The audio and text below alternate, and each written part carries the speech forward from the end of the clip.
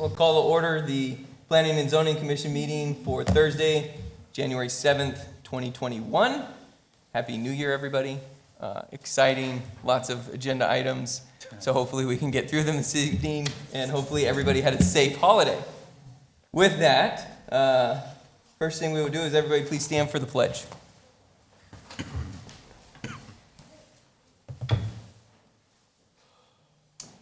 I pledge allegiance to the flag of the United States of America and to the republic for which it stands, one nation, under God, indivisible, with liberty and justice for all. Hoorah. I wish there was a room full of you, right, that just could really get it on, right? Awesome. Natalie, would you please call the roll? Member Peters. Here. Member Benedict.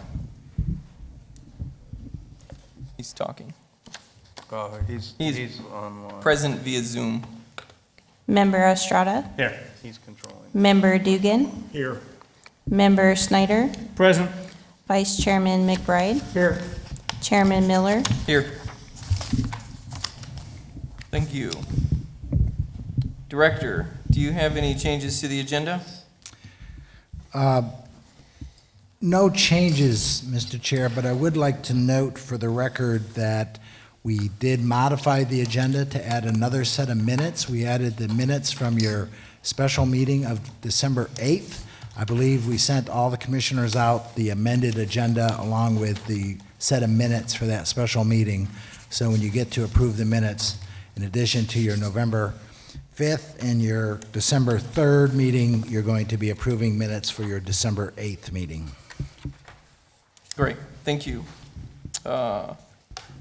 Commission members, any changes to the agenda? Mr. Chairman, we have issues 1 through 6. There's a lot of hot topics in there, and it's probably going to take a while.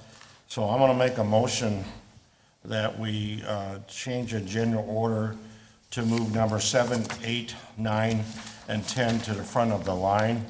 And because those are just a minor,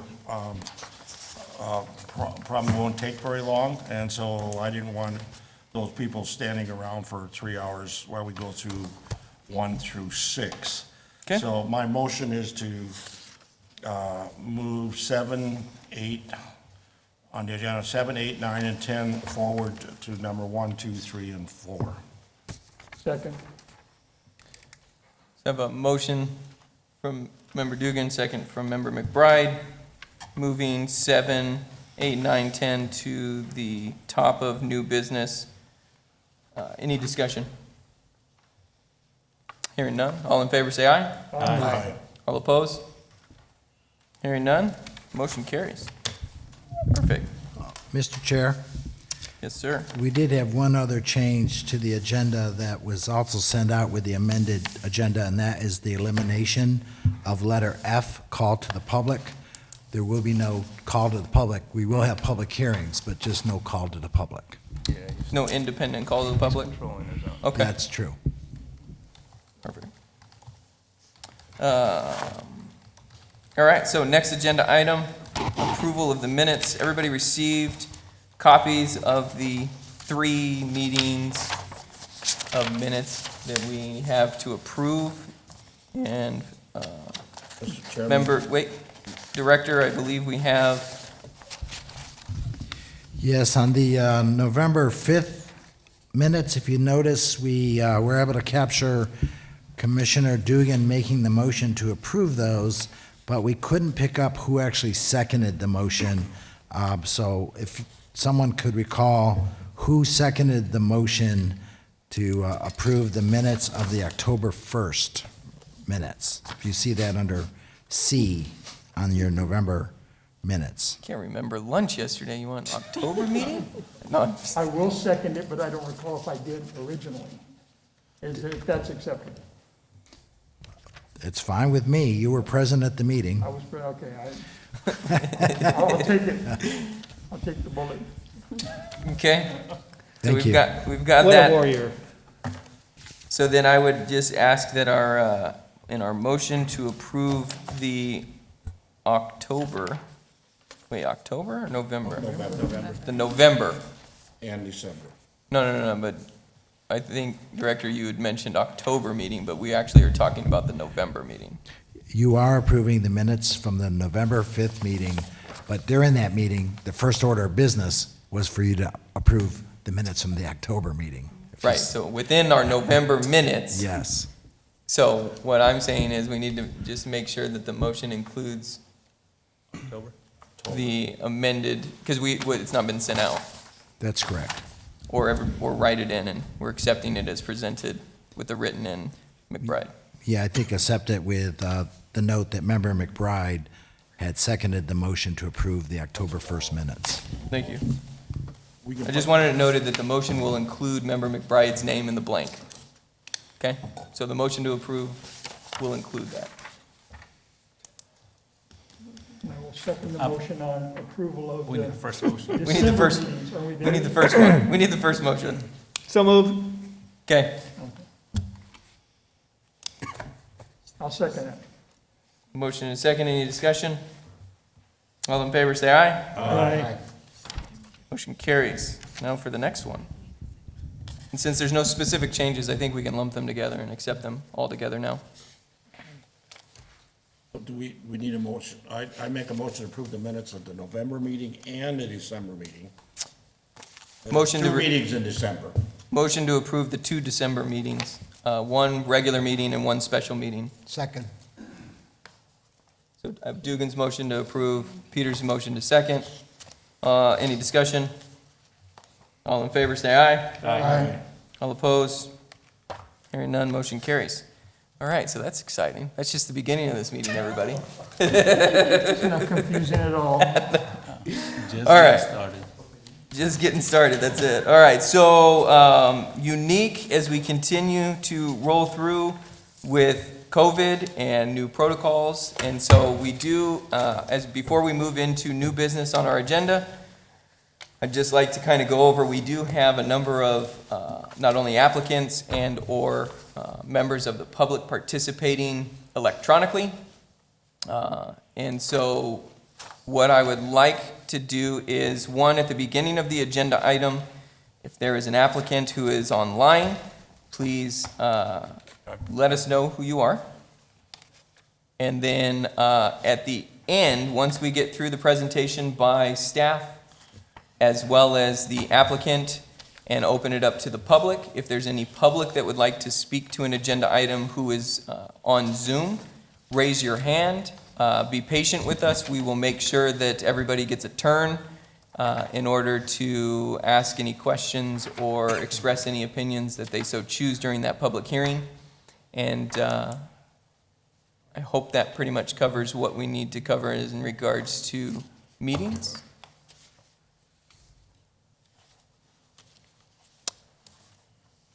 With that, we will jump into agenda item number 7, DSA 20-00186, public hearing and consideration of requested by Richmond American Homes for approval of a conditional use permit. Mr. Horn. Thank you, Commissioner.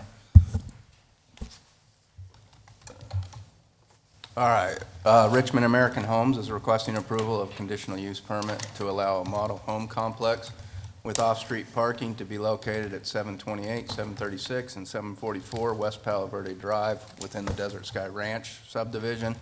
You can see it highlighted where the model home complex will be located down below. So model homes and sales offices are allowed as a conditionally permitted use in all residential zoning districts. The proposed temporary model home sales complex is within a planned area development zone district where single-family residences are allowed. Since the sales complex is not specifically listed in the PAD, a conditional use permit is required, as would be in other residential areas. You can kind of see the layout of the model home complex plan that they've provided down below as well. When looking at the conditional use permit, we look at the following 5 review criteria. All have been covered Within your staff report, all criteria has been evaluated, and staff finds that all have been met for this particular request. Notification was provided for this effort. Notices were mailed to owners within 300 feet. It was published in the paper. No comments were received in this particular case. With that, staff recommends Planning Commission approve the conditional use permit as associated resolution for a model home sales complex within Desert Sky Ranch, subject to the conditions as noted in your staff report. Thank you. At this time, would the applicant and/or a representative like to come forward and speak to this agenda item?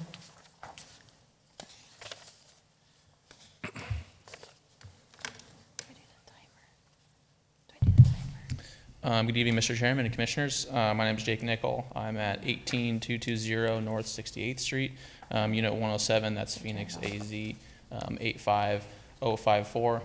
This first one that we've got on the slate here is for the CUP for the Desert Sky Ranch community for model home complex. We're excited about this guy. Just a few quick notes on this one. We will be modeling the P929 and also the P918. The 929 is one of our RV plans, so you will see built in person, one of those bigger RV plan homes. We do like to show those off as models as much as possible. We believe they translate a little bit better in person. The garage can be somewhat intimidating or daunting when you see it on paper, but we feel that when people see it in person, they really do fall in love with it. One other point I would like to make in explaining the positioning as to why we're placing the models where, and Joe, I don't know if you can show the map on there. Any of them. Let's see. You want this one?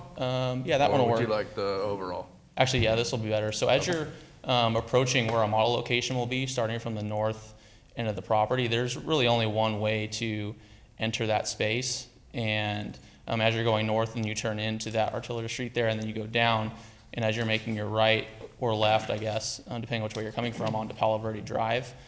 We didn't want to have the RV home be the first model that you see, because then as you would go further down the street, the larger garage would kind of take away some emphasis or somewhat block the second model that we have that will be placed on lot 85 that's right next to it. So what we did was place the RV home within that middle lot, lot 85, to not block any visual of the second model, which would be the 918. It's just a smaller home. We didn't want to put the RV right there as you first drive in to kind of take away from anything that the P918 has to offer. So just a little explanation as to why we're placing things there. As you see the drawing here, that will be what we're providing landscape-wise. So yeah, we're excited about this one. One more thing I will know, I know we have 2 items on today. I was able to bring Jen. She's from GTI.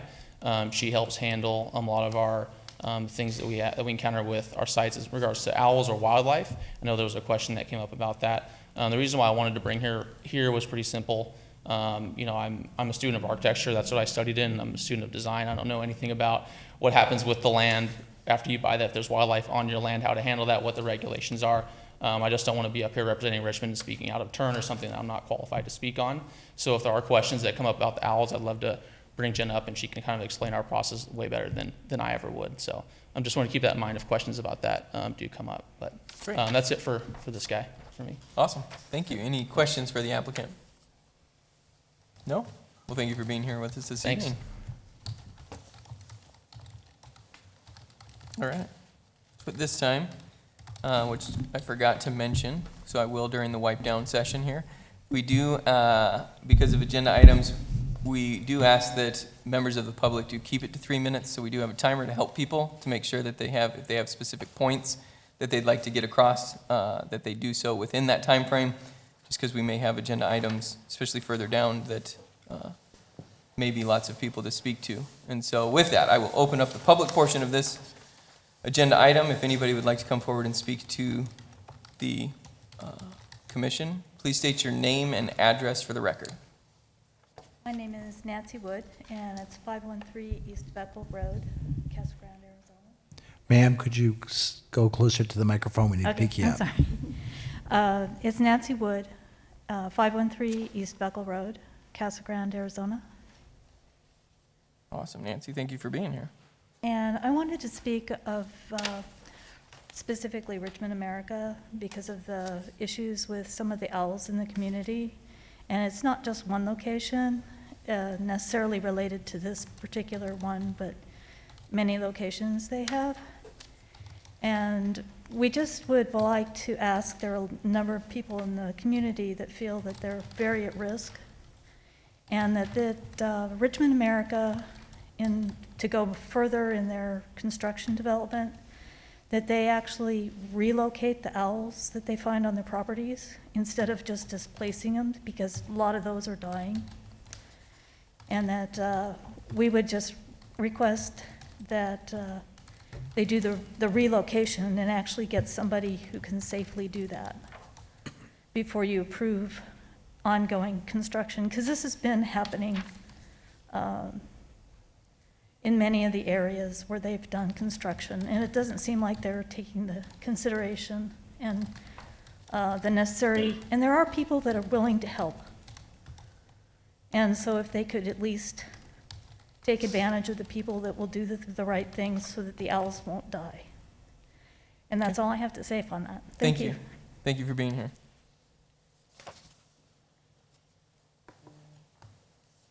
And at this time, would anybody else from the public like to come and speak to this agenda item?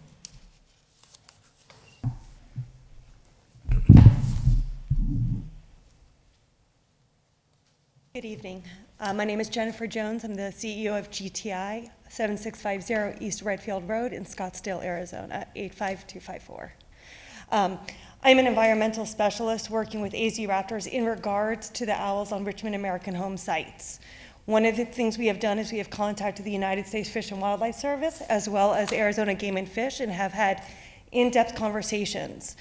They have agreed with the displacement of the burrows and allowing the animals to rehabitat naturally versus capture, move, confine, and then relocate. The problem is more owls go into distress when they are captured and caged than if you displace their burrow and let them find something naturally. One of the requirements is that there has to be an agricultural or undeveloped land within a certain distance of the community. Every community that we have worked on with Richmond does fall under that guideline. We are within 2 miles of agriculture or canals where they can find natural habitat. Richmond has done everything with AZ Raptors, which is a certified biological center, which has been making sure that every owl that is removed and displaced is safely altered in their locations. They have not had any impact on any owls' lives or endangerment since the beginning of working with Richmond. I know everybody has opinions on how to do it. Everybody wants things done their way. I completely understand that. However, as far as the guidelines as Game and Fish and Wildlife Services, that is all we can do. We have agreed to put in one-way trap doors where they can get out of the burrows and find their own locations. However, at the same time, if you do that, they're still going to find their own new homes. So as far as Richmond goes, they are following in compliance with AZ Raptors and Game and Fish and Wildlife. So we are happy to hear their information and try to work in any way we can, but that's as far as we can go to make sure that they remain safe. So, thank you. Thank you. Before she goes away, Oh, real quick, we have questions since you're an applicant. Since you're here helping represent the applicant, we can ask you questions. Please. Member McBride. at this point, this project that we're discussing tonight, has there been any sightings of owls at all? Not at this location. Thank you, that's all I wanted to know. No problem. Any other questions for them? No? Great, thank you. Thank you. So with that, I haven't closed the public portion yet, so is there anybody else that would like to speak from the public?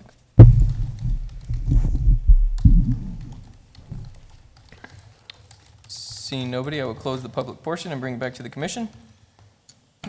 Mr. Chairman, I make a motion to approve DSA-20-00186 with the following conditions from the staff. And associated resolution. Yes. I second. I have a motion and a second. Any discussion? Hearing none. Natalie, will you call the roll, please? Member Peters, Aye. Member Benedict, He's not here.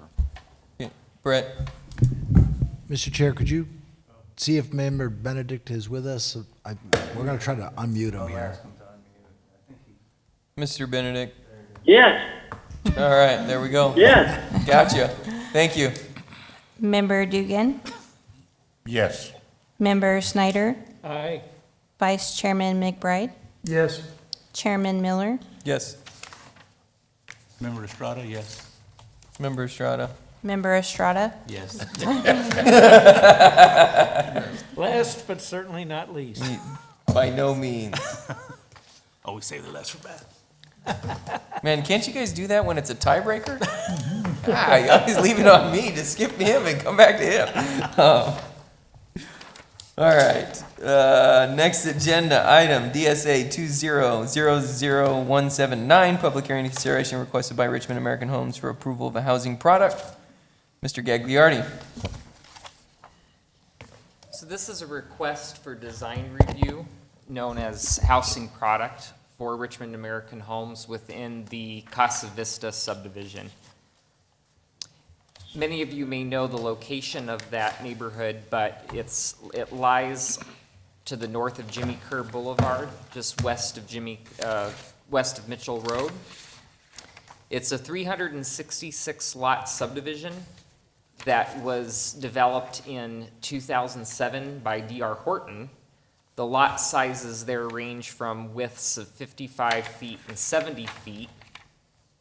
D.R. Horton had actually began constructing homes in that neighborhood, but ultimately sold this subdivision to an investment group, and those homes were subsequently removed.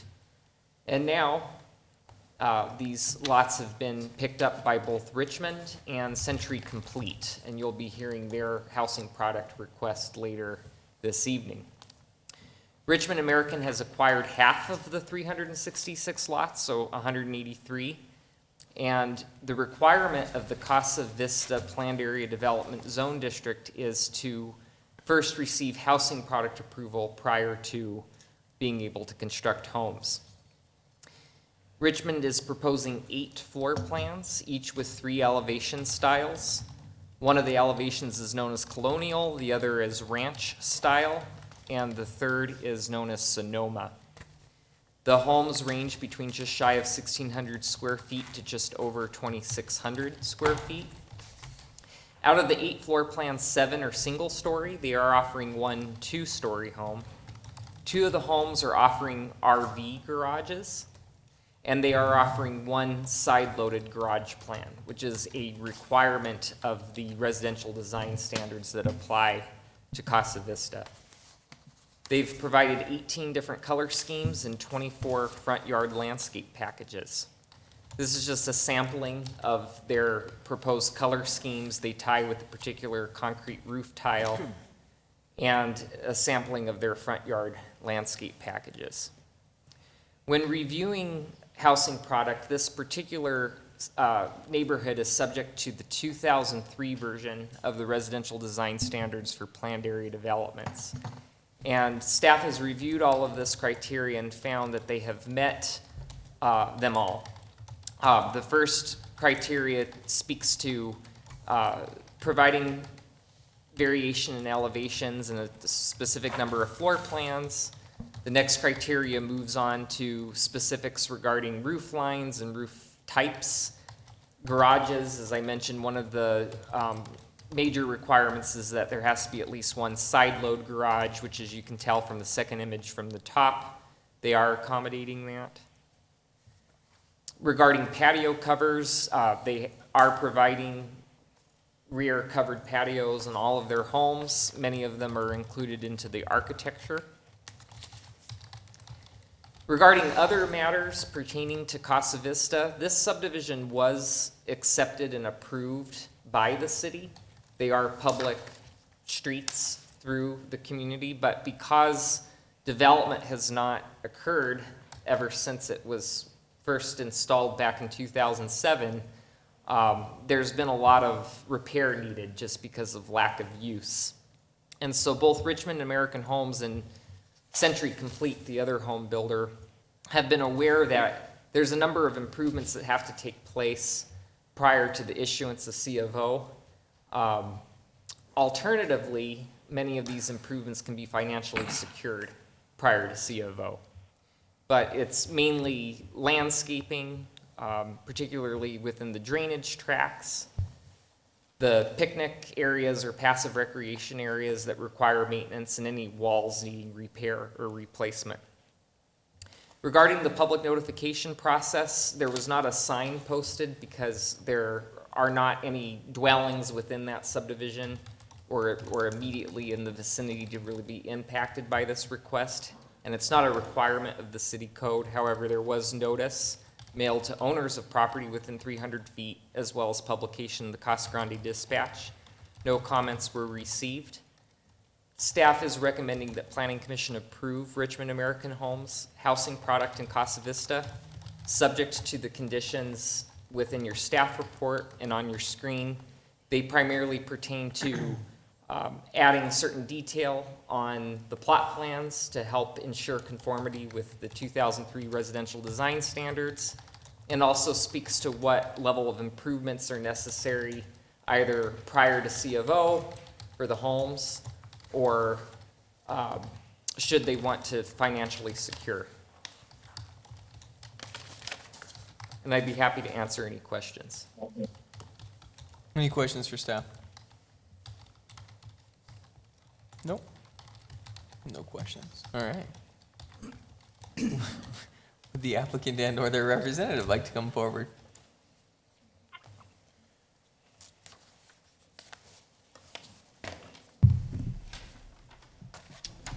All right, so once again, Jake Nickel, 18220 North 68th Street, Unit 107, Phoenix, Arizona, 85054. For this last one, this is for the design review for the Casa Vista community that we have coming up. Not too much I have to say about this. I will say that we do have our 70-foot lots. Those are located on the north end of the property, and then the 55 wide lots are located on the south. We're still looking at how we're going to phase this thing, which ones we're going to open up for sale first. So I haven't officially decided that, but we do have a good mix of lot sizes within the lots that we have purchased. The only thing that I will add is that our land team has walked the site, and they noted those improvements that are required that James did note, so they are aware of that. And then also we have our drafting team that's working on that last little plot plan that we do need as far as the conditions are concerned. But that's pretty much it. I can answer any questions that you guys have. Any questions for the applicant? No? Awesome. Thank you. Thank you. So at this time, then I will open it up to the public. Would anybody from the public? Hang on, real quick. Yep, you wait, because I feel like you're going to need to come up here in just a minute. Ma'am, would you like to come forward and speak to this agenda item? Again, my name is Nancy Wood, 513 East Beckel Road, Casa Grande. And again, it's just the issues with the construction and taking place that possibly could impact the owls in the area, and that these companies that come in and do construction, that they do adequate addressing the safety of the owls. I understand there's differences of opinion, but there are many people in the community here that have seen that this has not gone well, and there needs to be improvement. So I will leave it at that. And I hope that you will address Richmond America and making sure that they take the necessary actions that these owls don't have to die. Thank you. Thank you. I'm just going to make sure there's nobody else from the public first that would like to speak to this agenda item. And that there's nobody online. If anybody online would like to raise their hand and speak to this agenda item. Forgot that on the last one, so I'm learning as we go, guys. Sorry. All right, with that, then I would invite the applicant's representative to come forward, I believe, and speak to us in regards to owls again. On this site, I will let you know, when we did our Phase 1 environmental site assessment, we did look for burrows. At the time of our site assessment, no burrows were found on the site. I have asked AZ Raptors to be here this evening. They have just joined us. They are actually the approved vendor that we have chosen to help relocate and take care of the burrowing owl situation. So if there is public comment that would like to have further conversations about how we are doing the displacement, we are welcome, we are here, and we would love to talk to anybody who has questions. But please understand that Richmond America, as well as GTI, has no desire to injure or hurt any owls. That's why we do what we do. That's why they hire us. But on this site, there was no burrowing owls found during the environmental site assessment. We have instructed Richmond that prior to any development of heavy machinery on the site, we are called out prior to ensure that no new burrows exist, because a burrowing owl can show up one day after another day and never see them again, or they show up one day and now they're here. So we always do ask them to, before any heavy equipment, to have us come out and double check the site to make sure no owls are on it. Thank you.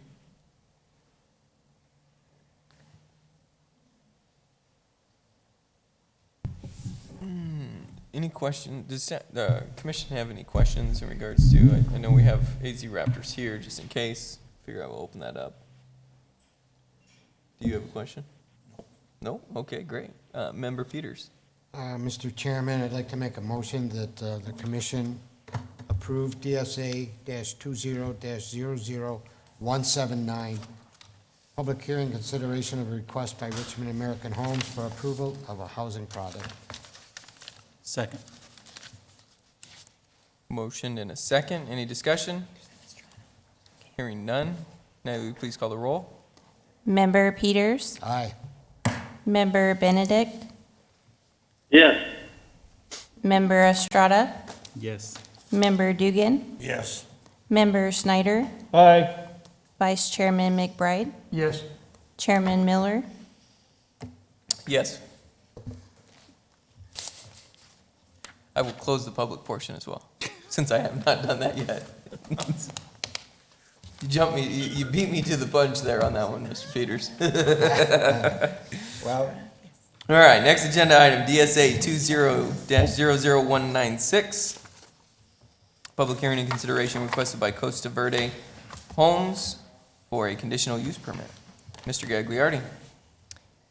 Thank you, Chairman Miller, members of the commission. So Costa Verde Homes is a relatively new home builder in the Casa Grande area. If you may recall, back in November of 2020, Costa Verde was in front of you receiving Planning Commission approval for their housing product within the Mountain View Ranch Planned Area Development Zone District. They had acquired 71 lots, as shown highlighted on the screen, and they received approval for 5 floor plans, each with 3 exterior finish styles, ranging from 1,855 square feet to just shy of 3,000 square feet in size. Now they're back with the request for a model home complex, which is subject to the approval of a conditional use permit in this planned area development zone district. Their proposed location for the model home complex is at the northwest corner of Bronco Lane and Avenida Elena. The corner property will be the location of their off-street parking area. It will be laid with 3 inches of decomposed granite, and it's there temporarily during the life of the model home complex, but then upon expiration, it would be removed. The middle lot will be a show home that will also have a sales office in lieu of the garage. One of the conditions associated with this is that upon the expiration of the permit, they would have to return that area back to a functioning garage. And then the lot furthest to the north would be another show home, and they're going with one of their approved 2-story plans. When reviewing conditional use permits, it's subject to this following criteria, and these have been evaluated in depth within the staff report. Primarily with model home complexes, it comes down to the last criteria, which is that there are specific conditions put in place to protect public health, safety, and general welfare. And so as a product of that, within the conditional use permit resolution, these are the recommended conditions, and they're fairly standard with model home complexes, primarily pertaining to the fact that any sort of improvements for the model home complex has to be removed at the time of expiration, which would be 5 years, or when all the lots sell, whatever happens first. And also signage would be subject to a separate permit. Regarding the public notification process, it followed what is standard for this per city code. There was not any inquiry received except for one email from a resident within the Mountain View Ranch neighborhood, primarily just asking for information and wanting to be kept apprised of development in the area. Staff recommends that Planning Commission approve this conditional use permit for Costa Verde Homes Model Home Sales Complex and its associated resolution, and I'd be happy to answer any questions. Any questions for staff? No questions? Great. At this time, would the applicant and/or a representative like to speak to this agenda item?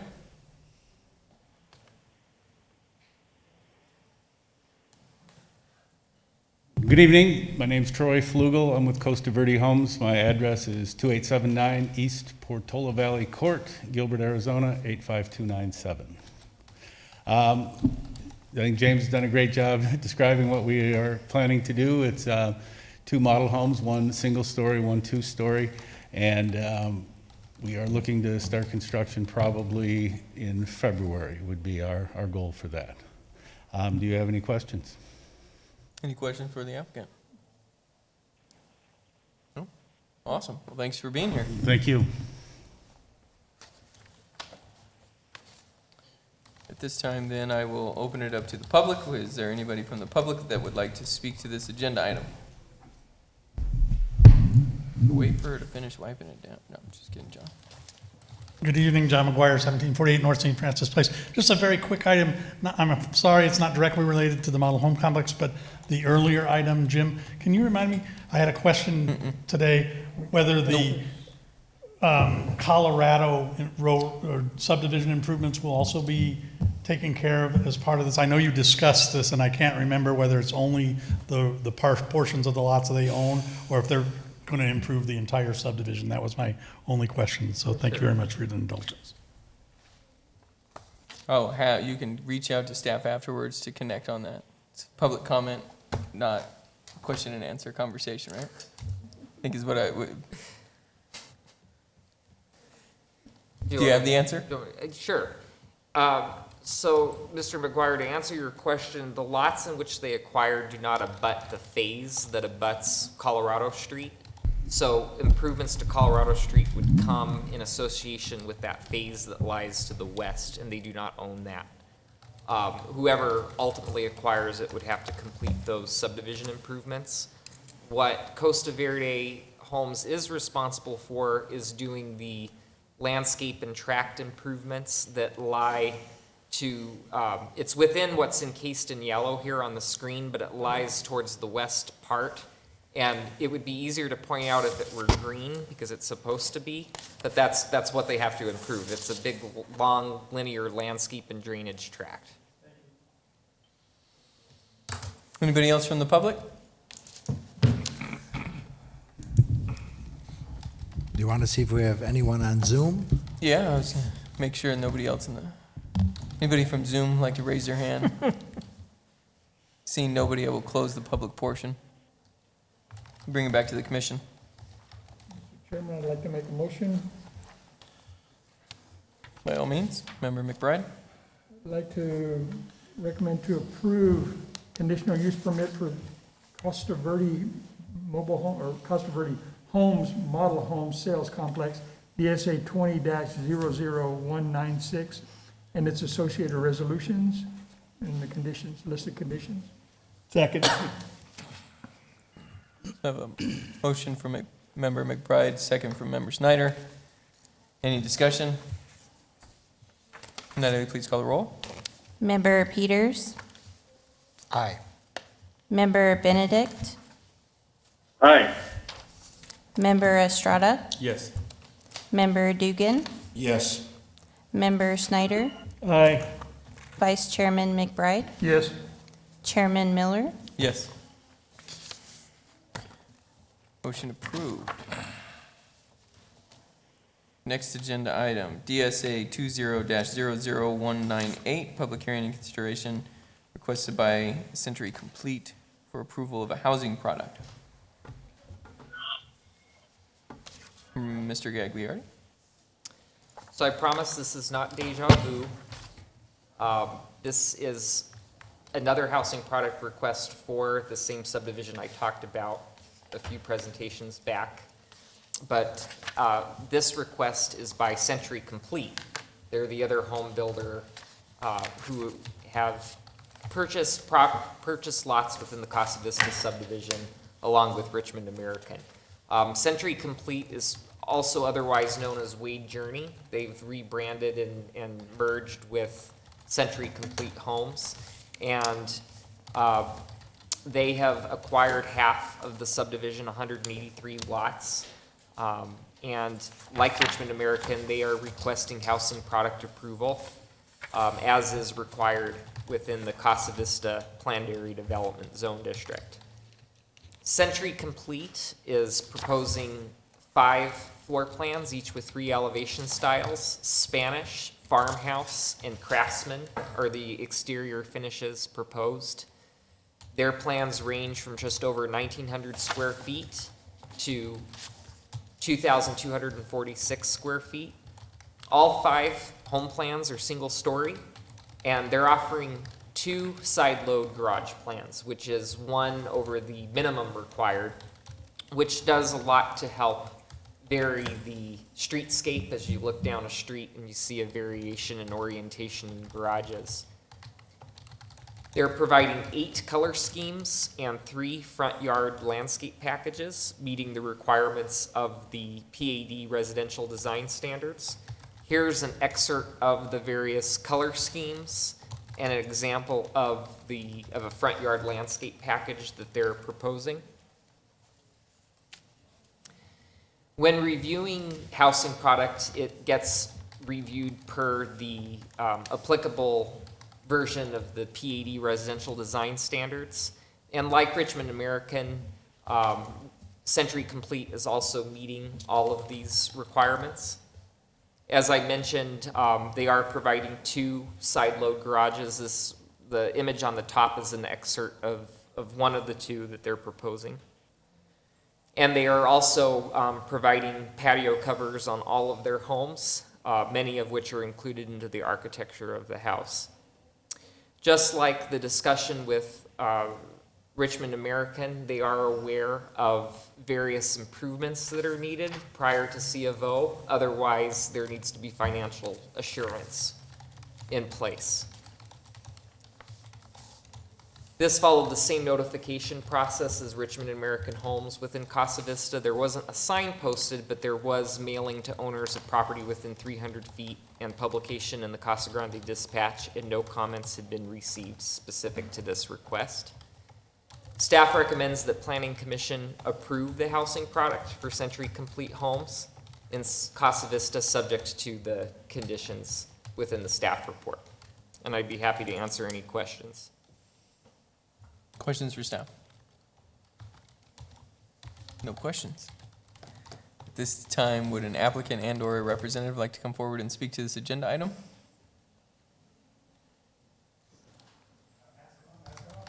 Up to you. If it's easier for you to speak with it off, go for it. Sorry, I won't touch anything. How you doing? Paul Zita, 7834 West Adam Avenue, Peoria, Arizona, 85382. Work for Century Complete Homes, formerly Wade Journey. We've appreciated the relationship very much with the city of Casa Grande. You know, we appreciate James' help as always, and just looking to further our footprint here and be a part of the city's development. Great. Any questions for the applicant? Member McBride. I'd be remiss if I didn't ask you about the owl situation. Because I know it was mentioned with So. Your partner, or not partners, but. I don't know much about what happened with Richmond Owls. We did have, in our section of Tamaron Ranch, we had a couple burrows. At that time, we contracted with Wild at Heart to come and do the removal. That was what was relayed to us with Game and Fish, so we took that advice and relocated the owls. So we've seen those guys around, and I promise you we will not kill them. All right. Appreciate it. That's all. Any other questions for the applicant? None. Well, thank you for taking the time to be here with us this evening. At this time, then, I would open it up to the public. Would anybody from the public like to come and speak to this agenda item? Even on Zoom. Put the Zoom. Yeah, I'll get there. All right. See nobody in the audience. Is there anybody on Zoom that would like to speak to this agenda item? My IT guy's given me the no, so I will close the public portion and bring it back to the commission. I'd like to make a motion for Century Complete Homes Housing Products DSA 2000198 for Casita Vista, subject to the following conditions set by staff. I second that. Motion in a second. Any discussion? Hearing none. Natalie, we could please call the roll? Member Peters, Aye. Member Benedict, Aye. Member Estrada, Yes. Member Dugan, Yes. Member Snyder, Aye. Vice Chairman McBride, Yes. Chairman Miller. Yes. Motion approved. Congratulations. Good luck. All right. Now, those of us looking at agendas, we're going to jump Should we to, take a 5-minute break and let everybody switch out? we definitely can, if that's what you'd like to make a motion. Yeah? Yeah. All right, we're going to take a 5-minute break. Those of you on Zoom, please hold tight. Well, that went fast. 40 minutes.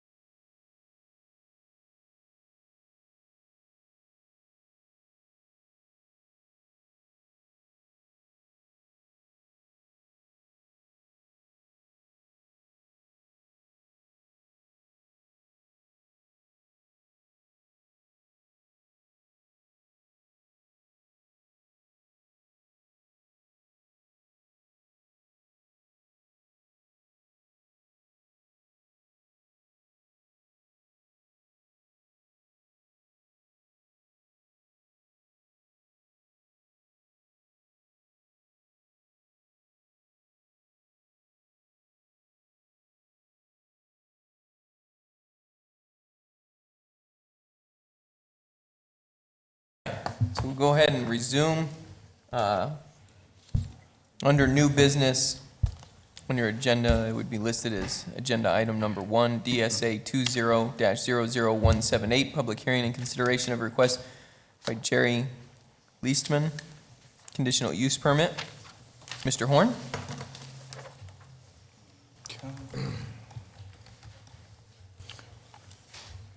So Jerry Leastman is requesting approval of conditional use permit to allow for the use of a homeless shelter and/or similar service to be located at 465 West Gila Bend.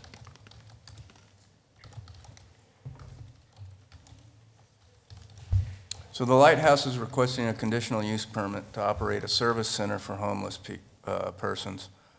The Lighthouse is looking to provide multiple services under one roof for those in the community that are homeless or in poverty. The services that are proposed are to be provided include enclosed showers inside the building, barber services, laundry facilities, food services, potential food truck services on special occasions, computer room, Job Corps program, immigration services, and a car program to assist with work-related issues. No exterior changes are proposed at the existing building. So we'll get into the review criteria. We look at the following 5 review criteria for all conditional uses. We're going to concentrate on the 2 highlighted here. So the first one is that the proposed use will have no adverse effect upon abutting property. So the proposed location is well-suited to provide the requested services. There are no properties that are directly abutting the site, as it is surrounded on all 4 sides by roads. Additionally, all services are intended to take place on the inside of the building, except for the occasional use of the food truck. The food trucks will be required to obtain the temporary use permit that all food trucks in the city would be as well. The proposed use will provide a needed service, and impact on surrounding property should be limited as all services are intended to occur indoors. However, there should be consideration for nearby commercial properties, including the hotels and restaurants, that could be impacted by transient population. So as a condition to this request, the hours of operations for these services is only to occur in the daytime hours from 9 a.m. to 5 p.m. The next one I want to cover is that the conditions stated in the approval are deemed necessary to protect the public health, safety, and general welfare. I'm going to go over the conditions that we've asked. I've mentioned the first one already on the hours of operation. The next one, there's no overnight stays permitted at this location. All food services shall take place indoors or within a permitted screened outdoor area. All proposed food trucks shall obtain the temporary use permit prior to operation on the site. They need to provide a 5-foot sidewalk along Gila Bend Highway and 4-foot sidewalk along Wilson and French Street. You can see that highlighted in the red on the image that's on the screen.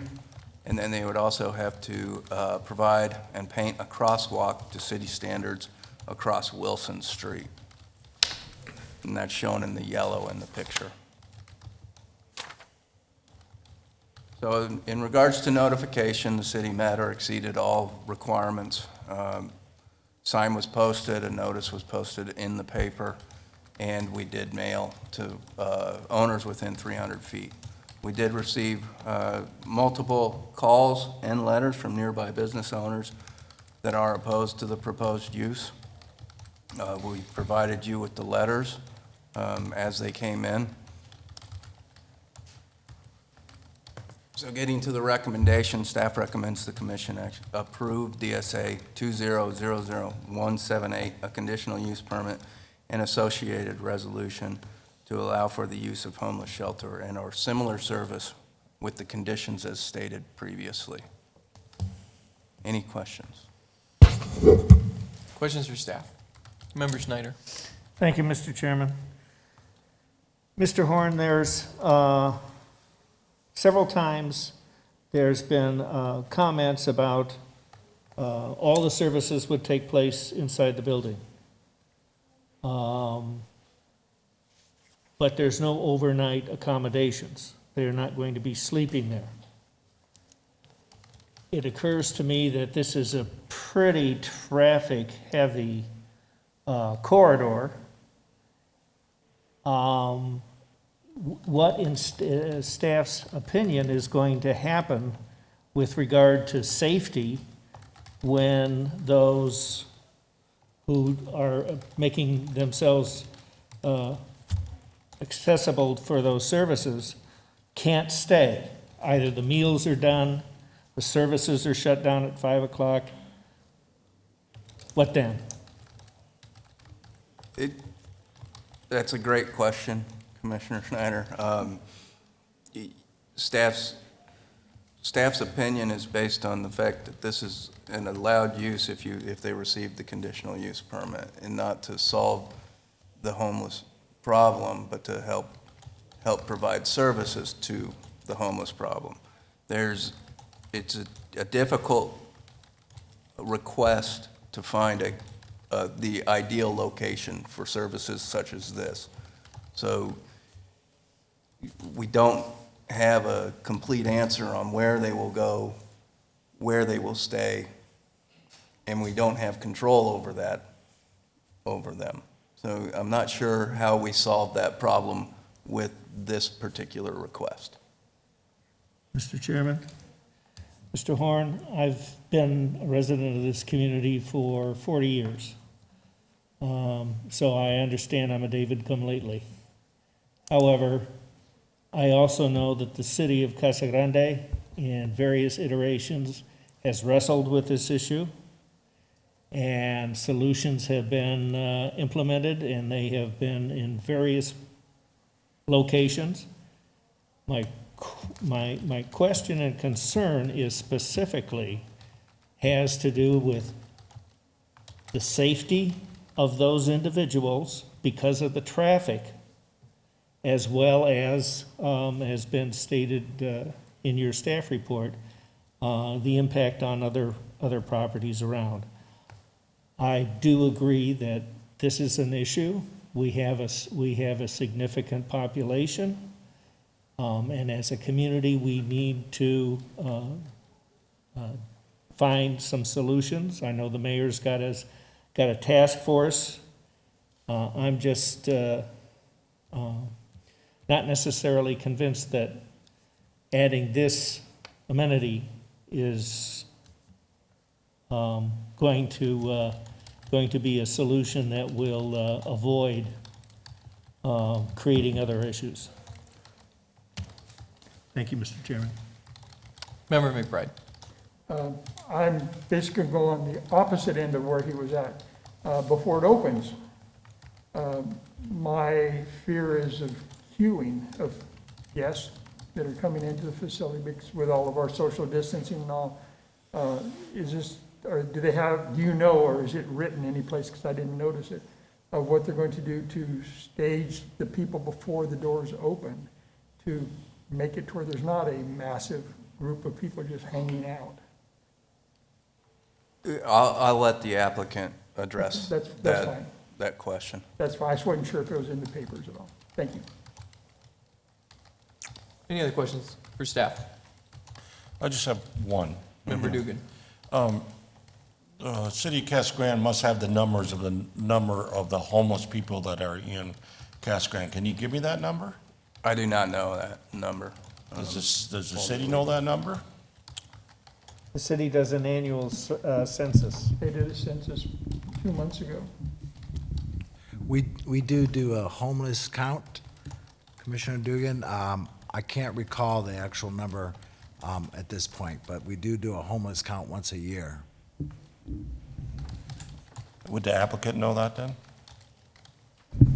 You could ask, they might. Okay. Any other questions for staff? Not at this time? All right, so at this time then I would invite the applicant and/or their representative to come forward.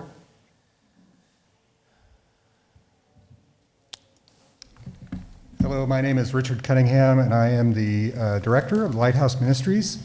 And I brought with me also, that sounds bad. Jerry Leisman is here as the CEO of Lighthouse Ministries and MASH unit.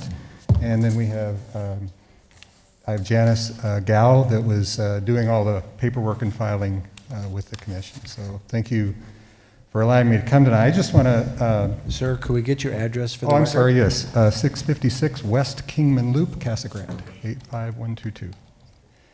Thank you. Just want to mention a couple of things to start. I think you all may have received a brochure. We sent it electronically. Did we send that? Okay. We have a brochure. We have some handouts, but we understand because of COVID we can't give them to you because we touched them or something. So we can send that to you electronically. It's just basically an overview of the services that we already do for the homeless and the underserved, and also things that we want to do in the future, some of which require a permit, and one of the reasons we're here tonight is to seek that, and some other that we currently do. And so I won't go into all of the things that we do provide currently. We do have homeless and underserved and folks that are really live in a poverty situation already coming to the Lighthouse on a regular basis. Again, our hours are 9 to 5, currently Monday through Saturday. And let's see, we are seeking the enclosed showers. We purchased these showers. They're completely enclosed. They're a cube, stainless steel showers. We purchased them almost a year ago now, and we're just getting around to, because we didn't have somebody that could be in place to follow this through with permits and so forth, and that's what Janice and Todd Gow are doing for us.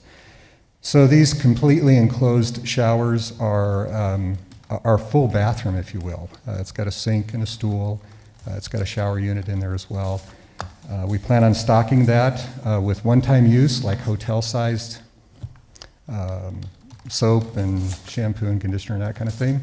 And after each use, we have a couple of groups that are going to come in. There are partnering churches with us that currently come in for the food distribution we do to them or with them on a weekly basis, and then they go out and distribute food to the community. And we figured we could be better hands and feet, if you will, to deliver those than just us at the Lighthouse. So we partner with them. A couple of churches have volunteered to bring volunteers in to clean these showers after each use. We plan on using whatever the standard cleaning protocol is for shower units and for sanitizing. We also are going to plan, I think one of the questions was, how do we ensure the safety of those coming in because of COVID and so forth? I made up this name today. They're called participants because they're going to be participants in services that we already provide plus additional future services. And so with that, we're planning on using the door on the, I think on the west side of the building. That's currently, it's just an exit door. We currently have it just blocked off. We don't use it today. But that would give us a path for these participants to, so it's on the west side of the building. There's a door there. We're going to have the participants come in there. We're also going to build a little hallway and group room, if you will. We can position that so we only bring in 4 people at a time. 2 of them will go directly to the shower units and be escorted. It'll be blocked off from the rest of the warehouse area that we have.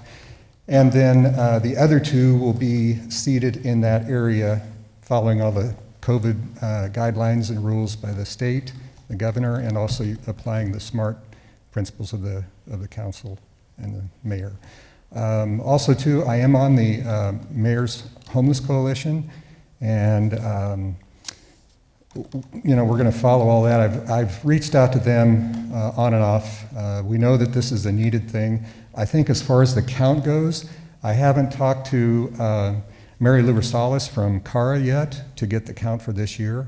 Last year, I believe it's a point in time survey that they do for the homeless. So whenever they go out and do the survey, those that they've interviewed are considered that point in time for who is considered homeless.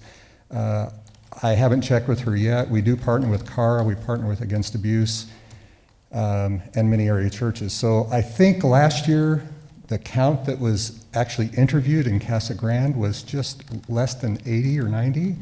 I know there's more than that, but those are the ones that would take time to do the interview at that point in time survey that they did. I don't know what the count is this year. We typically don't have a car parking or car traffic situation because most of these folks don't have cars, they have bicycles or walking.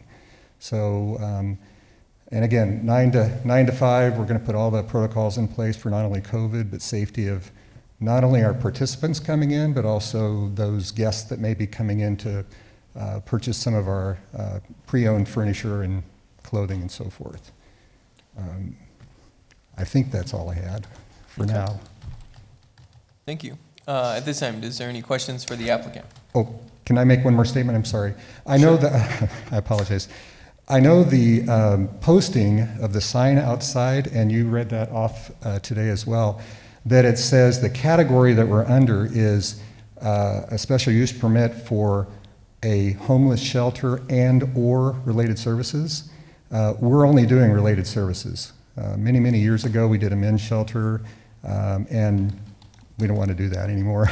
It's a lot of work, and it's just a lot of work and a lot of money.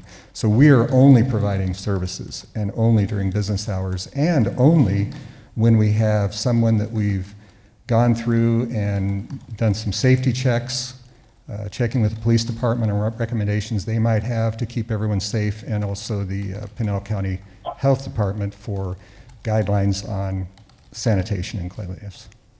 So, okay, I think I'm done for now. Great, thank you. I have a real quick question before we jump into questions for the applicant, and that would be a question for staff in regards to the conditional use permit. And this currently stating homeless shelter and or similar services, is that because of a specific category within our code or zoning or whatever we needed to, or can it be removed, homeless shelter portion be removed? So that does not allow that? Because this conditional use permit will stick with this property moving forward. So if it states that down the road, somebody might be able to actually house overnight. At least it implies that. The conditions stated in the conditional use permit prohibit overnight stays. Oh, there it is. Never mind. I was reading them before this, and that's number 2, or B. Perfect. But Mr. Chair, to answer your question, the specific category in the zoning code is homeless shelter or similar services, but, you know, what this is homeless services, not Right. homeless shelter. Yeah, and that's what I was assuming as far as the clarification of why it stated that is more than anything. All right. With that, commission members, questions for the applicant? Mr. Dugan? Go first. Member Schneider. Thank you, Mr. Chair. Sir, my question actually was not the same as Commissioner McBride. My question has to do with the foot traffic. Mm-hmm. As you say, these are not people with vehicles or motorized transportation. The site sits on some very busy industrial corridors. Mm-hmm. And we have people that come from the west, they're seeking to access restaurants, they're taking the truck route into downtown, we've got construction and so on and so forth. And my concern is the safety of your clients. Mm-hmm. And I don't see how the ancillary services that you are going to provide are going to do anything to help make sure that they're safe. So we did look at part of the red around the corner there is the crosswalk that we're supposed to paint or have painted, or following the regulation rules. It's interesting that the stop sign is actually probably 15 feet behind where you have proposed that we put the crosswalk in, and we'll certainly do that.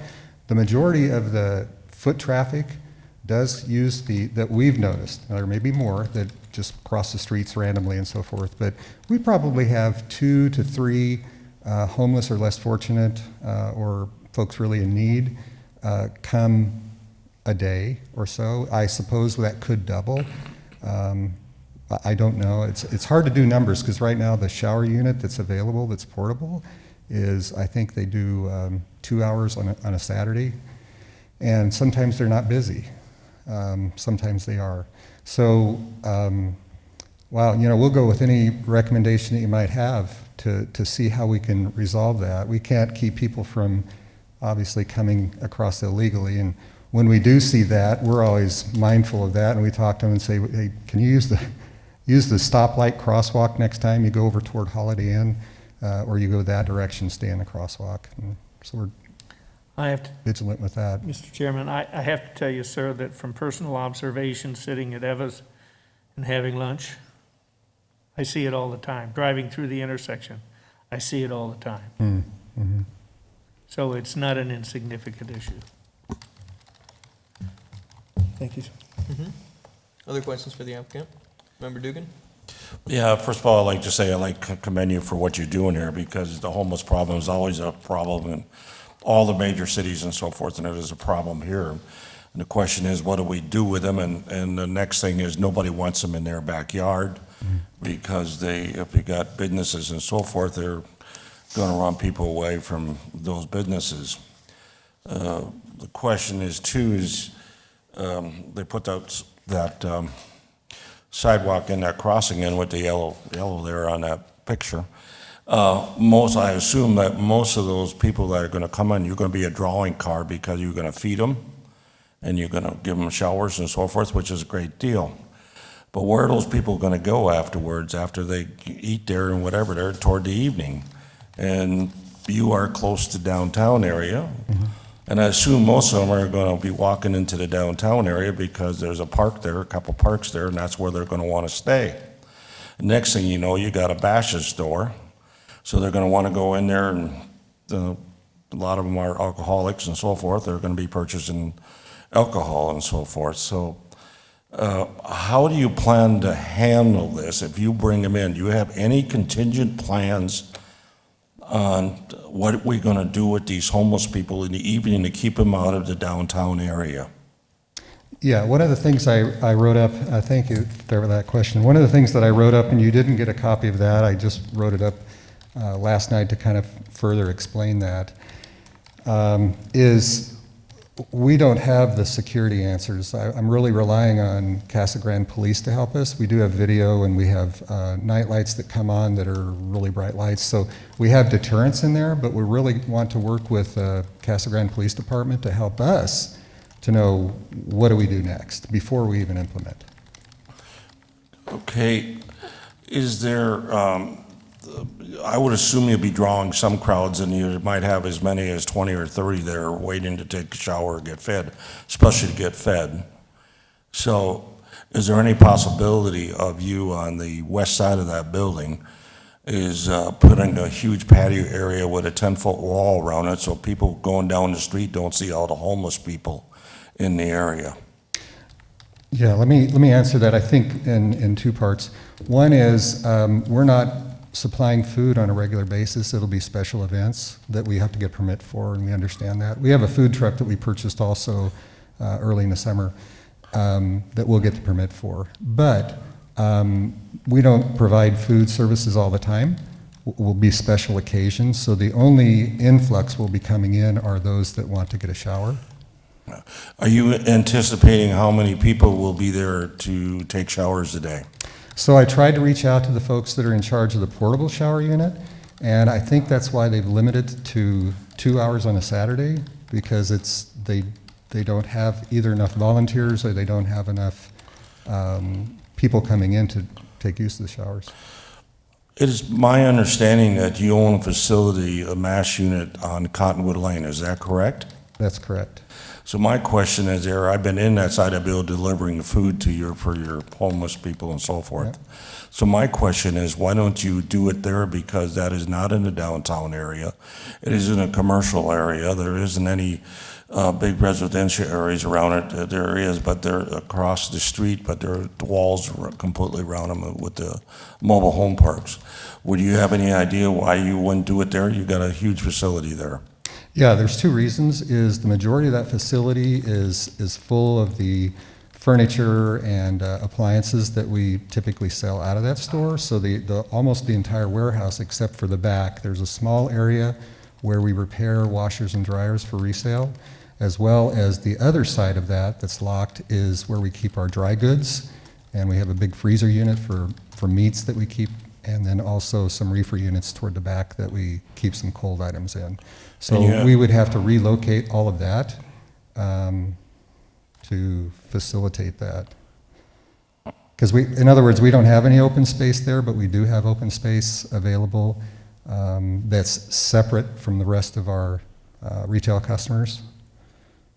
Okay, thank you. You're welcome. Member McBride.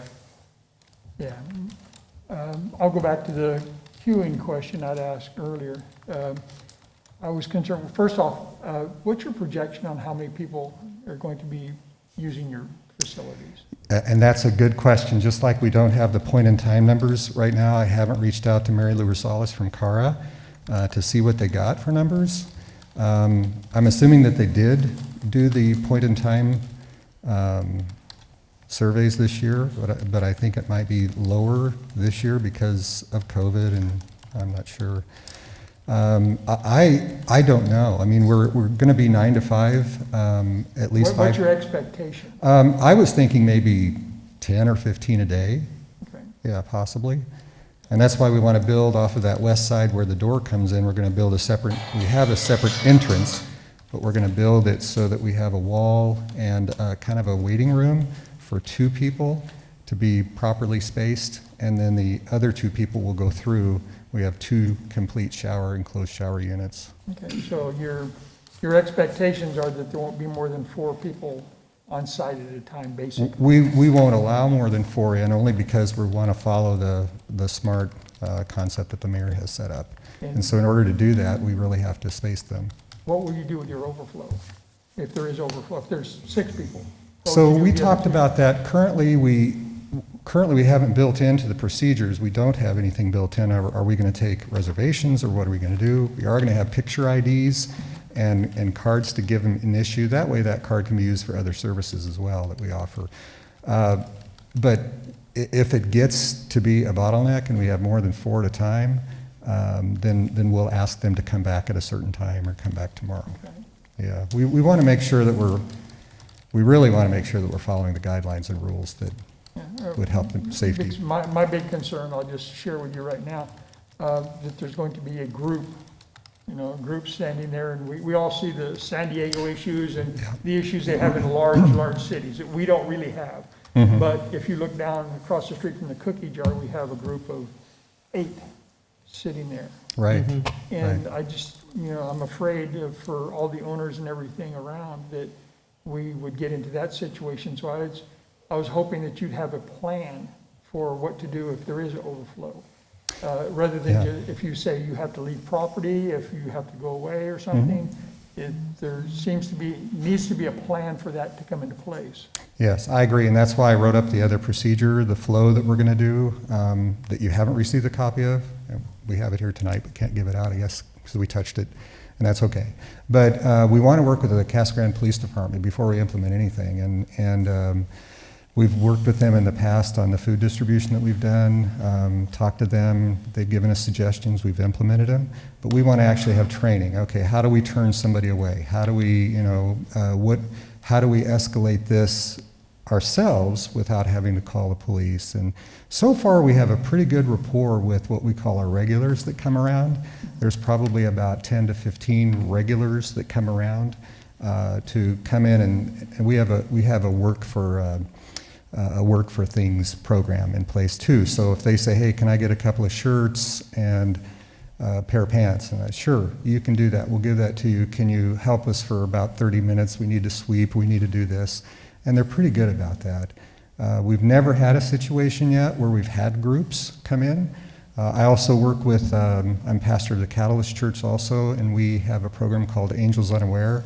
And we go out and we see if the homeless need some, on a regular basis, weekly, see if they need, have any needs, see if we can pray with them, but most importantly too for them, do you need any toiletries? How about some toilet paper? Standard things that they might need. So typically we see an average with Angels Unaware and then coming in the building. The largest group that we've seen so far, well, when we go out in the community, it's a little different. There's probably 10 to 12 people that we see at a time. When they come in though, I've never seen them more with a group of 2 so far. That may change, you're right. But we do have, like I said, we want to limit that input and limit the flow, and we'll do that. And I'm going to really rely on the police department to teach us in advance how we handle anything else that might be greater than that. We are going to ask them to come back later. Okay, good. Yeah. Friend, I'd like to let you know, I commend you on your efforts on what you're doing and your calling for this. It is something that's very well needed in Casa Grande. Our job is just to make sure it fits into the spot that you're planning it for. Sure, yes. Not that we're grilling you over a whole lot of things. We want to make sure that it's a community thing and it fits in there. Absolutely. Thank you. Member Peters. Yes, I would also like to commend you on the work that you're doing to address this homeless issue. One of the complaints of usually the neighboring properties is the trash that's left behind. Do you have ample facilities, a dumpster or whatever? Because you're going to be exchanging clothes with them, and they're probably just either going to throw it in a shopping cart and leave the shopping cart or whatever at wherever they end up. So if you have, and encourage them to point them to the dumpster and stay out of other people's dumpsters, I think that would help a lot too. Yeah, and we do that currently. We monitor the grounds all the time. We're looking at security cameras from the previous night as well and seeing. We do have 2 large commercial dumpsters in the back by Waste Management, and we use those on a regular basis. We go around, and in the mornings I have a couple of volunteers that come all the time. They're not homeless, but they come all the time to volunteer. We go and search the grounds and see if there's something else that needs to be picked up and so forth. And we do that throughout the day as well. Great, thank you. You're welcome. Member Snyder? Thank you, Mr. Chairman. It's been, as you probably know, there is a facility in Peart Park. It's called CG Cares. Yes. And they offer quite a few services, mostly duplicative of the services that you're talking about. Why aren't you, I mean, it seems to me that they're already established.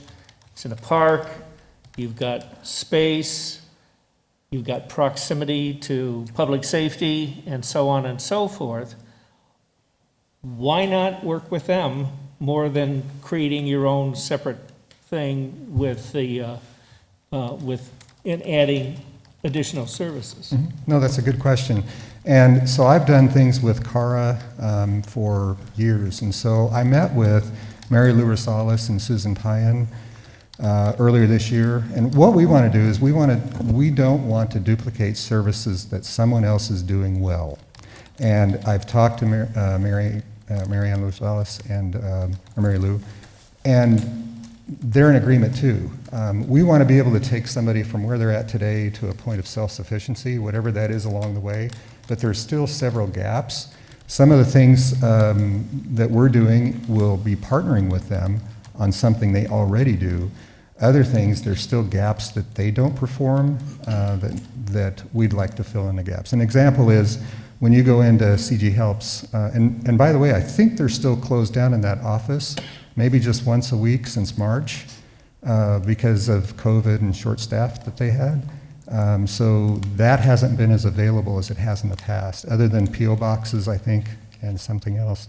But we want to work with them, and made that very clear to Mary Lou Rosales as well, that we don't want to duplicate services, but we want to fill the gaps. One small example is when you go into CG Helps and you say, hey, I need some help getting housing, or I need some help with this or that.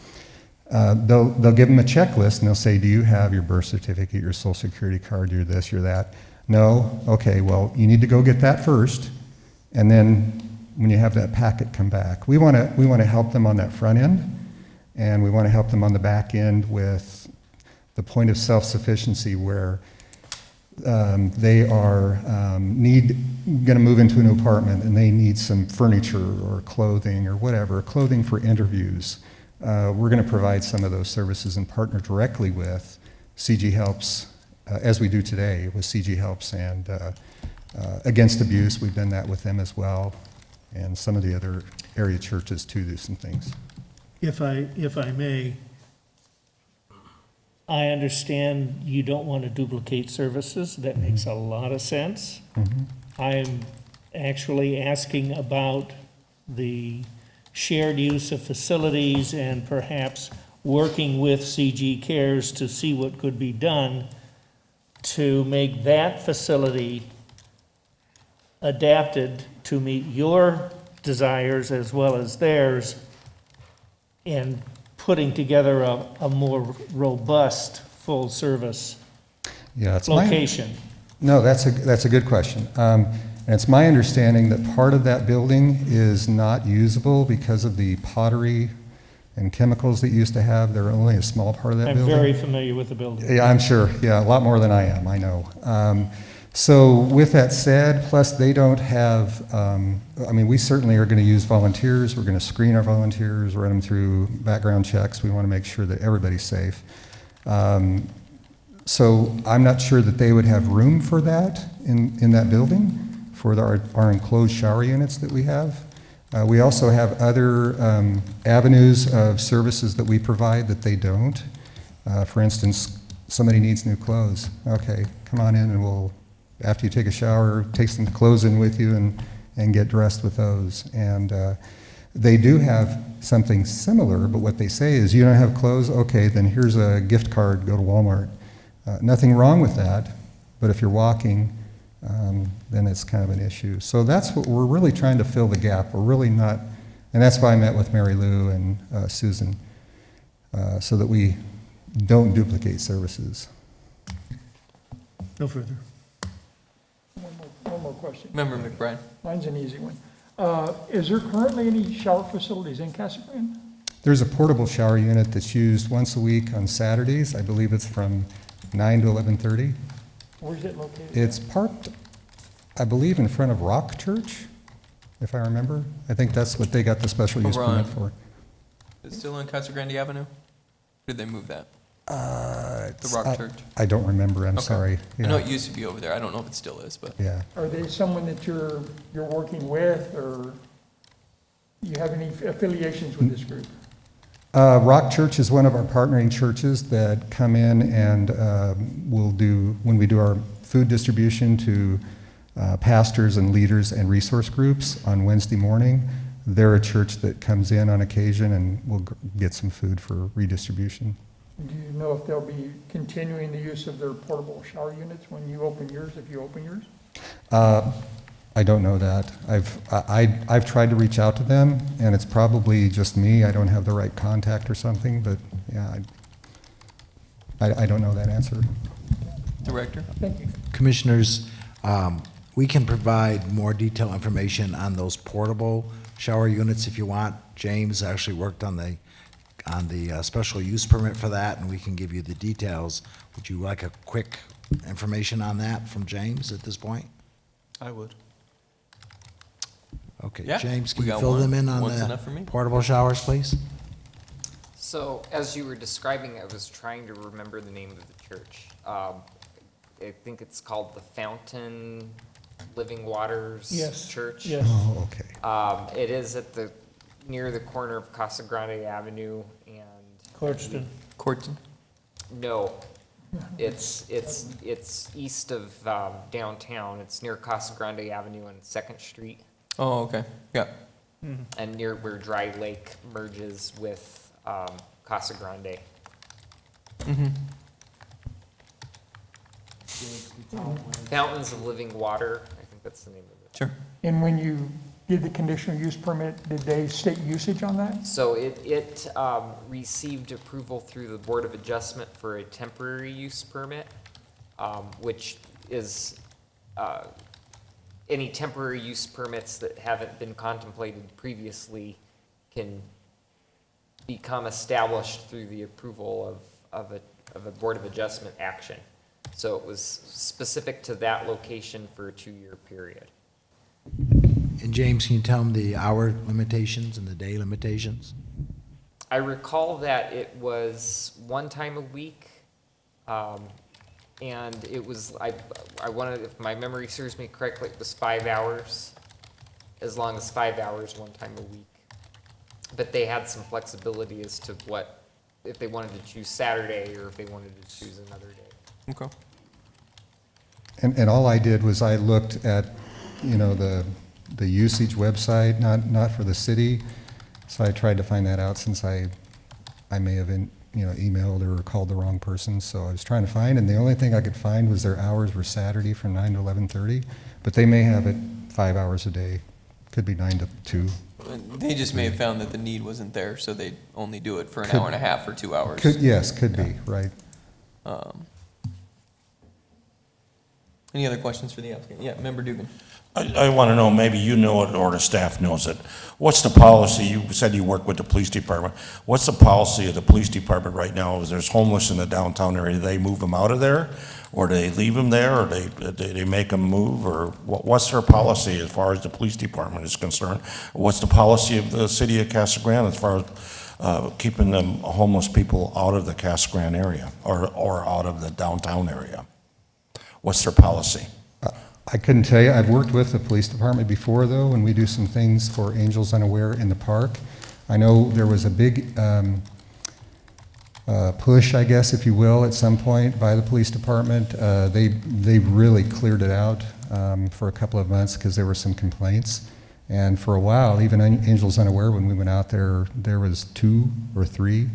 I don't know what they've done since. But I think it was more of a hanging out toward the library issue that they had, so they didn't want them congregating in the park. Yeah. Does the staff know what the policy is? Mark, can you address that at all? I do not know what the police department's policy is. I know that there are some code provisions that limit the hours that you can go into public parks. And those are enforced, to the best of their ability, I imagine. But I don't know if they have any specific policies on what they do if they see somebody on the street. You're not breaking the It's a law. pub, it's a Yeah, public, anything. so. Yeah. You a member of the public? Yes. You got an answer to that question? Yes. Okay, I'm gonna have you come up and answer that question at that moment in time. Okay, thank you. Thank you. Any other questions for the applicant at this time? I got one. Member Estrada. So I don't know if it's so much a question, but more of a statement. I know that homeless people tend to stay close to the place that they're being taken care of. Mm-hmm. So my issue is after-hour security. By having this place, they will start staying closer by. You got all these businesses all the way around you. I'm afraid, as a realtor, I'm sure business owners, the value of the lands are going to start coming down. I think you came in here a little bit prematurely. You didn't have the projections that you knew most likely we were going to ask you of how many people were going to be, that you were going to be attending to. And I think you should have been a little bit more prepared, especially when it comes to the overflow of the different people. We have this big 5-point area where everybody comes through. It's huge. Now, we have people hanging around there. I'm just afraid of what it's going to do for, especially when we have our tourists coming in at Holiday Inn, what it's going to do to the city's perception, I guess. So that's more my comments, more than questions. Yeah, I'm sorry I didn't have the numbers. I was really trying to hope to get the numbers from the point in time for this year. Right. I do know currently that we do have homeless that walk around there. Sure. And we do provide services. We do also provide, if they need a snack pack or something, or bottled water in the summertime especially, we provide that to them. We find that they don't hang around there. We do have security, well, and they may during odd hours of the evening. That's why we put in security cameras and lights that come on, they're activated photo lights. No, excuse me, and I commend you for that. The thing is, I know firsthand that people tend to stay where they're being taken care of. Back in 93, 94, I was homeless. Mhm. So I know how it is. Sure, yeah. And I did work at, I worked at the city mission, volunteer city mission in Las Vegas as well. They're huge. There you can imagine the homeless population. And so I reached out to some of them just to get an idea. My cousin in Nebraska also does that for their mission that they have in Lincoln, Nebraska. I said, how do you keep them from hanging out? And he said, most of them pretty much know. You have to build the rapport, you have to sit with them, and that's kind of what we do through Angels Unaware as well as the Lighthouse. And try to build the rapport, and so far they've been pretty respectful. Sure. We do have some that come in, though, that, you know, they're going to stick around. You would need an after-hours security to keep those people. I'm sorry, that's just what, you know, Yeah, the fact yeah. of it. And I mean, if that's the requirement of the committee, then we'll make it work. Okay. Member Schneider. Thank you, Mr. Chairman. I assure you, one small follow-up, and that is security. Your written report to us mentions that you've got security. So far, what I've heard is it's passive in terms of cameras and lights. Otherwise, you are relying, if I understand you correctly, you are relying on the services of the Casa Grande Police Department. Is that accurate? So we don't have evening security right now, but daytime we're always monitoring inside and outside the building. I understand that. Yeah. I'm talking, how about after hours? After hours, it would probably be like, unless you want something different, it would probably be just like any other business that has after hours security. So that was my question. Okay. It's what you're relying on after hours is passive, or the services of the Casa Grande Police Department. Is that accurate? And that's why I want to get together with them to find out what they recommend, because I'm not familiar with that. So they need to tell us, and you need to tell us too. If we need a security person there, we'll get a security person there for evening. Yeah, we do that. I would assume that that's the same with any of the businesses downtown, if there's somewhere in that area. But we'll follow whatever you recommend. Thank you. Anything else for the applicant at this time?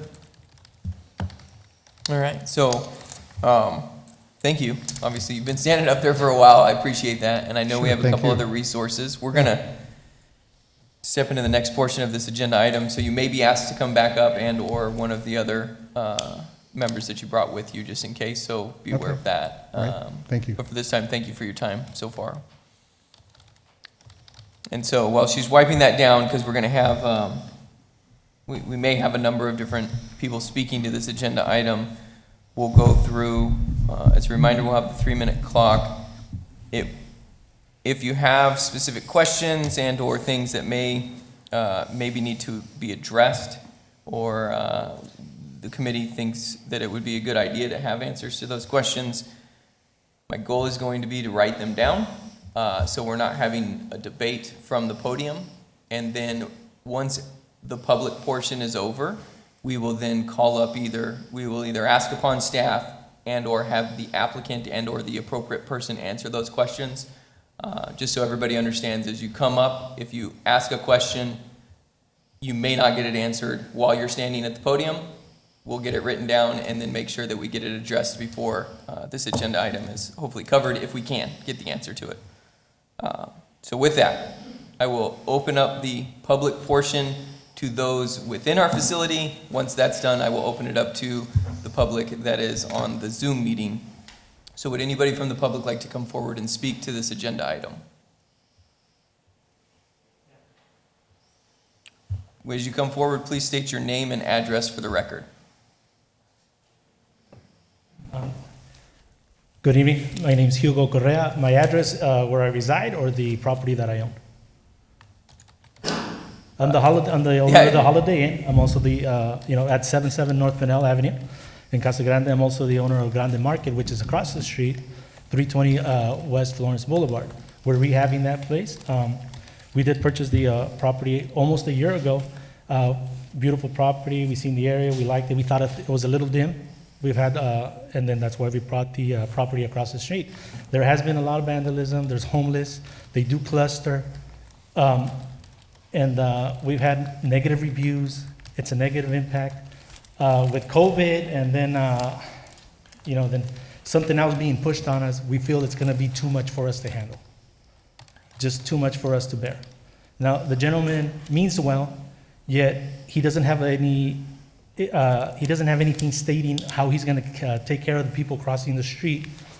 He's only got a crosswalk and he's gonna, I don't know what he's gonna do, bringing them in on the west side. That's his the way of handling that. Nothing to guarantee the safety of the people crossing the parking lot of the Holiday Inn, which are my guests, because that's what they do. People come in across door to the lighthouse and they park there when there's free food, when they give out the free food or when they're giving out the furniture or they'll cross to the parking lot. So my guests feel uncomfortable. They write reviews. It's negative. Sometimes we have to quiet them down with the lure of a discount. So it's impactful. Now, the gentleman says he wants to take care of the issue with a camera. It's not something that's going to solve the problem. Then he says, I'll take care of it with a security guard. What's that going to do? It's going to push him onto our property. It's going to push him onto our neighbor's property, our other neighbor's property. The gentleman will close at 5. Then he goes home. We get the phone calls. It's impactful to us, not to the gentleman. He wants to close up. He wants to go get a good night's rest. Do it all over again. We deal with the problems at night when these things happen. We're there. We get the phone calls. It's not just about the water busting. It's about a broken window, A phone call to police. Somebody wanted some money out of the parking lot from a guest of ours. We can't take any more of that. We won't. Now, I don't know what 2 bathrooms will do for 90 homeless people here in town. Are they just going to come and congregate? There is no plan for that. He just wants to bring in 2 bathrooms, 2 showers, mind you, close up at 5. And if they congregate there, he's going to tell them, please don't congregate. They may listen to him, yeah. But they'll cross the street, they'll hide underneath a tree, and they'll sleep there for tomorrow. It's impactful in a negative way for us, and we can't handle it no more. Thank you for listening. Thank you. Thank you for being here.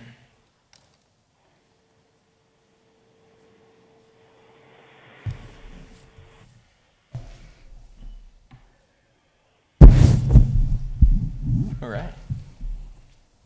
Anybody else from the public like to come forward? We got lots. Everybody's jumping forward. Evening. My name is Jeff Van Heis. I reside at 12245 West Logan Lane. Can I take this out? Yeah. Thanks. 12245 West Logan Lane in Casa Grande. I own Gallo Construction just west of the property we're talking about. And not to duplicate everything that you guys have talked about, I think we've hit all the obvious. I just wanted to speak up in support of the opposition. Not in favor of expanding these services at this location. Not only is it the busiest intersection in town, but we often deal with this when we come to work, trying to get people removed from our front door, people living behind our property. I just feel like expanding these services is going to attract more and more of those services to this area and to not the appropriate part of town. My letter was given to Joe late today. I would encourage you to read it in detail. I didn't want to rehash everything that's been said, but I'm just here opposing this. Thanks. Thank you. Mr. Chairman, I have a question for Mr. Van Heis. Is that appropriate? Are we allowed to have questions for public? Yeah, the attorney doesn't care. I guess if the attorney doesn't care, it's up to me. Mr. Van Heis? Sure. I would like as much debate about this as possible, so hang on one quick. We got a quick question for the business owner here. Yeah. Mr. Van Heis, can you I'm a little familiar with your business. Normally, what's the staffing in your office during? There's always a office manager, receptionist there from 7 to 3. Oftentimes, she's by herself. I'm there probably 50% of the time. My business partner's probably there 20 to 30% of the time. But mostly, you and your partner are out in the field, is that? Correct, yeah. Okay. Thank you. Yep. Thanks. I do want to duplicate one comment that was made about the security and the cameras, and I know it's already been said, but the problem with those issues is, again, it's going to push those people off of that property and onto our property, the Holiday Inn, Eva's. So that's our biggest concern. Thanks. Thank you. Sorry, you gotta wipe it down again. I'm sorry. We're duplicating efforts here. It's part of the city's exercise program. We're getting steps. That's awful.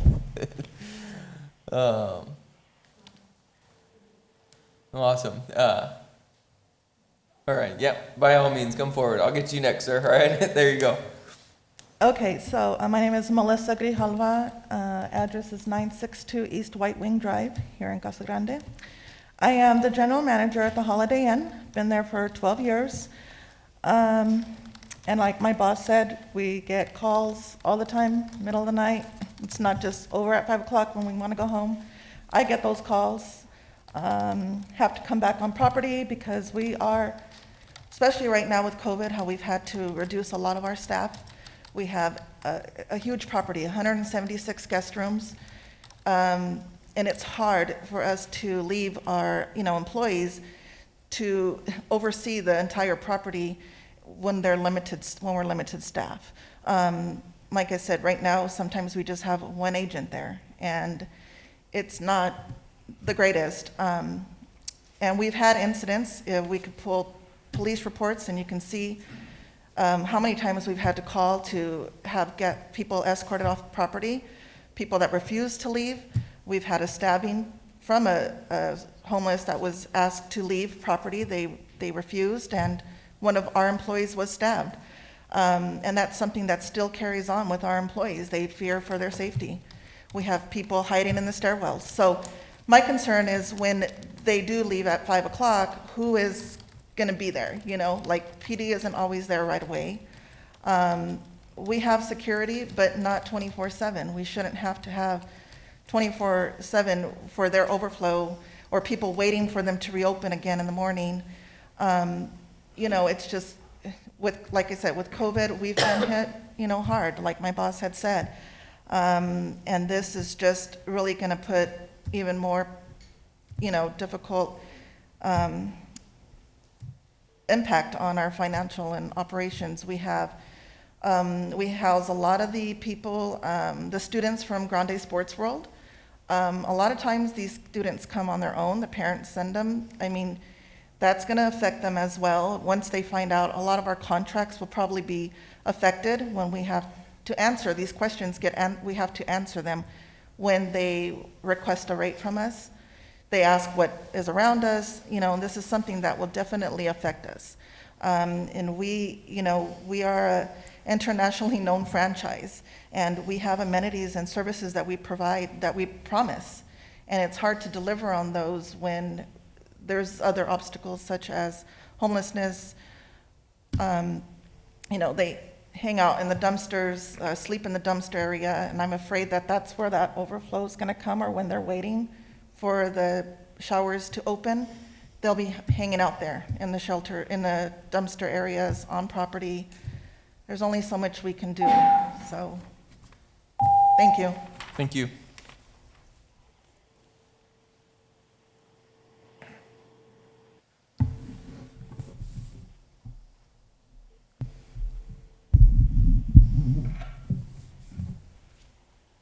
Okay, sir. Yep.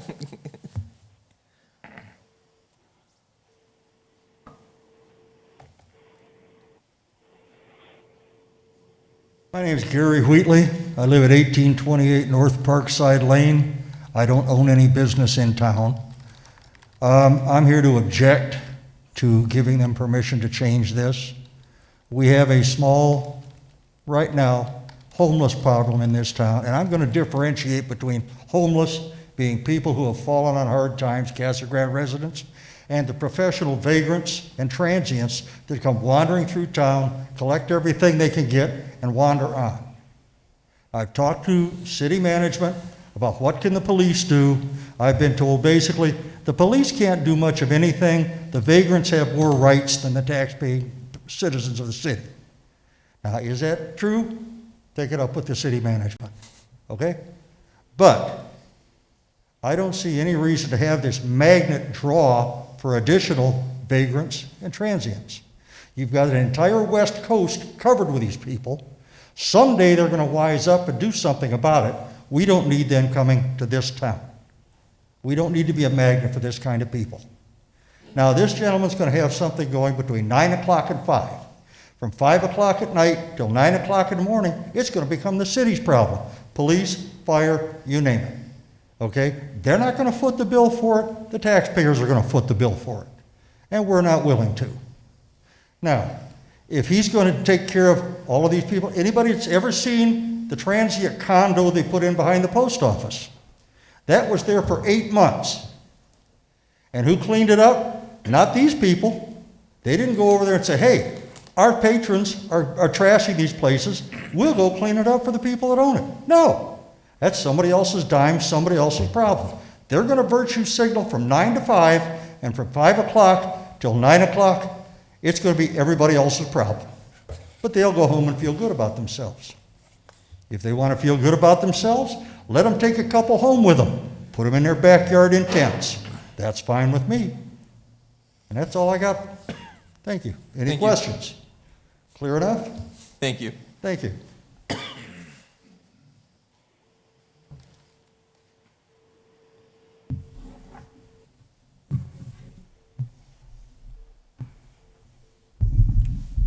Lady in the back? Yep. We'll make our way around. Don't worry. Everybody get a chance to talk. Sorry, we got a lot. My name is Miranda Pedigo. I live in Arizona City, but I'm the assistant to Eva's. I'm there every day from 7 in the morning till pretty late at night, and we've dealt with the homeless for quite a long time now. Every morning now I have a lot of ladies that work there in the morning, so they have to wait for me to arrive because we have them, they sleep on our patio and our back loading area. And then recently our other property has been vandalized, and we've had several fires now because of it. So that's all I was just commenting on that. Because we mostly have a female staff that does our prep cook in the morning. So we've had a lot of issues with that, and also with shopping carts filled with things in the morning, the amount of trash that's there, as well as once we're open, they do use our facilities quite often. And the police department, we just deal with it on our own because there's not a whole lot that they can do, and then it makes it worse with customers that are in there in the restaurant. So it's just hard. It's really, really hard because we have a lot there already that live in that one little area it's the same homeless people that have been there for a while. I don't know what else to say. Thank you. Thank you.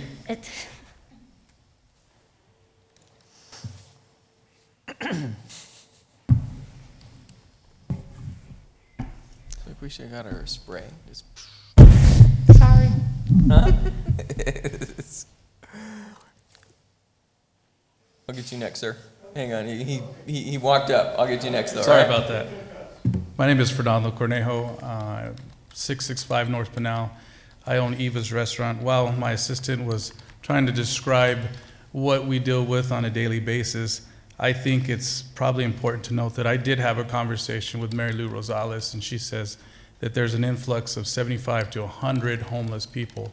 Now, if this actually comes to life and we're dealing with pedestrian traffic that is probably not going to be favorable for our customer base because they're walking in front of a restaurant.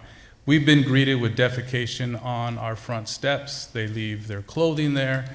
They, everything from asking for money to prostitution. And these are the people that are the ones that are going to be serving predominantly. I think it's fair to note that you have 3 organizations. There's a task force, CARES, and now this organization who are trying to independently solve this, but I really think there needs to be more time addressing it and working together holistically to find a solution, because right now, the only thing that seems to be a focus is the security at that facility, but the outpouring of all of the other things that are going to happen around those properties adjacent to it. The other thing that we also have to consider is we have a really robust industrial boom that's happening to the west, and they're going to be greeted by that as people come into town to possibly do business here or visit, and they're going to be going to that underpass, and the vagrants may be congregating. Now, I'm no stranger to charity. I commend anybody who helps anybody, but we have to do it the right way. Just like we have to abide by the rules of the city, so do everybody else. I can't do a lot of things that potentially could jeopardize somebody else, nor would I do that. But I also have a piece of property at 413 East 5th Street. We just purchased that a few months ago. We're going to fix it up. I can't even get it cleaned up every time I send a crew over there. They have, in a matter of a few days, brought onto the site at least 16 carts full of trash, which they light on fire. We've had dumpster fires at the restaurant, and now that. And so just recently on Tuesday, they lit about 10 carts of trash on fire next to the building.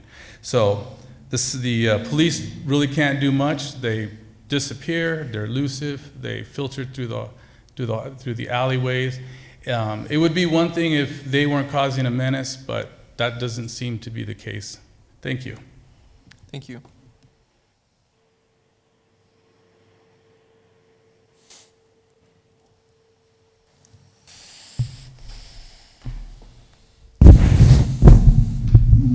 Sir?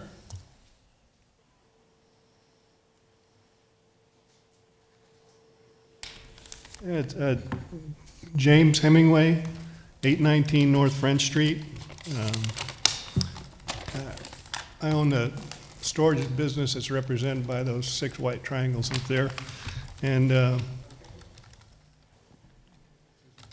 anyway, I think it's wonderful what the Lighthouse is trying to do. I mean, we all wish there was a solution for the homeless, but I just don't think the location is ideal, and it's already been well stated by other people. My business, primary problem I have is just a lot of trash left on my property, human waste, abandoned shopping carts, that sort of thing. My concern is it's going to get worse, you know? I mean, every indicator is that it probably will. And I don't think the location of a facility surrounded by a bunch of nice businesses is the right place for it. You know, we got Lucid and staying at the Holiday Inn, and these people, you know, that's our pride and joy to have that business here, and they're getting harassed by homeless, so it's not good. And you're right about the busy street. I see people crossing that street, they don't use a crosswalk. And somebody got run over a few years ago right there, and in the sunrise and sunset area, it's very dangerous. You can't see the cars coming. So it's just a bad place to have it. So, you know, while I support the effort, I just don't support the location.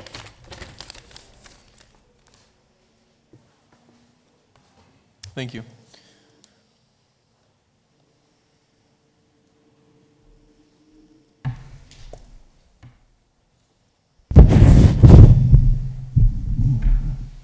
All right, next up, yeah, come forward.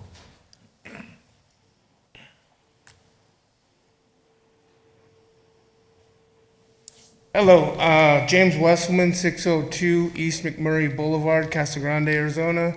I'm the manager for Casa Grande Plant Food, which is where you see all them tanks and everything behind the arc there. And I've been there for 12 years now, and in that 12 years, I've seen 5 deaths, 2 that were hit by cars, the train tracks back there, 3 on there.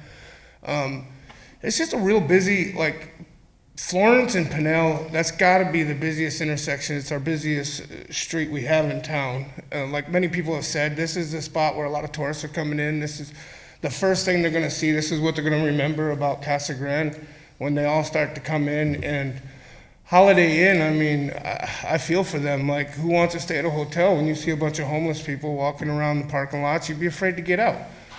But what I'm dealing with personally is they keep setting up camps all around our property, and we even had a fire that charred our whole side of our building. We thought we were going to lose it. Fire department came, everything.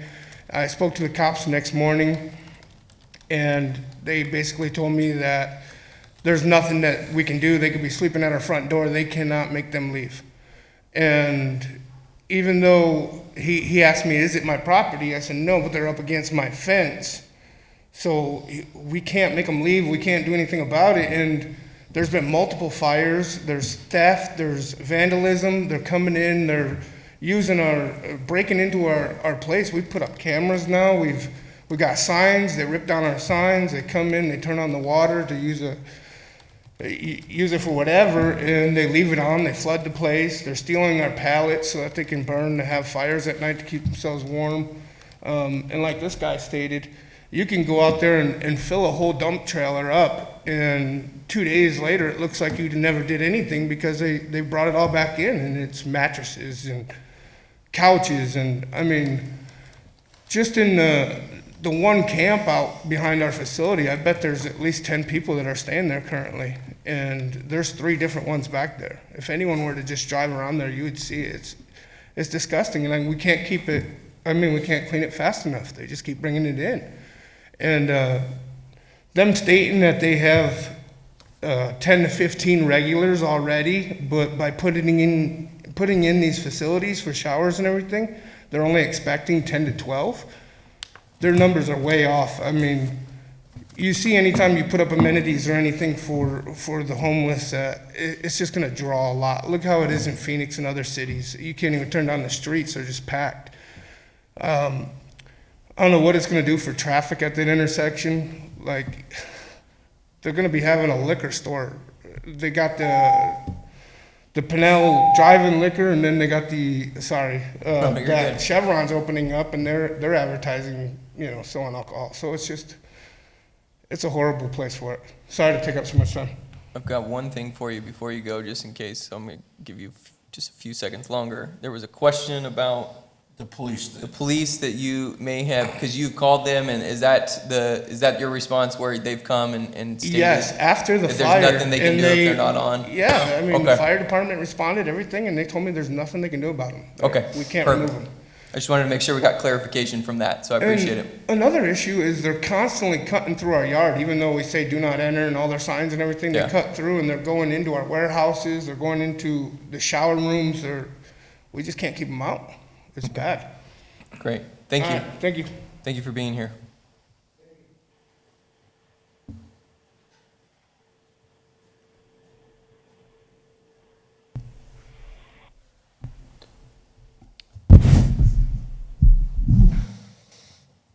Anybody else from the public like to come and speak to this agenda item? Yes, please come forward. State your name and address for the record.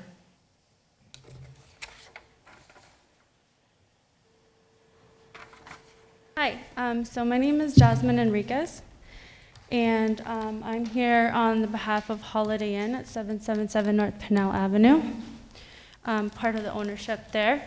So I just wanted to, aside from reiterating a lot of the issues that we have on property, one of the things that we have not mentioned is the attraction of tourism and the recreational events that Casa Grande hosts for a lot of the people that come from out of town. The Holiday Inn is an internationally recognized brand. So we rely a lot on social media and online reviews and attracting guests here to this town, to making this town feel safe and comfortable. Now, from a visual perspective of an out-of-towner, when you come in and you stay at a Holiday Inn and you open those windows and you see a cluster of homeless people being served, they're not going to come back.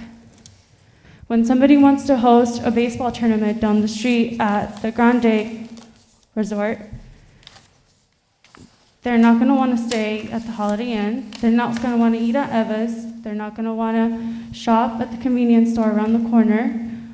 A lot of those businesses will be affected from that long-term memory of having a cluster of homelessness, solicitors in the area, the foot traffic that it attracts, because right now the services are not open, and from 9 to 5 we're there.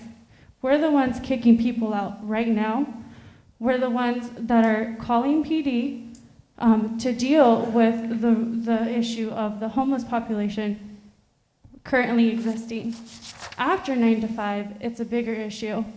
So to attract more of the homeless population that will need the food, the water, the clothes, to attract them more, close your doors, and then not have those services available after, we just don't want them at all, because right now it doesn't exist and it's an issue. And if you multiply 176 rooms by 365 nights, that's 64,000 people staying in those rooms and dealing with this. Please calculate the statistics, the bad reviews, and the issues that will affect other business owners aside from us, 64,000 people with a bad taste in their mouth. That's all I have to say. Thank you.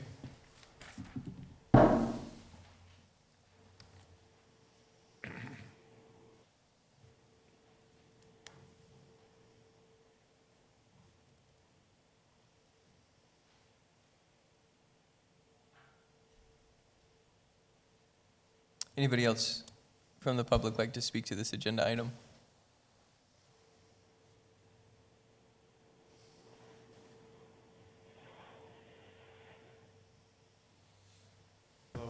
My name is Robert Castro, and my address is 1668 East Christina Street, in Casa Grande. I'm not a business owner here dealing with retail traffic and interference that all that runs. I just have a couple of more questions for you or for anybody else. There's a big amount of homelessness and homeless in our city and out and around our city. I deal with it every week in outreaches to them. With showers, I'm thinking that's more of like a health issue to be dealing with. They're here already.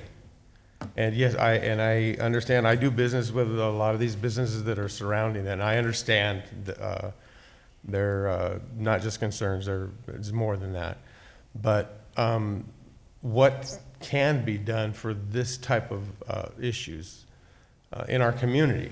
Health issues, I'm talking about people taking showers, and yes, I deal with people that have fallen on hard times. There's a lot of unemployment that's happened, and I deal with people, I've dealt with that all half of my day today, helping people that are now, they lost their house due to jobs, a lot of it related to COVID, and the business closed down, and now they're out of work, and just trying to push through and work through these things.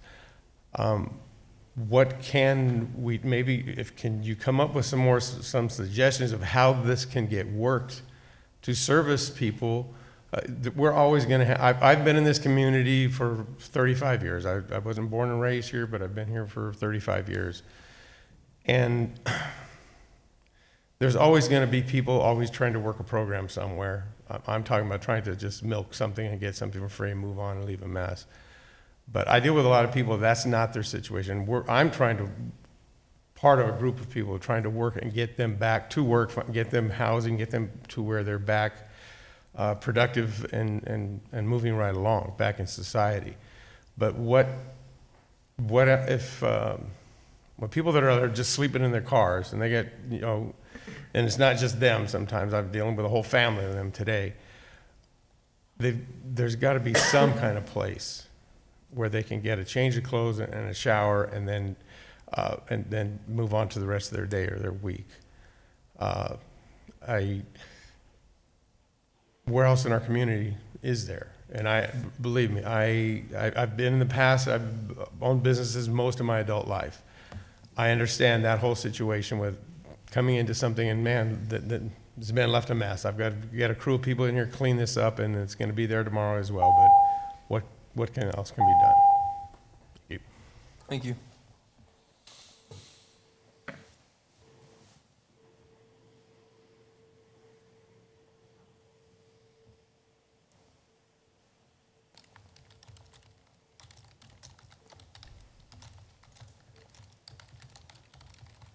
Anybody else like to speak to this agenda item? Okay, seeing nobody, I will move to the Zoom portion. If there's anybody on the Zoom meeting, oh, well, you're here as an applicant as well. Okay, I'll give you an opportunity to come back up briefly, but let me just make sure we don't have anybody on Zoom as far as public to raise your hand if you are interested in speaking on Zoom. I got nothing. Nothing? All right, so we have nobody on Zoom. And so then at that time, there's been kind of some different concerns and things expressed. As one of the applicants, if you'd like to come forward and maybe give a few, whatever it is you'd like to share, I guess. My name's Jerry Leisman. I've been here for 22 years now. Live at 1860 North Ridgeway here in Casa Grande. I am at fault. I'm the one that founded the MASH unit, founded the lighthouse. Can I take this thing off? Is that all right? Sure. Down, drop it. All we're interested in is helping people. Right now, we distribute up to 1 million pounds of food every month into this community.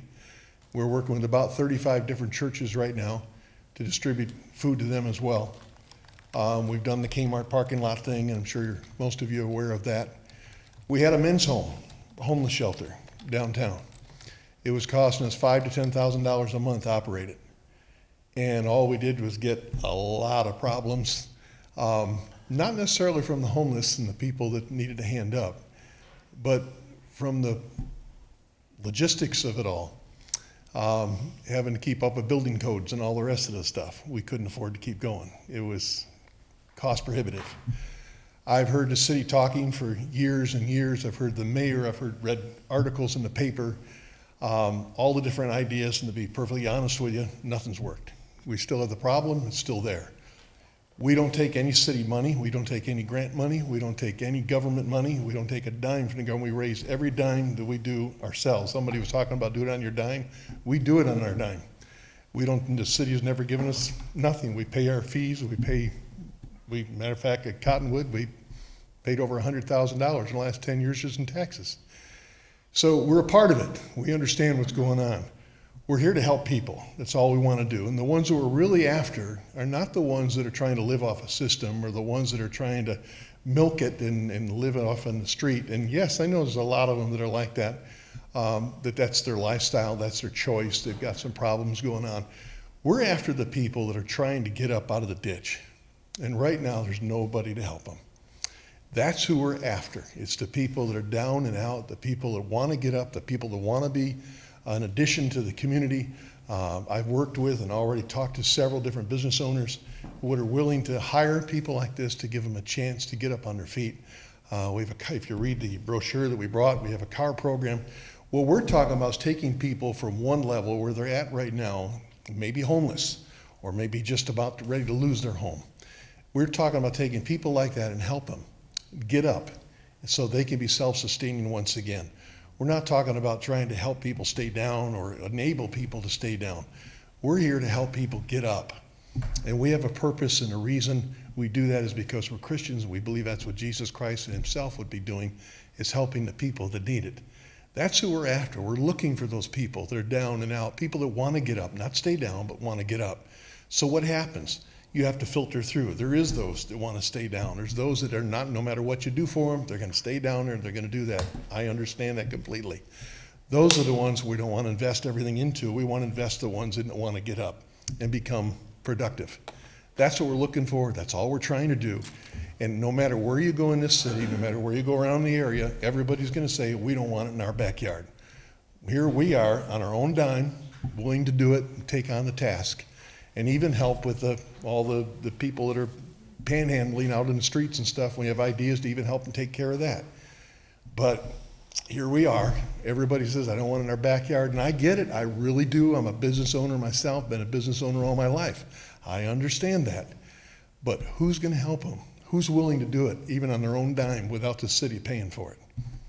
We're here, we're willing, but as you hear tonight, it doesn't sound very good. And I understand it. I'm not saying, I'm not complaining. I get it. I really do.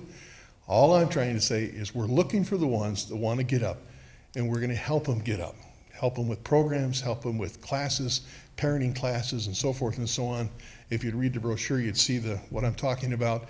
But taking somebody that's down here, broken down out, losing a home, we've given away, I can't tell you how many cars we've given away. We've given 3 homes away ourselves already. They were donated to us, and we've turned around and given them away. We're here to help people. About 10,000 people a month right now that we help in our community. 10,000 people a month is what we end up helping through the MASH unit. So we're doing it. We've put our dime to work. We do what we've been doing for 22 years now. All we're doing, and not saying, okay, if you have another idea, please let us know. But don't just push this under the rug and say, this doesn't work, can't do it there, because that's what everybody says. Nobody wants it in their neighborhood. It's got to be somewhere where the people can get to. It's got to be someplace that's local. It's got to be someplace that can handle it. It's somebody who's willing to do the work. Here we are. We've proven ourselves 22 years now. We're here to do the work. We've been called to do the work. We need a city to work with us somehow to bring a remedy. If this isn't it, then tell us what is. Thank you. Thank you. So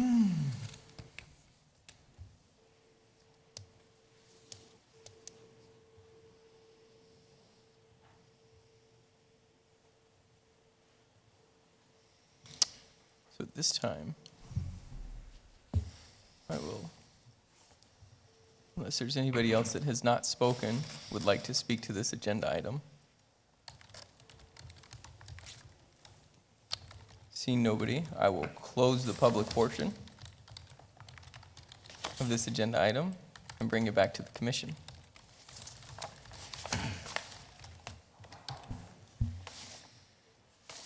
Questions, comments, motions? Mr. Chairman, I understand all the ins and outs about this problem. There's no easy solution to it. But I truly believe, talking to all the business owners and everything else, I really believe that this isn't the place for it. Again, that's always the answer, but the downtown area, I'm concerned about the image and everything and the businesses that are coming in. So in that consideration, I want to make a motion to deny DSA-20-00178, considered by Jerry Leisman for a conditional use permit to allow use of homeless showers. I second that. So currently I have a motion to deny DSA 20-00178 as presented by staff, and a second. Any discussion? Mr. Chairman, if I may. Member Schneider. Thank you, Mr. Chairman. As I understand it, the conditional use permit is to, in fact, expand the services that are available at that current location. And if that's the case, I want it to be clear that we are not saying that the lighthouse should shut down and go somewhere else. What we're simply saying is that the shower amenities and some additional amenities that they may want to add, we don't think are appropriate or safe. That's correct. Okay, well, thank you for the clarification. Well, yeah, the motion can't remove existing services No, provided. and I It's wanted- only, it's I only wanted the to- agenda item. I wanted to be clear. Okay. I wanted everybody to be clear on that. Okay. Call the question. Any other discussion? I haven't really said much in regards to this. I would commend you guys on everything that you're doing as citizens of our community, as Christians, as just caring people, in everything that you're trying to do to help. My wife is a school teacher, and I've experienced stories of students who, you know, I think are really living in that target that you guys are looking to help in regards to, it's not a life choice, it's a circumstance, and they need that next step or that help or whatever it may be. And so I commend you for that and appreciate all the work that you're doing within our community for that. And so I just want that said before we go to this vote. I have a motion and a second on the table. Any other discussion? Hearing none. Now that we please call the roll. Member Peters, Aye. Member Benedict, Aye. Member Estrada, Yes. Member Dugan, Aye. Member Snyder, Aye. Vice Chairman McBride. It's a tough vote. It really is, because there's so many things that are in play in this. None of us want to say, go away, it's somebody else's problem, but that's what it's going to sound like, is it's somebody else's problem. And I don't know what the answer is, but I'm going to have to vote yes. Chairman Miller, No. Motion approved to deny. Hopefully, you guys can continue to work with the city and staff and the community to provide services moving forward. Good luck to you, and let me know if I can help.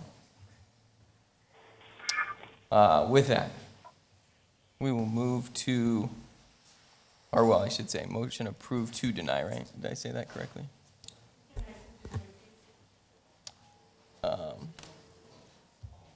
Yes, you did. What's that? You Okay. did. A little emotional here.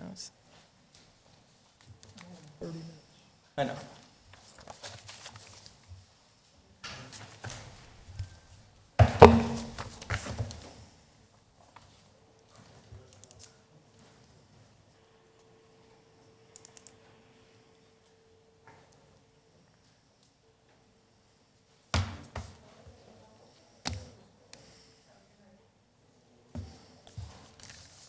Apologize for not clarifying, but I think everybody understood the motion and what was going on, but Yeah, it's, typically I would clarify because it's not as presented.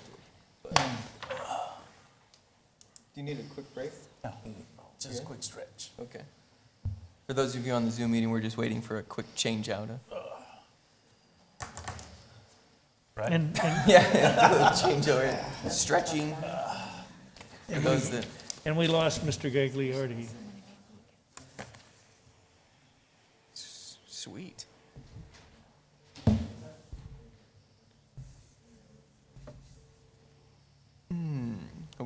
Derek, are you ready for number 2 on the agenda? Yeah? All right, let's rock and roll. Next up, agenda item under new business listed as number 2, DSA 2000172, public hearing and request by the city of Casa Grande for zoning code text amendment. I'm shooting for an hour and a half on this one, so. Can't wait. I'm so excited for this presentation. So, the city of Casa Grande is requesting a zoning code text amendment to delete the city code section 17.20.580, required street and right-of-way widths. The stipulation states, all streets in an R4 district shall be public unless approved as private as part of a planned area development. So the purpose for this request is intended to ensure that the city of Casa Grande's code is consistent, logical, and applicable. So code section 1720.580 would apply to any property located in the R4 zone district, which is our mobile home residential zone district. The concern with the code is that it prohibits the use of private streets within the R4 zone, and many of our R4 zoned manufactured home developments prefer to utilize a gated private street network. Developers believe that the private gated streets provide a sense of security and perceived added value to their projects. In some past manufactured home product projects, they have accomplished this by requesting the PAD zoning, as mentioned before. When we request the PAD zoning, it does allow for the private streets, but it complicates the zoning due to the need to request multiple exceptions from the PAD residential design standards that don't fit in with the product of manufactured homes. So eliminating this code section would simplify the request for a gated manufactured home park with private street network.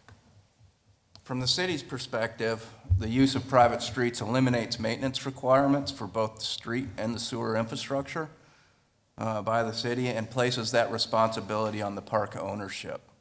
So the removal of this code section would provide manufactured home development some flexibility for the proposed street network, but would not eliminate any fire department or public work requirements regarding street width or construction standards. In regards to notification, we met or exceeded any requirements for this particular item. A notice of the time and date and place was provided in the Casa Grande dispatch. We did not receive any comments in regards to this. So in conclusion, staff recommends the commission forward a favorable recommendation to the mayor and city council for adoption of DSA 2000172, deleting city code section 17.20.580. Can I answer any questions? Member Snyder. Yes, thank you, Mr. Chair. Mr. Horn, I must have kind of drifted off. Could you repeat the entire staff report again for me? Yeah, absolutely. Absolutely. I told you this one wasn't going to be an hour and a half. That's right. No questions, sir. Any other questions for staff? No? Awesome. As the applicant, you've already presented. Anybody from the public like to speak on this agenda item? Seeing nobody. Anybody on Zoom? Raise your hand. Seeing nobody. Nothing. Closing the public portion. Bring it back to the commission. Mr. Chairman, I'd like to make a motion. Member McBride, by all means. I'd like to vote to send a favorable recommendation to the mayor and council for the adoption of DSA 20-00172. Second. I have a motion and a second. Any discussion? Hearing none. Natalie, please call the roll. Member Peters? Aye. Member Benedict? Aye. Member Estrada? Yes. Member Dugan? Yes. Member Snyder? Aye. Vice Chairman McBride? Yes. Chairman Miller? Yes. Motion approved.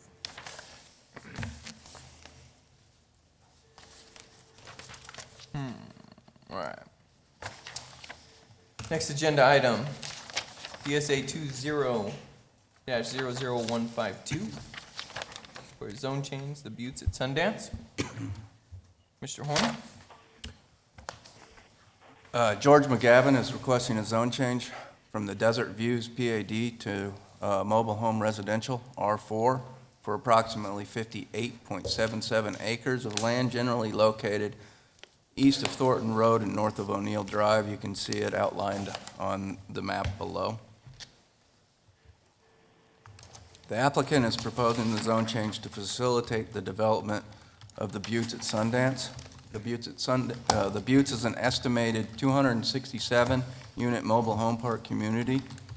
So staff feels that this zone change is appropriate transition between the industrial development to the south, shown in purple, and the traditional residential, single-family residential developments to the north and the east, and it blends well with the other manufactured home parks in the area, shown in the brown.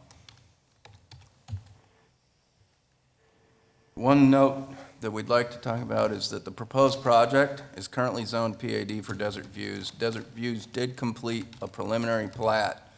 It was never recorded as a final plat, but it did receive a certificate of assured water supply for 200 platted lots.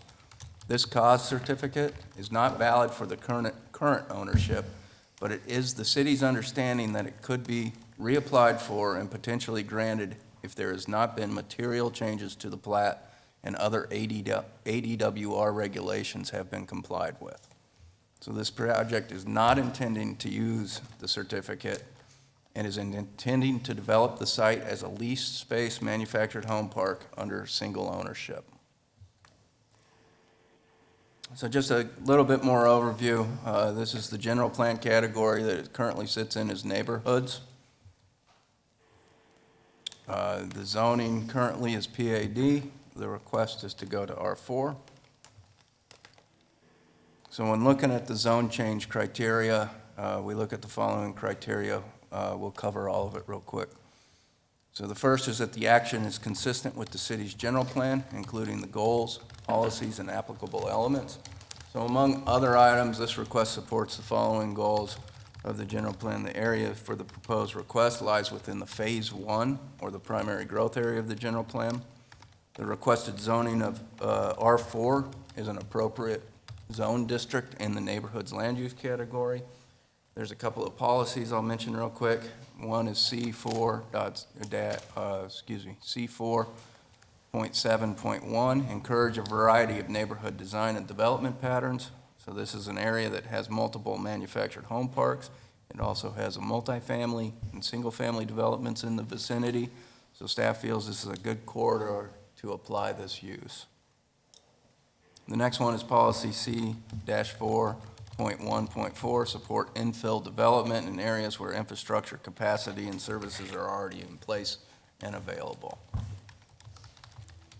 Next one is a rezoning, conforms to the general plan if it proposes land uses, densities, or intensities within the range of identified uses of the general plan. Again, the request for a zone change to R4 is an allowable and appropriate land use within the neighborhood's category. The proposed use is limited to a density of 4.5 dwelling units per acre. That would allow the 59-acre part to provide 267 units maximum. A conceptual plan was submitted with this proposal. However, the precise layout and number of units will be solidified at the time of a major site plan submittal if the zone change is granted. The third item is that the proposed zone change is necessary and proper at this time to meet the land use needs of the residents of the city. The zone change will allow the city to expand on its manufactured home supply that has been consistently utilized in the last 5 years. The city has issued 56 manufactured home permits this year.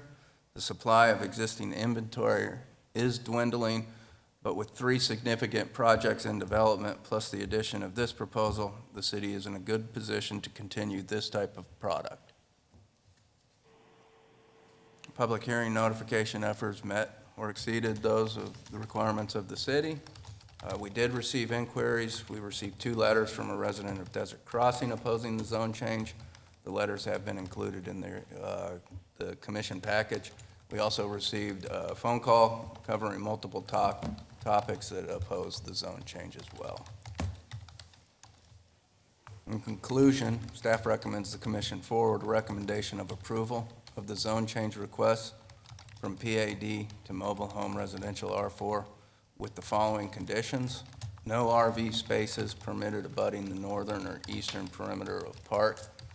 For a little background on that, the R4 zoning does allow for 10% of the lots to be utilized as RV spaces. And the area that we're eliminating that use is abutting the residential and the multifamily residential pieces surrounding the project. Any questions? Is this for 55 and under, older? I'll let the applicant address that, but my understanding is that that's their intended target. This is the same ownership as Sundance 2, the Desert Sky manufactured home park to the north that's being developed now, and all of them are 55 and older. Are we approving the 3 phases that you show us on the plan right away? The 3 phases on that? They would have to submit for a major site plan for any future thing. This is just a zoning. Okay. Currently. Member Snyder. Thank you, Mr. Chairman. Mr. Horn, with the letters that we have in the packet indicate a concern about access, egress, and traffic load. Is the zone change going to affect that one way or the other? The zone change in itself would not. They would do a traffic impact analysis at time of major site plan submittal to analyze that. I will say that there would be improvements to O'Neill, potential improvements to Thornton. So there is some indication that they'd have to complete some roads in that area to facilitate this use. But in and of itself, the zone change? The zone change would not be impacted. Thank you at for this the point. clarification. Any other questions for staff? No? All right. At this time then, would the applicant and/or their representative like to come forward? Speak to this agenda item. Thank you for being here. Thank you, Chair Miller and members of the boards. My name is John Gillespie. I represent Mr. George McGavin. I work for the law firm Pugh and Lake, 1744 South Val Vista Drive in Mesa, Arizona. Don't want to take a lot of your time tonight. I'm shaking because it's a little bit cold outside and it's been a little bit long, but really appreciate Joe and his presentation. I think he covered really well the goal here and what Mr. McGavin's initial plan is, which is to provide a park that is similar to what projects that they've done here in Casa Grande. Him and his father have been working in the city for decades now and done a really good job with their developments. We will be before you again once the site plan, we go to major site plan and get into the specifics of traffic and utilities and those issues. So we will address that in the future. I do want to point out that in terms of water and utilities,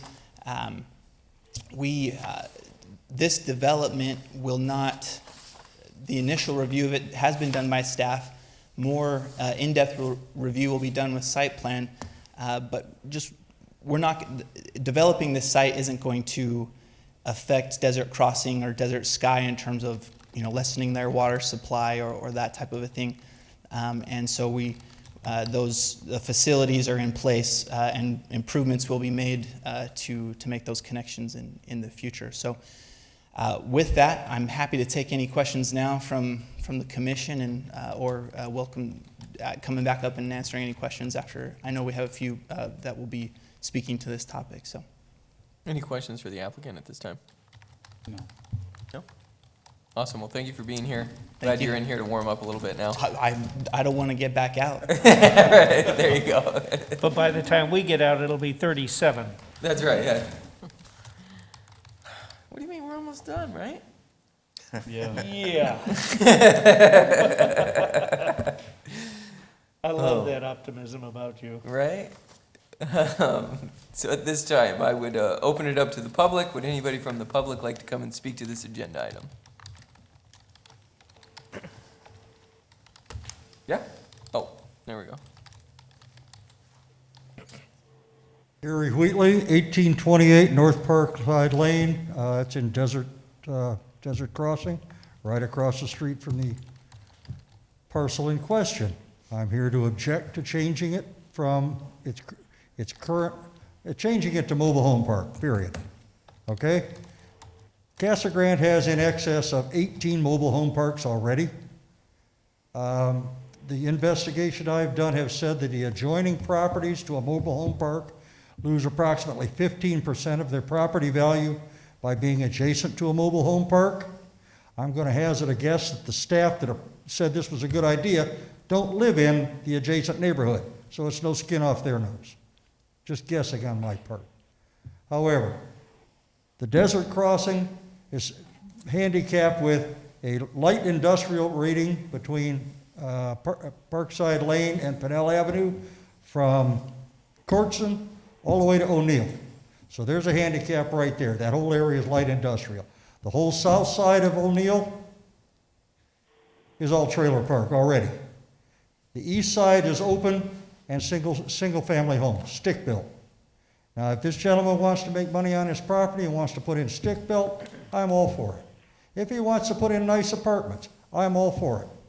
But motorhome parks, I don't agree with it. Nobody sets out to build a slum, but somehow Colonia del Sol is not a place anybody wants to live, neither is La Posada.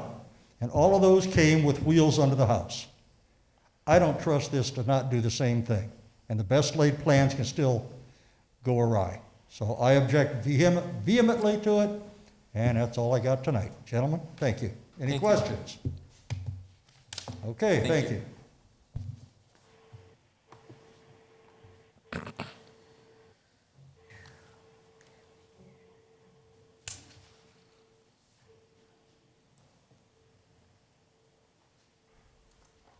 All right. Next up from the public. Would you like to come forward and speak to this agenda item?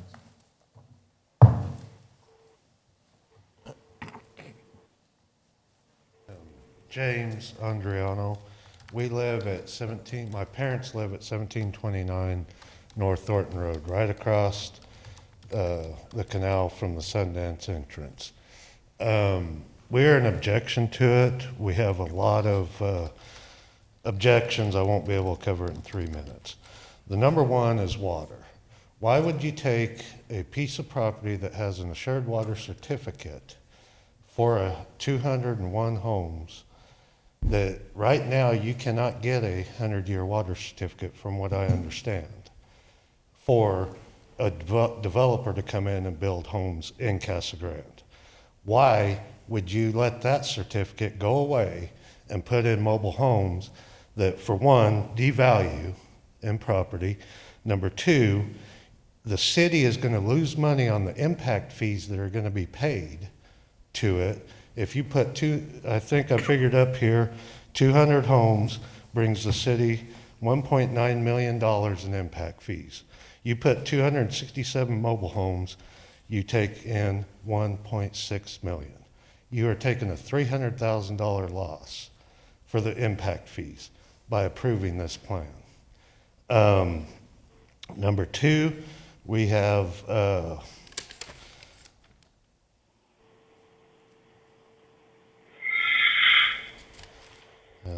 lost my the neighbors, us, and the neighbor across the road. There's no consideration. We're a neighborhood, but you only did the north and the east with no RVs. But us across the road off of Thornton Road, you have no consideration for us to not put RVs along there. Plus, I believe they said the impact studies for traffic will be at a later date. I think before they'd want to do a zone change, I think they'd want to do that beforehand. But the biggest thing, I don't think it's the city's best interest to change this plat, because you can take Desert Views and wrap around that mountain and make a nice development of stick build that the people will own the property. There's already a assured water certificate there for that. any questions. Thank you.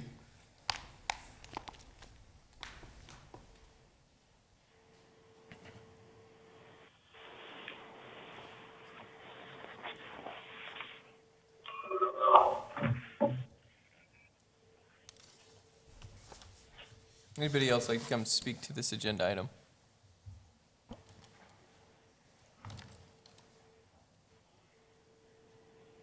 Good evening, Christopher Forbes. I live at 1710 North Thornton there on the southwest corner of the property in question. Like the other two gentlemen said, I'd much rather see a stick-built home going around this mountain than a trailer park that's going to decrease value of property. We probably have the most to lose there, being we're going to be right on the corner of this property, value-wise. You know, with that being said, on top of that, like James said here, we have a guaranteed water certificate on these homes for stick-built homes. Why lose that to a trailer park? Upon that also, I'd like to see a traffic report to what that's going to do for traffic if they put an entry gate there on Thornton, not very far off their other entry gate for their western property. They already have some traffic backups there, and I'd like to see what that's going to do on that side. So, that is all. Thank you.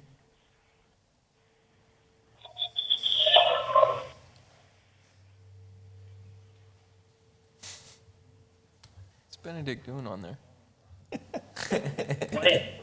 Benedict, we're getting some feedback on your microphone. If I turn it off, I won't be able to talk to you again. Darn. Fine, I'm turning it off. Well, you can turn it back on when it's time to vote. Anybody else like to speak to this agenda item?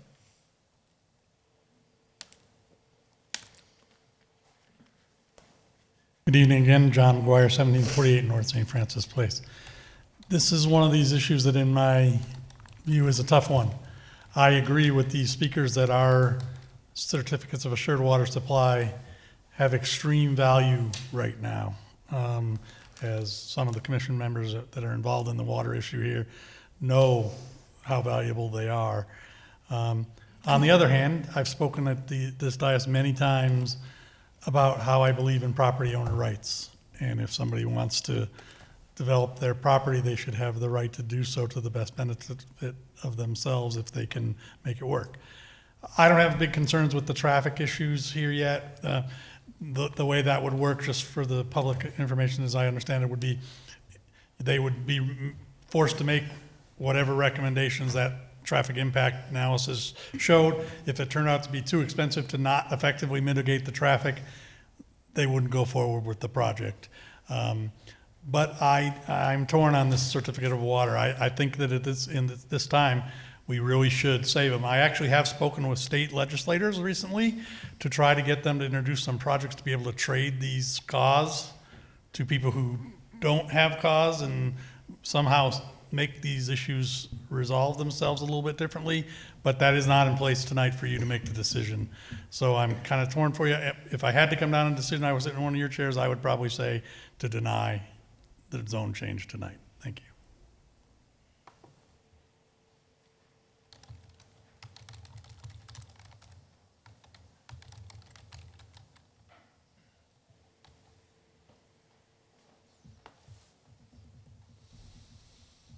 All right. Let me just make sure there's nobody else first. Is there anybody else that would like to come speak to this agenda item? No.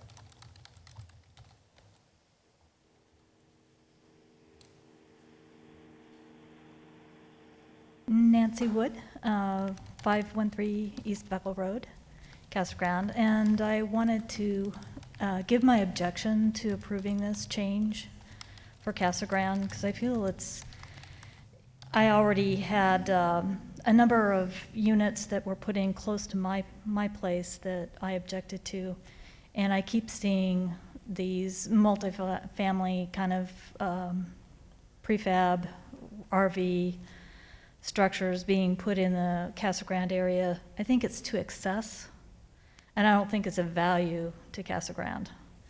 And especially with the 55 and older designation with most of these, what I hear for most of the people that are here in town is that there's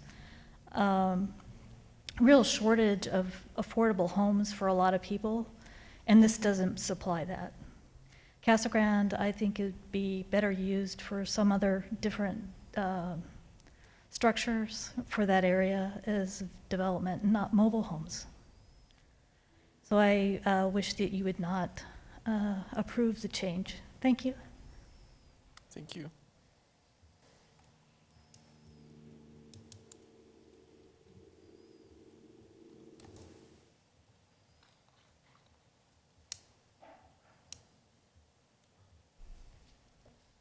Anybody else? Anybody via Zoom? No? No, sir. You have one more thing to add, sir?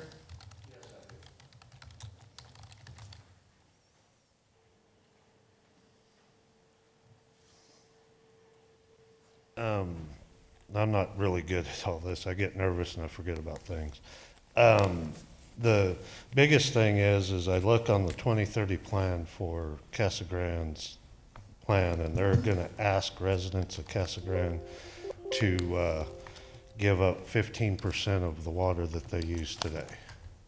That's part of the general plan for 2030. Is this a good project for it? I don't know. I haven't had time to research in and do a lot more digging. That grandfathered water right, or I'll get to that in a second. The water certificate that's on that property cannot be sold, transferred, or nothing. There is a reason for that, because that is still gonna use water.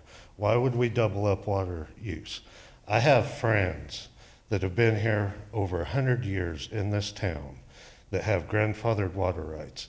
In 3 years, they lose 30% of that grandfathered irrigation water right. They developed this town, and they're gonna lose water for development. Is this a smart development? I don't think so. I hope you vote against it. Thank you. Thank you.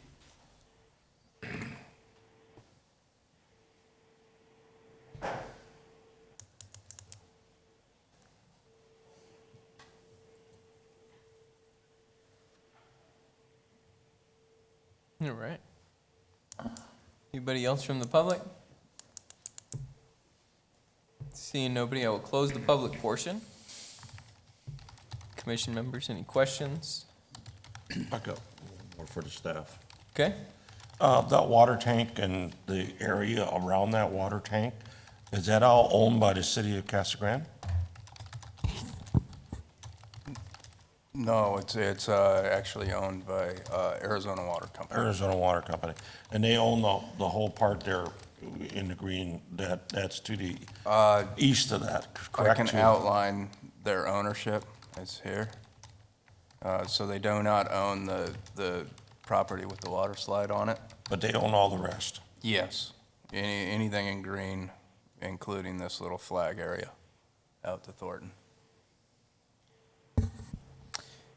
Just north of that mountain, we approved to extend or add a manufactured home complex as well, right? You approved a PAD zoning amendment. Originally, that was always planned to be a mobile home within the PAD that it was in. We just changed some of the standards that were set forth in that to make it so it's all one ownership project. Yeah, I remember doing something with that vacant land, but it was north of what we're talking about currently. Okay. And if we zone this R4 like you want, you cannot build, can you still build houses on it? They would have to go back through another zone change. They will. So we own it, they only can put manufactured homes on that, correct? So R4 does allow for single family. Excuse me. Oh, this, even if you zone it, so they could put single-family And homes on it manufactured also at the same time? That's correct. And this goes to the city after we did, this goes beyond to the city of Casa Grande, to the city council, correct? For the zone That is change? correct, yes. The zone change would go to city council next. Member Snyder. Yeah, thank you, Mr. Chairman. If in fact, okay, You said, at the direction of, with the advice of Director Tice, that the zone request, the category, will allow for single-family housing. However, with regard to water, you would then have a subdivision under a single ownership with multiple single-family homes on it, as opposed to a manufactured housing subdivision where you lease the space. Not necessarily, so they would have the ability to plat it. They would have to reapply for their cause and get that cause issued under their ownership. And as soon as there are 6 or more Correct. single-family houses in that land, in that plat, it will require a certificate of assured water supply. That's correct, but the cause has already been issued for the preliminary plat of the original Desert Views, so the reissuance from I ours. understand that, but I want to clarify Yes. that what is being proposed is to say we're going to have a single ownership, we're going to lease the space.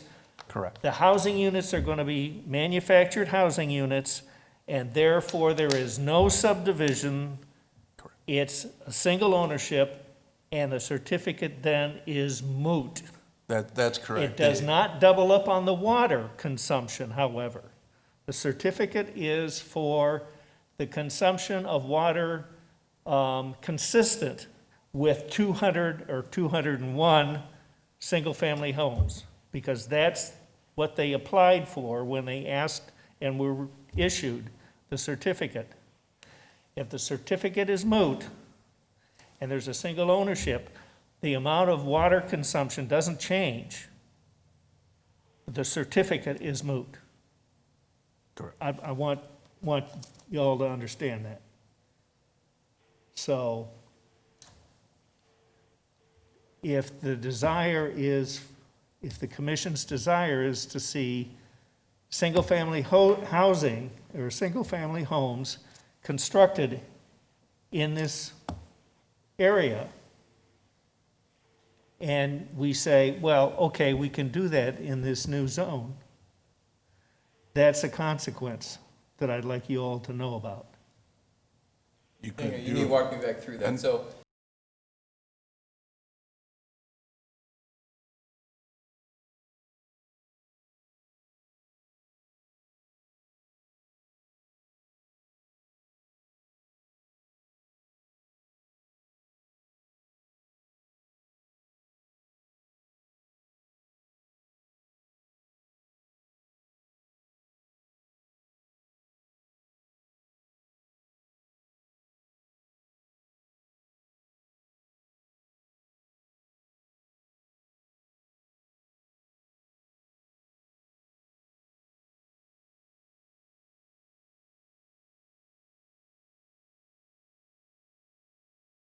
If the zone change was to be approved to R4, the intent of the current ownership is to develop a manufactured home park. Their business model does not include single-family homes. they're not in the business of building single-family So residences. it would be a manufactured home park on a single lot for leased spaces. That's true, but it doesn't preclude the development of the single-family home subdivision as currently platted in the R4 zone. Because they could get this, and before they start development, somebody walks in and offers them a bunch of money. Right. And says, hey, we want to build single family on it. That's right. They can sell it and still do that. Yes. But I wanted the commission to understand. And they would. Well, I think we understand that just Okay. because it's a manufactured home and not a single Yeah. family, we're still using water. Like I think we Absolutely. can grasp the understanding that water's being used by citizens. Yes. To Mr. Andrade. Yes. Just to make sure, 'cause, when you said that if they wanted to do single family, they could just plat and use a certificate. Our understanding is that they would have to reapply. They would have to apply for a reissuance of the certificate to get it under their name. So they couldn't just plat and use the old certificate. Yes. So they don't own this land currently? There are Right. some steps that need to be taken. Because You're they- absolutely correct. Because there is a limit, there's a 10-year limit to be able to sign the certificate. It's past that. So they would have to apply for a reissuance. Now, whether they would get that or not, it's unsure. So But I since just the- want to make sure that, because I thought I heard you say Okay, that no, they could that- just replat it. I appreciate it. Yeah, okay. Because that was a misunderstanding for me that it was existing. And I don't know if the attorney has any other information on that application process or not, but I know I've talked to him a couple times about it, and I think that's kind of our understanding of how the process would have to work if they wanted to go to a single-family subdivision. Sure. So, Okay, there's a conditional or certificate, and then there is the certificate for assured water supply. And the assured water supply certificate does not have a time limit. If it's an analysis, which is a conditional certificate, that has a 10-year limit and can be renewed twice for 5 years each time. and I think our understanding is it's just whether you can assign it or not whether it's valid. There's a 10-year assignment period. So it's just a different process between Yeah, assignment yeah. versus reapplication. Yeah. Is the way we have viewed it. So again, their attorney may have more information if you want, but I just wanted to make sure that I don't think it's an automatic that they could use the old certificate. They would have to go through some process with ADWR to get their name onto the certificate. Correct. Okay. And that may be why they're presuming a business model that says manufactured housing, so I don't have to go through it. How about you come up here and talk to us a little bit about water? I feel like you want to jump, you're kind of ready to maybe give some insight that we haven't given you the opportunity to. Yeah, thank you, Chair Miller. So Mr. McGavin is under contract to purchase this property, and in our due diligence materials, the seller did not provide a certificate of assured water supply, and in their understanding, any certificate would have expired and not actually applied to the project. It was in our discussions with Casa Grande that we actually discovered that this certificate was issued in 2006. In our preliminary research of it, we are under the understanding that the certificate, if not assigned within, that there's only a 10-year period to assign that certificate, and that didn't happen. So the certificate was issued to an entity prior to the seller. So we are the second one away from this. We wouldn't change anything with the certificate being, if it potentially could be assigned to us or reissued in our name. So a little bit of a moot point because Mr. McGavin, his business model is to develop a manufactured home park. We agree with city's analysis that this is the area to implement that use, and that it's a good transition from an industrial auto salvage yard to the south and to some of the single family to the north, and then it integrates into the area with the other manufactured homes. I think it's important also to point out that the actual water use of a manufactured home park is a quarter of what a single family subdivision would use. So we actually would be utilizing less water in developing it under this use. Does that help at all with the cause? There is, it's an area that's been raised. It's been raised to us recently, so there is some more research to be performed there, and we know it's an important issue here in Casa Grande. But our understanding is that if it hasn't already expired, the assignment of it will be difficult, and we will need to go through a regulatory process that will take up to a year, even to complete. So, And it's my understanding that you have no desire to do that anyway. That's not the intent, no. And your analysis, Member Snyder, is correct of that the water is going to get used either way. And the certificate of assured water supply is a statutory requirement in Arizona that is made as a part of public reports and getting final plats to put people on notice that are purchasing lots that you're going to have water here. It's a requirement of the Department of Real Estate. Right. Yes. That's and it's a requirement that's not made for commercial projects. It's just for single-family homes. Yep. Okay. This park is not going to allow families. It's just going to be 55 and older? Member Dugan, that actually is not completely determined at this point, but in terms of what we look at with land use and with zoning, it's not an analysis that we can make in a decision on rezoning. Is according to that age, I guess, distinction. But Mr. McGavin does have manufactured homes that are age restricted and manufactured homes that are not age restricted. So he has done both in his developments. Does that answer your question all, or? Yeah. Any other questions? No? Nope. Great. Thank you. Thank you. Uh-huh.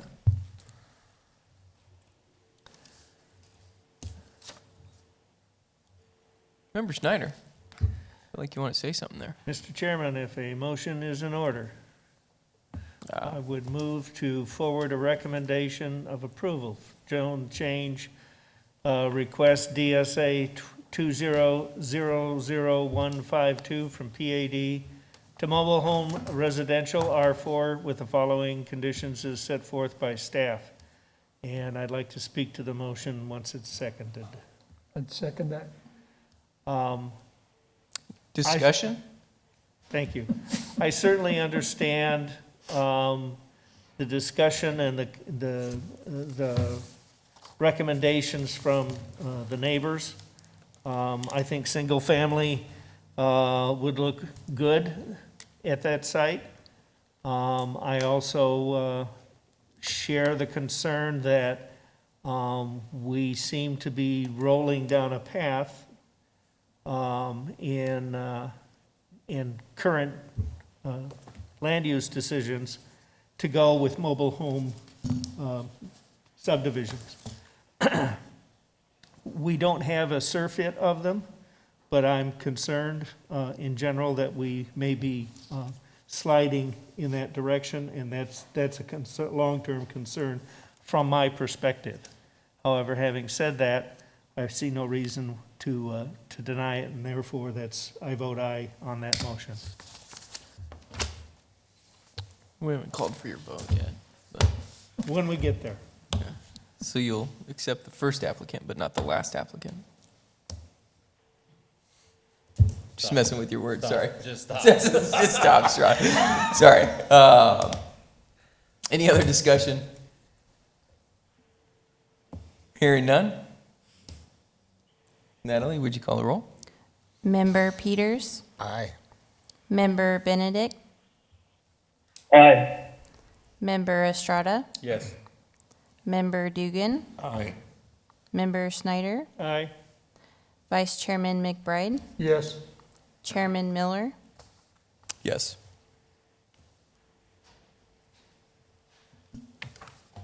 Motion approved.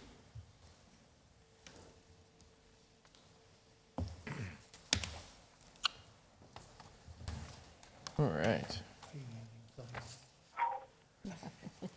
Next up, agenda item, DSA 20-00176 for zone change, urban ranch to general industrial I-2, Rodeo Road Industrial. All Mr. right, Horn. thank you. You ready? All right. On the edge of my seat. Tom Pender is requesting a zone change from urban ranch to general industrial for approximately 255 acres. Land generally located north of Maricopa Casa Grande Highway on the east side of Bianco. You can see the highlighted map down below showing the area. for the request. The site, along with other surrounding properties, were recently annexed into the city. The purpose of this request is to align the zoning with the existing general plan land use category and position the property for potential industrial projects. So recently, the property directly to the west was rezoned into I-2 category, which prompted this request. They saw the notice go out. So if this zone change is approved, all uses permitted or conditional in the I-2 zone district would be allowed. The next step would be required to obtain major site plan approval. So looking into the review criteria, the first is that the proposed use shall be in conformance with the general plan. So it is consistent with the general plan. Among other items, this request supports the following goals. The area for the proposed request lies in the Phase 1 primary growth area. The requested zoning of I-2 is appropriate for the manufacturing and industry land use category. And then C8.2.1, require mitigation measures to restrict their development in areas subject to flooding. So as we discussed on our previous zone change, portions of this property do reside in the 100-year flood zone. The applicant will be required to provide a drainage analysis as part of any future submittal to ensure that the flood issues are being addressed and mitigated. The applicant does have some options on how to address that. They could potentially raise base floor elevations of affected buildings or construct different earth barrens or barriers and channels for the site to move that water into a different location. So the next one is a rezoning, conforms to the general plan if it proposes land uses, densities, or intensities within the range of identified uses of the general plan. The request for a zone change to I-2 is an allowable and appropriate use within the general plan. You can see it's surrounded, it firmly sits in the manufacturing industry corridor that we're creating in that area. The next is the proposed zone change is necessary and proper at this time to meet the land use needs of the residents of the city. So this zone change would allow the current owner to develop and utilize the property and potentially extend infrastructure, including roads in that area that may facilitate additional development in the area. This zone change will also create a continuous industrial corridor along that Maricopa-Casa Grande Highway. Notification efforts met or exceeded all city requirements. We did not receive any comments on this particular request. In conclusion, staff recommends the commission forward a recommendation of approval of the zone change request from urban ranch to general industrial. Any questions? Questions for staff? No questions for staff? All right. And the applicant's actually on Zoom, so, hey, Tom, are you available? Yes, I am. All right. I appreciate the introduction. I would be available for any questions. I think you kind of outlined what we have in plan. At this point, we'll be probably moving forward with identifying solutions to the floodplain issues and trying to get something going on the project. So thank you for your all of the people involved continued work here. So we'd be more than happy to answer any questions. Thank you. Any questions for the applicant? All right, no questions for the applicant. Appreciate you for joining us, even via Zoom, and if you've been on this whole time, being patient. He's been on the whole time. Nice, nice.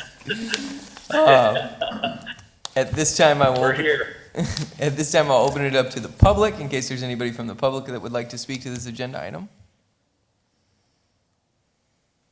Anybody via Zoom? Got nothing. All right, so then I'll close the public portion and bring it back to the commission. Chair, I'd like to make a motion. Yeah, by all means. I'd like to send a favorable recommendation of approval for zone change DSA 2000176, changing from urban ranch to general industrial to the city council. I'll second that. I have a motion and a second. Any discussion? Hearing none. Natalie, please call the roll. Member Peters, Aye. Member Benedict, You fell asleep. Huh. Let me ask. Mr. Benedict. 1 second, I'm asking to unmute. There we go. Unmute. Member Benedict, Hey, he does it to me now, come on. I'm not touching anything. It's a good thing I'm not in control of it. Did he answer? Did you vote? Did you vote, Mr. Benedict? Aye, Thank you. aye. Member Estrada, Yes. Member Dugan, Yes. Member Snyder, Aye. Vice Chairman McBride, Yes. Chairman Miller, Yes. All right. Congratulations. Thank you for joining us all that time. All right. Next agenda item. DSA 20-00202.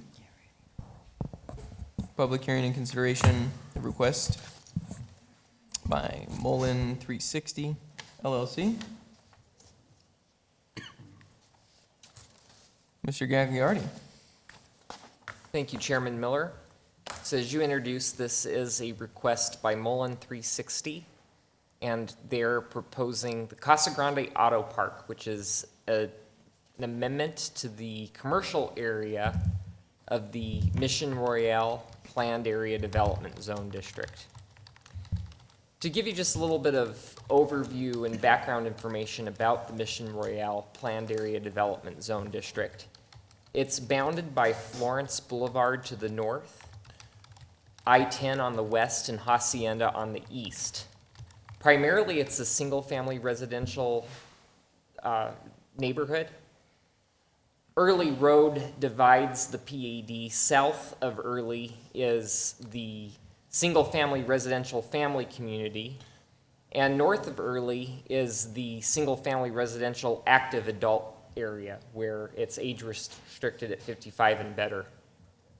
There's also embedded within that single-family area the golf course use. But in the upper northwestern corner of the PAD is the commercial land use area. And it's within 26 acres of this area that is being proposed for an amendment. So currently in place within that commercial area, there's a number of commercial uses already allowed with the approval of a major site plan. Uses like hotels, gyms, barbershops and salons, hospitals, sit-down restaurants, bars, offices, and general retail.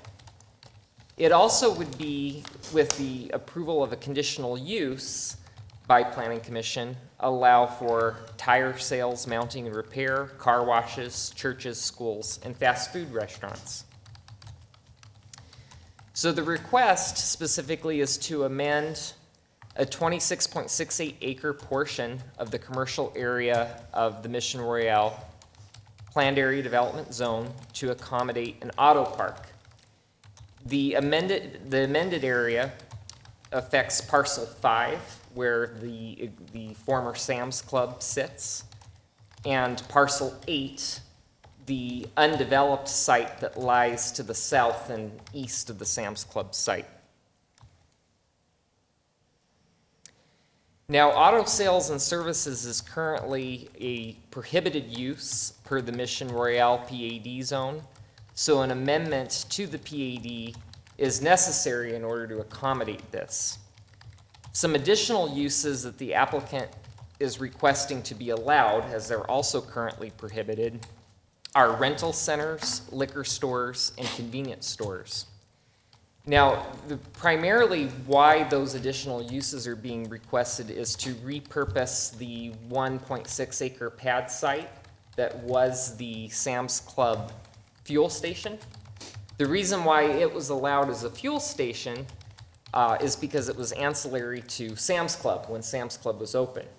But given that Sam's Club is no more and the overall request is to accommodate an auto park, this would be a potential site for a convenience store with a gas station that wouldn't otherwise be allowed.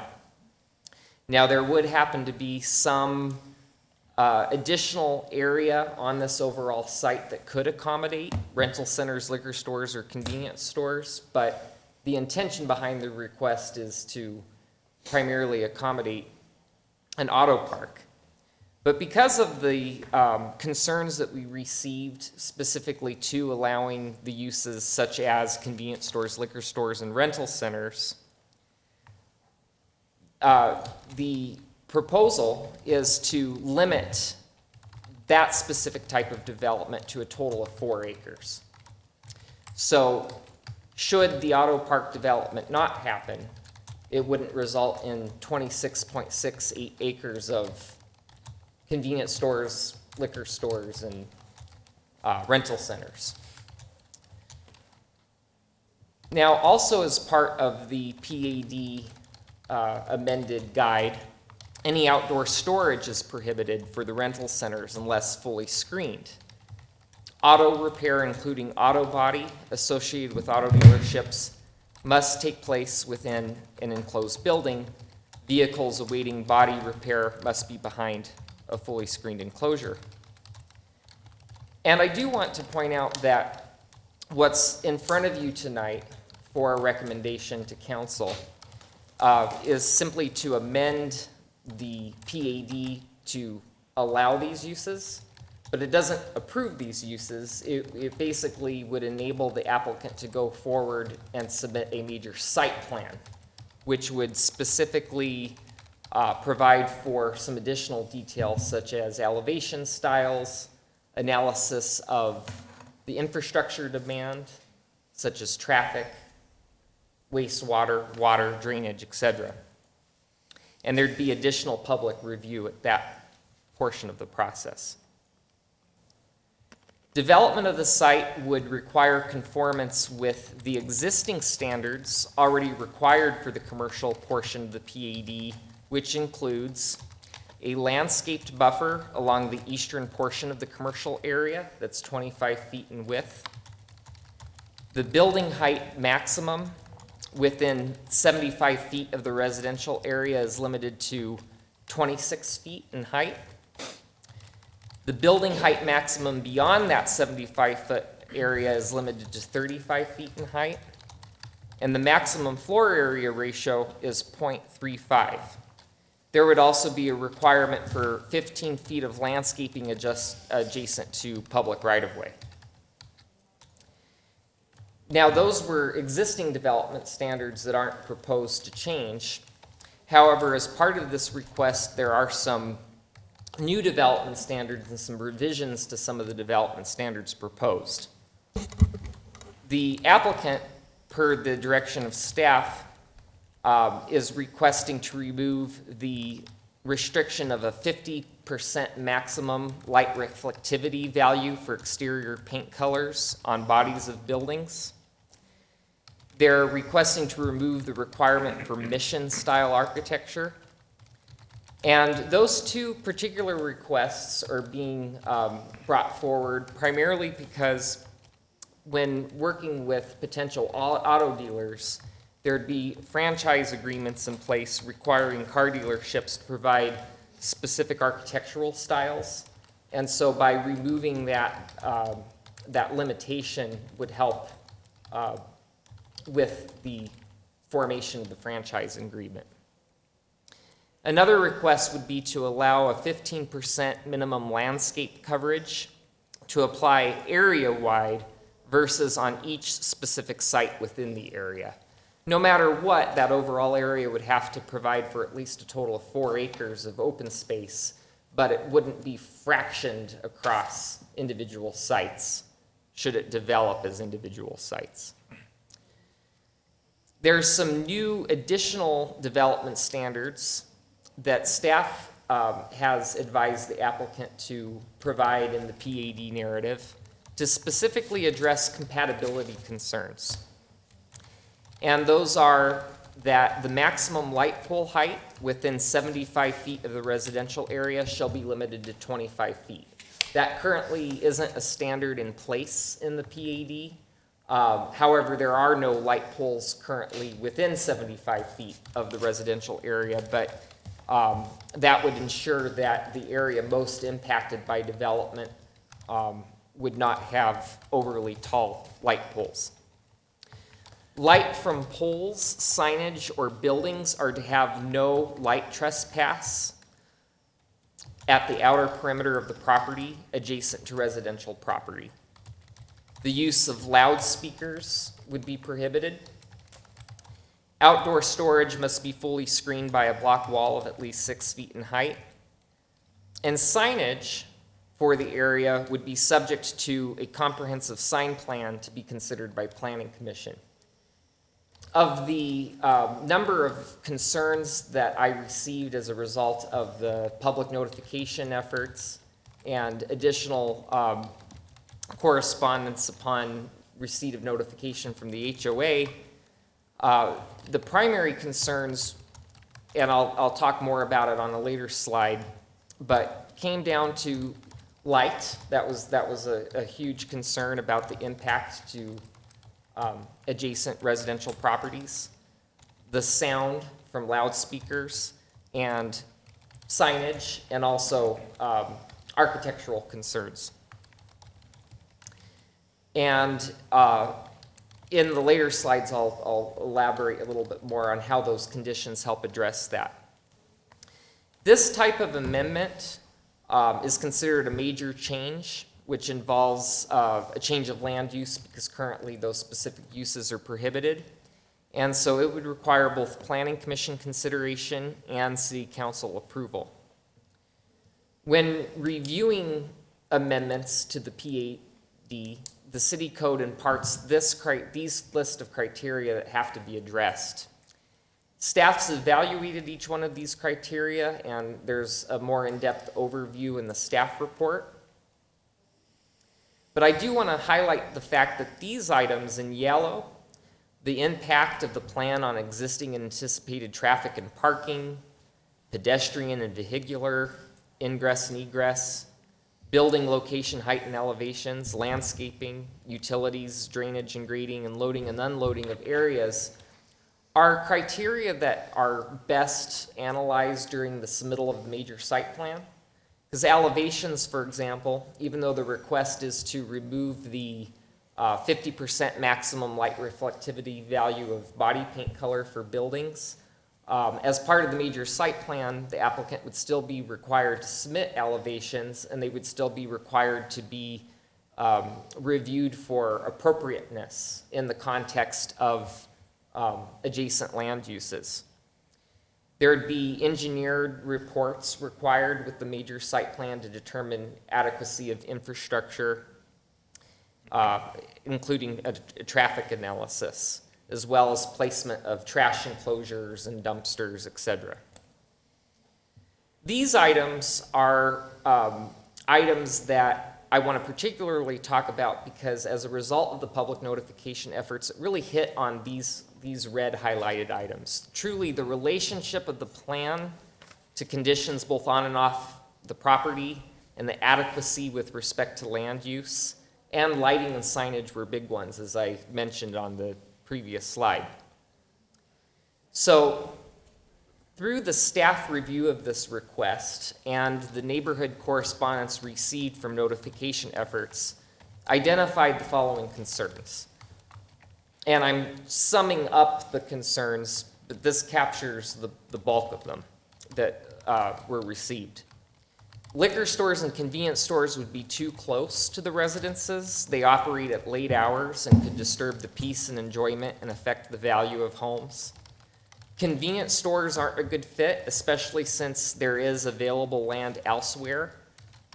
In general, all of these uses could go on available land elsewhere, such as the Promenade or Phoenix Mart was suggested, and other locations along Florence and elsewhere in the community that would already permit this or be a better fit. Rental centers, liquor stores are not an appropriate fit. It brings a wrong mixture of uses to the area. One person mentioned, there's probably a reason why the PAD currently restricts those uses, and so honor that. There was concern about increased traffic, including large truck deliveries, if these new uses were approved. Existing traffic is already congested, and this makes it worse and presents safety concerns. Bright, tall, excessive lighting would negatively impact residences, and specifically the residences' enjoyment of outdoor living. A lot of these properties have back patios, and people felt that this use would negatively impact it. Loud noise from deliveries, loudspeakers associated with dealerships. Loud noise from the associated service department would impact residents. Smell from dumpsters, sound from trash collection. And the excess signage and bright reflective buildings can be seen and can negatively affect the adjacent neighborhood. So measures that are within the proposed PAD guide that would provide compatibility and help address these concerns are the following. Loudspeakers are prohibited. That's included in the proposed PAD amendment. It's been advised by the applicant that auto dealerships have gone away from loudspeakers now because they have headsets. And with smartphone technology, oftentimes people are paged via text message. Light poles, as I mentioned previously, would be limited to 25 feet in height within 75 feet of the residential area. Otherwise, it would be 35 feet, which is the same as existing light poles that were constructed for Sam's Club. Light from poles, buildings, or signage are to have no light trespass at the outer perimeter of the property adjacent to residential property. As I previously mentioned, signage would be subject to a separate comprehensive sign plan approval by Planning Commission. What's nice about that is signage can be a huge concern. And instead of taking sort of a sidestep to spend a lot of time to focus on adequate heights and amount of signage and placement of signage, by divorcing it from the PAD and looking at it separately through an additional public hearing process, really helps hone in on those concerns specifically. Auto repair, including auto body, is to occur within enclosed buildings. Vehicles awaiting body repair service are to be within a screened area by means of a masonry wall at least 6 feet in height, to be operated by the dealership, not third party. Outdoor storage associated with a rental center, should that be developed, must be fully screened. Convenience stores with more than 4 fuel pumps shall be subject to a conditional use permit. As I mentioned previously, but it didn't make it onto this slide, the rental center, convenience stores, and standalone liquor stores would be, it did make it onto the slide, limited to 15% of the area, or 4 acres. And again, I just want to reiterate that the next step in the process, should this be approved, is that it would require major site plan review to further evaluate appropriateness of matters such as elevation, style, traffic impact, and other infrastructure. These 2 particular highlighted items I wanted to just briefly touch on. The wording of it is different than what was in the staff report. This has been refined to more adequately address the request and to refine the intended conditions, or not conditions, but what we were advising be modified in the PAD narrative.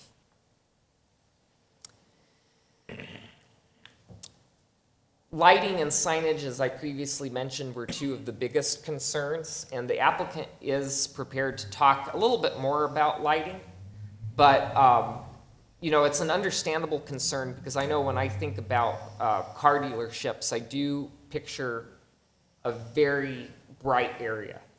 And as it was pointed out by the applicant, however, is that especially with the advent of LED, it's now very, it has the means to be very pointed towards the specific object that is needing to be illuminated, and there's not a lot of spill over of light beyond where that light is focused. So although lighting is an understandable concern, with the new LED technology, it can be pointed away from areas that aren't intended to be illuminated, like the residential areas. As you can see in the picture, the cars are very well illuminated, but just immediately beyond into the grass area, it's dark. Signage is another concern, and like I said, that would come forward through a separate comprehensive sign plan review process. But for example, there's some existing signage associated with that general site. There's a pylon sign along I-10 and a monument sign along Florence. And so even if signage wasn't going to be going through a comprehensive sign plan review, there is that infrastructure in place for signage to go, and it may actually be what's utilized, and with the comprehensive sign plan, that some additional detail may end up being a product of that. Regarding the notification and comments, notification was sent out to owners of property within 300 feet announcing that there was an application in review, mailed on December 10th, including mailing the notice to the HOA. The same list of addressees were sent notice of the public hearing that was scheduled on December 23rd, announcing this public hearing. And then there was a sign posted by the applicant on December 22nd, as well as publication in the Casa Grande Dispatch on December 22nd. This identifies the area that was noticed, and the HOA had, like I mentioned, provided notification beyond that 300 feet area to help get the word out. The properties identified in yellow are properties who, as of probably 2:30 p.m. today, I received comments on that were not in favor of the request. And then you'll notice there's a couple of properties identified in blue who did support the request. One property owner outside of the Mission Royale neighborhood, I do want to point out, because it was sort of an outlier, because all the other comments came from within the Mission Royale neighborhood. One was received from the owner of Mimi's Cafe. They didn't have a problem with auto dealership uses, but they did have a problem with allowing liquor stores and convenience stores with fuel centers, because he felt that those uses would be more appropriate in the promenade, and it would benefit his ability to potentially redevelop his site, and it wouldn't be appropriate to have on the other side of Florence Boulevard. But again, the concerns were that light, noise, traffic impact, inappropriate uses next to residential. These uses would be better located elsewhere. It could compromise the area's architecture, and excess signage were, again, just the summary of concerns. And I'm sorry if this is repetitious, but Joe had his day in the sun, so I get to share. So you wanted to provide an hour and a half presentation, is that right. what it is? Exactly. But I just want to make sure paid by the word. These concerns that were expressed, Yeah. we are making an effort to mitigate them. Sure. So that's partly why for the repetition. But again, use of loudspeakers are prohibited. The maximum height of light poles would be limited to 35 feet, except for within the first 75 feet of residential area, they'd be limited to 25. There would be no light trespass at the outer perimeter adjacent to residential property. Convenience stores with more than 4 fuel pumps would be subject to a conditional use permit, so that would enable some additional review criteria to apply. Outdoor storage associated with a rental center would be prohibited unless fully screened. Total area associated with the development of convenience stores, rental centers, and freestanding liquor stores would be limited to 4 acres or 15% of the site area of the amended area, whichever is less. Vehicle repair and storage of parts or vehicles under auto repair occur inside of an enclosed building. Auto body repair and painting is permitted under the following conditions. The auto body repair work operations will be owned by the dealership, not third party. Auto body repair work will be performed inside of an enclosed building. All vehicles awaiting body repair service will be within a screened area by means of a masonry wall at least 6 feet in height. And all body repair work operations will adhere to the required environmental standards of governing entities. With that, staff does recommend that Planning Commission forward to City Council a recommendation to approve this amendment, DSA 20-00202, with the technical modifications made to the PAD guide as stated within the staff report and as presented this evening. I'd be happy to answer any questions. So thorough. How could there be any questions? Joking. Any questions for staff? Yeah, Mr. Peters. It doesn't mention anything, James, but I'm assuming that entire Sam's Club building is going to be demolished, correct? That's a great question, Commissioner Peters. Actually, the intention is to repurpose that building. So Okay. there aren't plans to demolish that building, but they would refurbish the exterior. Okay. Any other questions? Wondering about loudspeakers, if they're allowed. Sorry. You want to know if there's, are loudspeakers allowed? Is that what- He wants the old ones. Oh. Any other questions for staff? Okay, awesome. Applicant and/or representative?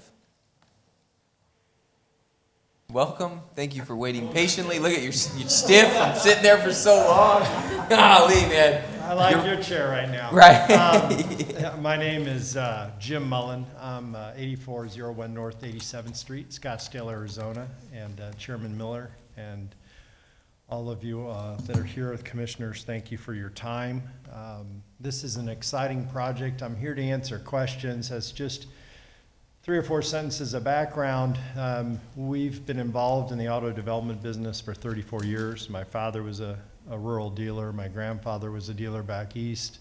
And we started building auto parks with our first one in 1986 in conjunction with Suncor, Tempe Autoplex, right up the road. And since then, we grew our company to 8 offices all around the United States, and we've been involved with a variety of different automotive developments, well over 40 over the years. We also have an intimate knowledge of LED lighting, which in this particular case comes in handy. We have had adaptive reuse on of a large scale in, of all places, Syracuse, New York, and we put 16 dealerships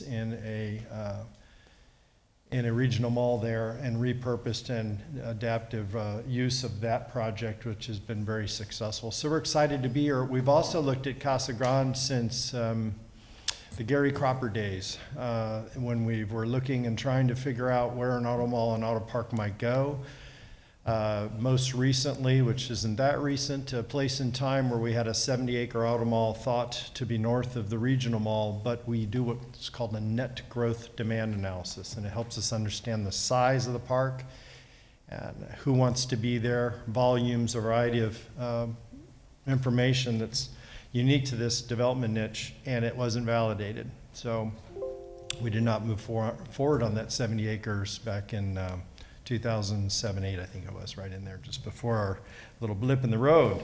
I'm also here with Cecil Yates, our Executive Vice President, to back me up if I fall over. I made the tragic mistake of not having lunch today. But with that, I would say one last thing. I have been in environments like this most of my life, and most of the pieces of information that come up are all about location, lighting, noise, and traffic. And so it's been really great to work with staff here and talk through all those components and items. We do want to be friendly neighbors. We do want to do it the right way. I've driven that street many, many times, thinking about different places and things, making sure we are good neighbors. Luckily, in the LED technology, there is a lensing now where light trespass can be less than 2% in the back of a fixture. And that combined with the setbacks that we've talked through is really a nice use to get ourselves to adaptive reuse for this building. So I'll stop there. You probably have questions, and I'm glad to answer any of them that you may have. Great, thank you. Thank you for being here, and thank you for being patient. Our pleasure. Questions for the applicant? Member Snyder. Thank you, Mr. Chairman. Mr. Mullen, do you have a dealer lined up or in mind? So what we do is we do a net growth demand analysis, and that's going to measure dealers' performance in a market like Casa Grande, where they locate now and where they might locate in the future, and if there's an increase in that, that would validate a relocation. We also do an analysis for new points. So the Toyotas, Nissans, Kias, Hondas that are not in this market. Casa Grande's been an interesting topic in this region for a couple of decades in the OEM level to try to understand when's the right time for Nissan, when's the right time for Honda, for Toyota, et cetera. And in many cases, it's hard sometimes to understand, but literally a point in surprise could for Honda, could push 3-4 years out for a point in Casa Grande. And it has more to do with how many dealers per rooftops in a major metro area than it does to a specific micro market. So we're confident that there's demand for this project, and we think this is absolutely the right place. If it wasn't, we'd go somewhere else. We'd negotiate somewhere else. The way it's laid out, we think we can get some OEM approvals, which is challenging. It's been incredibly challenging with COVID because they can't travel. First time in my career I've gotten approvals on some of our projects where they've never stood on the dirt in 34 years. So I'm confident that we can, I think we've worked together well to try to get our, address the points that are needed so we can get there and make it a very attractive home for whatever dealers may show up. So nobody in mind yet, but you're working on it. I have everybody. They're all in mind. I was going to say, they're all in mind. Everyone's in till it's out. Everybody's allowed at the table, right? Absolutely. That's exactly right. Thank you. I'm used to the Phoenix area with the auto malls, and they're huge. This one is considerable small. Are you just talking like 3 dealerships at the most in this for size? So from a dealership standpoint and from a branding standpoint, the way this site is laid out, you can get more dealerships if you wanted to add buildings outside of the existing 134,000 square feet. It will be quite a while before you were to eclipse that, and I couldn't tell you what that looks like. Our research is very accurate 5 years out. It's general 10 years out, and it would be hard to say. The many times I've had literally every dealer that's been here since I remember the Gary Cropper days, because I remember we were so into ASU, and that was our first meeting was about school. But it's that it goes back that far relative to brands that are validated. I don't know what it looks like past 5, 7, 10 years, but I think we've got a good, solid location for OEM approval, which is key over the next 5 to 10 years. And if you get this approved through us and then a city council, do you plan to start the first phase of this auto mall in the next 3 months, 4 months? Yeah, we would work right away. The dialogue with the OEMs, just like everybody's work at your day job, if you will, seems to be slower with COVID. What used to take a week is spread out over a month now. Yeah. And so building some momentum with the OEMs to pay attention and look at this market and understand the great news that the city offers. You know, we haven't been able to talk about all the employment stories that have come out of the city over the last couple of years, 3-4 years. There's a turning point that I may share with you, not to bore you, but the net growth demand analysis will tell you at what place in time will a market, a tier 3 market like Casa Grande, at what place do people come and stay in Casa Grande for their employment, and that tipping point. I used to kid around to the dealers here and say, well, the #1 car dealers in Casa Grande are in Tempe Autoplex, and it was very true. More units were sold there of residents here. That's because many of your residents went to work out of the market and came back. You've hit that tipping point, and you're at the front end of it, and it's going to be very, very good for the car dealers and for their employment and for everybody involved. So that tipping point is really why the timing is good, the location's good, and your dealers are healthy. And one last question. We do have an electric car company Lucid in town. Would you love to have a dealership in town, or are they only going to live in Scottsdale? You know, I would, I've already talked to them, and I have one on order, just to support I have the Air on order, and don't know if I can afford that really pricey one, but I like the two-tone. But that would be great. Their business model follows the Tesla model, and when we were national, we represented Tesla the first 2 years for their rollout. So we understand their model, and it's really not to be in an auto environment. It's to be right now in a retail or a boutique environment, just the same way Tesla rolled out, which makes sense based on their management structure and history. But you know, we did mention, hey, you know, even just a showroom to show a nice unit would certainly be nice. Make room if someone wanted to come and make a deal. We got a spot. Thank you. Any other questions for the applicant? No? Nope. Awesome. Well, thank you again for being here and your patience through these agenda items. Thank you very much. Thank you all. Hey, I do have a member of public on Zoom. Awesome. I will open it up to, we have 2 participants that have raised their hands now. Nice. Open it up to the public. And we're going to flip the script. I'm going to let the Zoom people go first.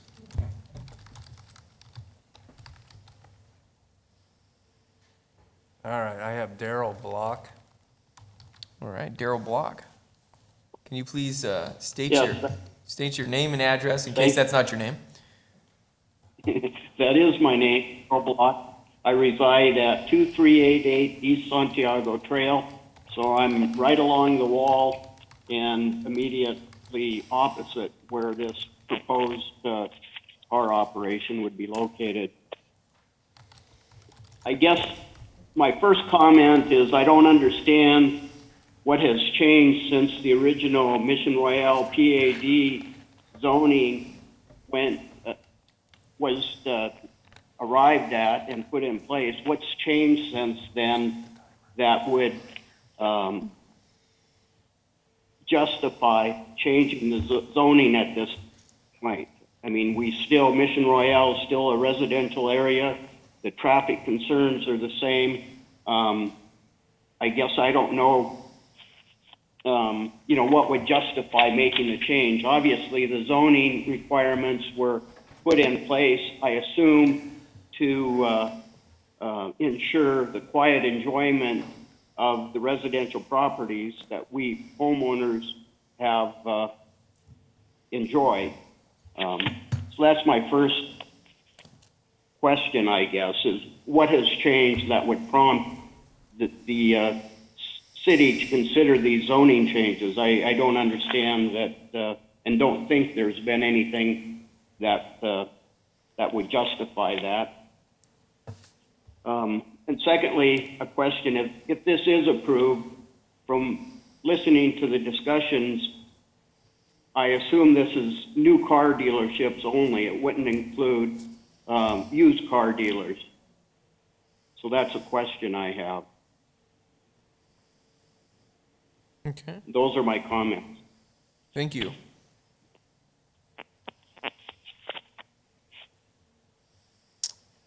So I don't know if somebody can answer what's changed that would drive us wanting to make these zone changes at this point. Yep, we will get there. The goal will be to get through the public to make sure there's no other questions, so then that way we can bring up the appropriate party to answer those questions instead of going back and forth. So if you want to hold tight, I've got them written down, and we will attempt to address them appropriately. Thank you. Thank you. All right. Another member from the public on Zoom? We had 2 hands raised. Are we still there with the other person? That one didn't show a microphone, and they've appeared to drop off. They did put a comment in the chat that they have no problem with the autoplex. They do not want a gas station or liquor store, convenience store at this location.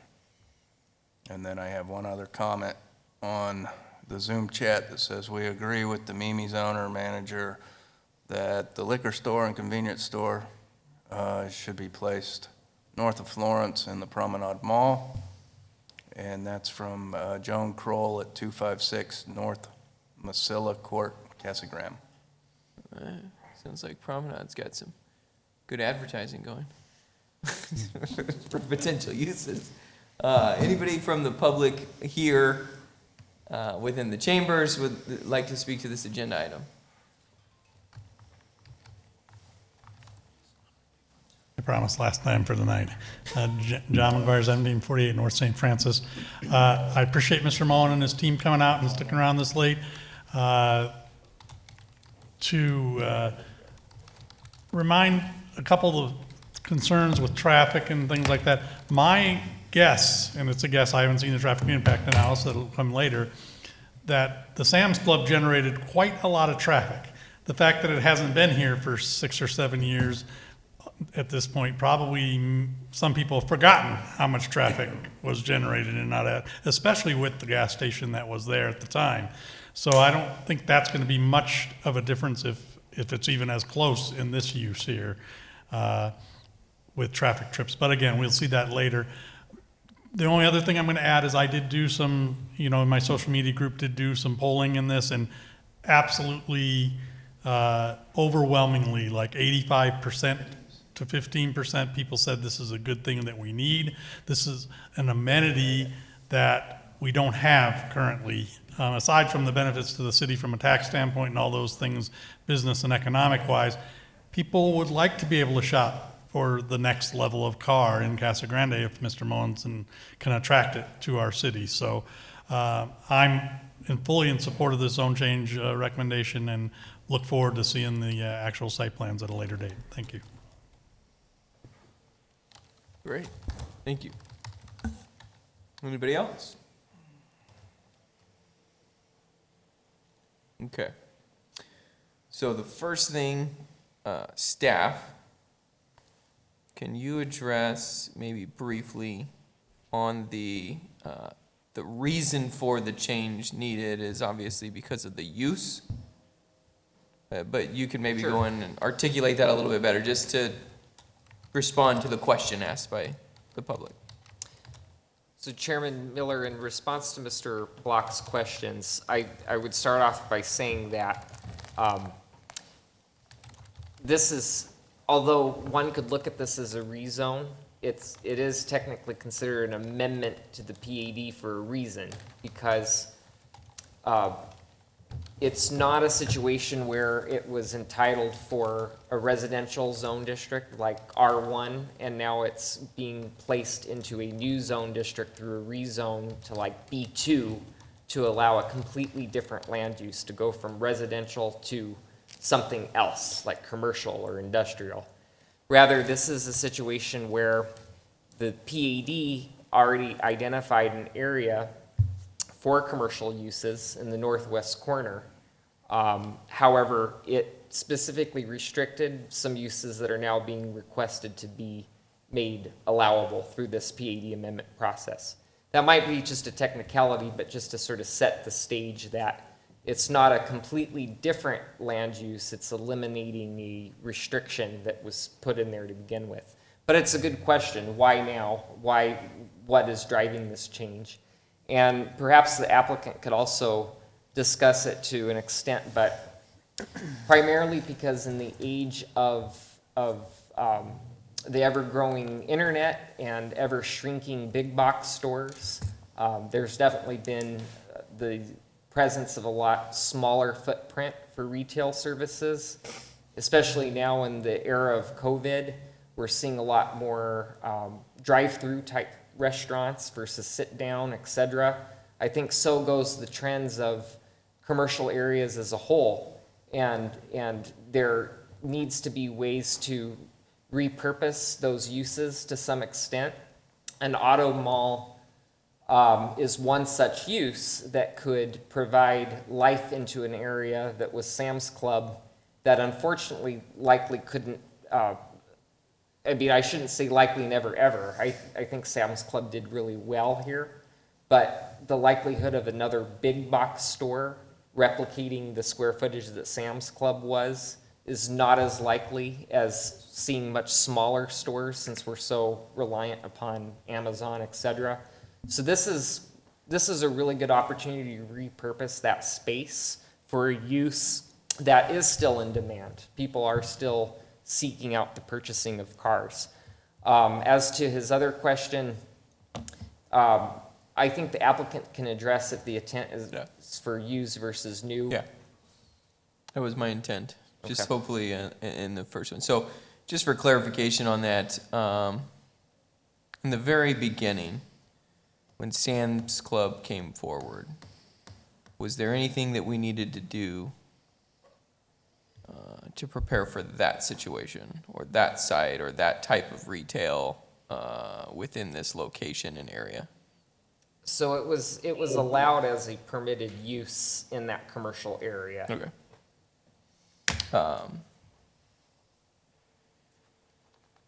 And I guess I should also say, sorry, but one other thing to distinguish is it doesn't replace the uses that are already allowed. It's just now in addition to the commercial uses already allowed. Okay, thank you. At this time, applicant, do you mind coming back and just maybe briefly, I'm trying to get those legs moving for you.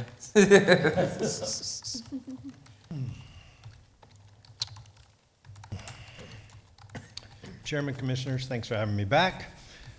In regards to Mr. Block's question, traffic does come later, as I understand, through your process, but I do want to put some color to traffic because we're often asked.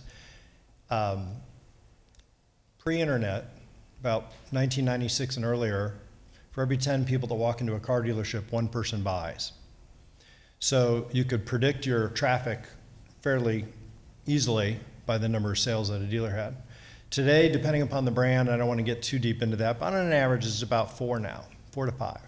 So it's cut in half, which is really helpful. The advent of the internet, there's some dealers thought that would kill them, and it's made it better. Propensity to buy has increased. Most people buy cars more often than they did 10 or 15 years ago. So I'm going to suspect the traffic is much lower than Sam's, but if I was Mr. Block, that wouldn't be my measurement. My measurement would be, hey, you know, traffic's traffic. That doesn't mean he accepted Sam's either, and I appreciate that. But there's so much pre-buying and pre-arranging that goes on prior in a car dealership sale today that you're going to see a very low level of traffic as compared to a lot of other uses that could be there. Quite a substantial number of uses that could be there. So hopefully when the traffic comes, Mr. Block would be satisfied. The next question is new versus used. We've never done a park that is restricted new car only. Here's why. 7 out of 10 cars that sold are used. Most of us buy used cars than we do new. When this project's done, as every project we've been involved with, it doesn't look like, you know, I'm going to go way back, 24th Street in Van Buren and the Contiki, if you can remember the strip there with those cars. Well, those people are paying rents that were almost nothing. This is an expensive development. So is Tempe Autoplex. So is Penske in North Scottsdale, Santan Auto Show, Superstition Springs, 303 Auto Show and Surprise. These are, by the time the dirt is done, everything's built, the buildings look nice, they meet OEM's approvals, they're expensive.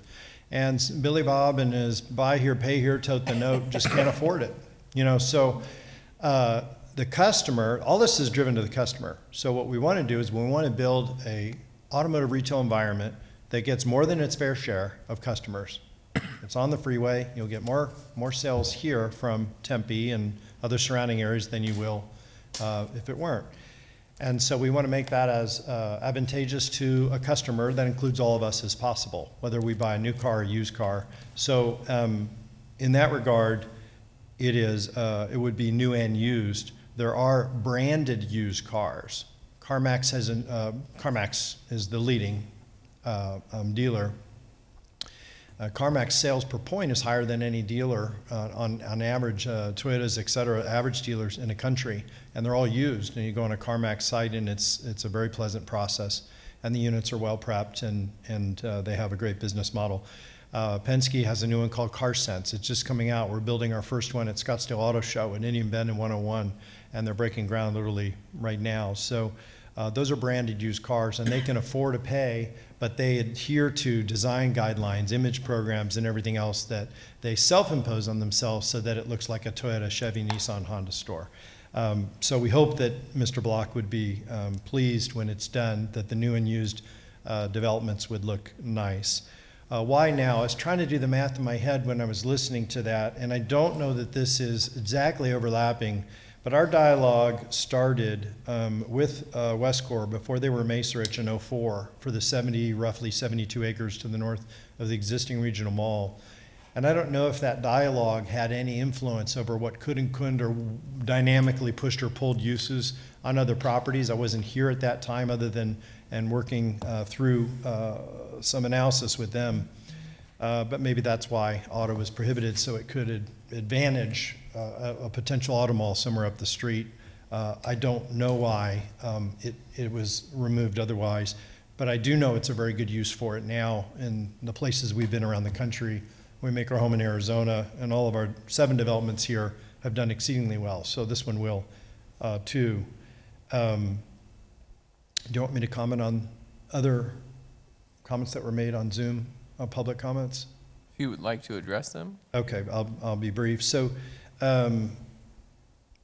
it relates to, a couple of folks, someone's messaging and then Joan Crawwell's comments about preferring not to have gas and convenience store and liquor there.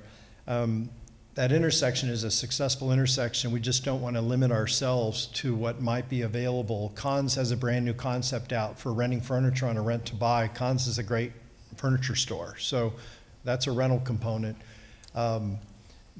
The ability to service what wants to be in that intersection, we just want to be there with those uses and not be handicapped with some that may be valuable there.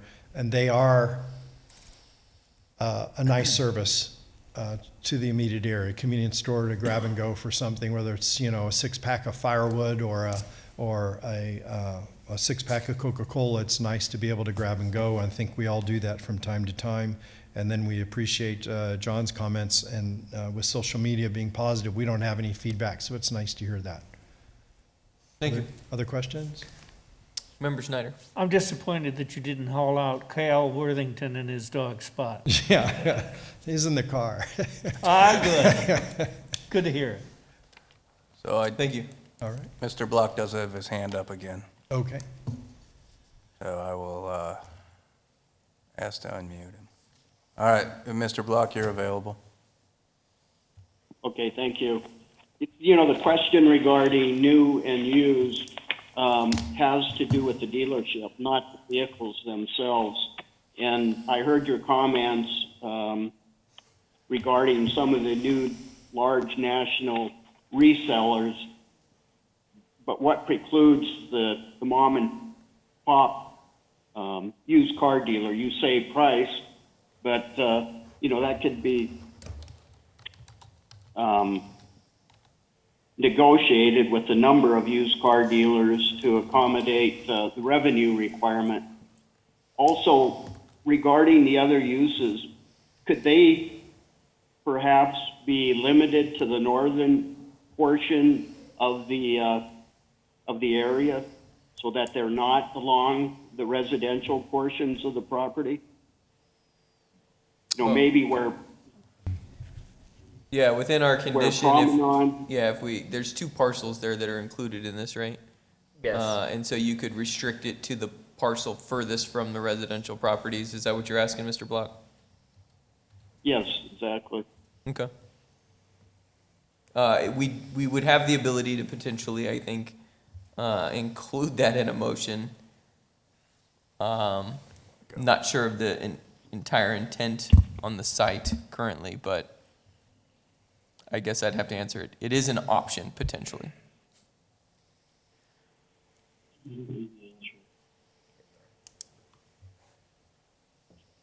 Anything else?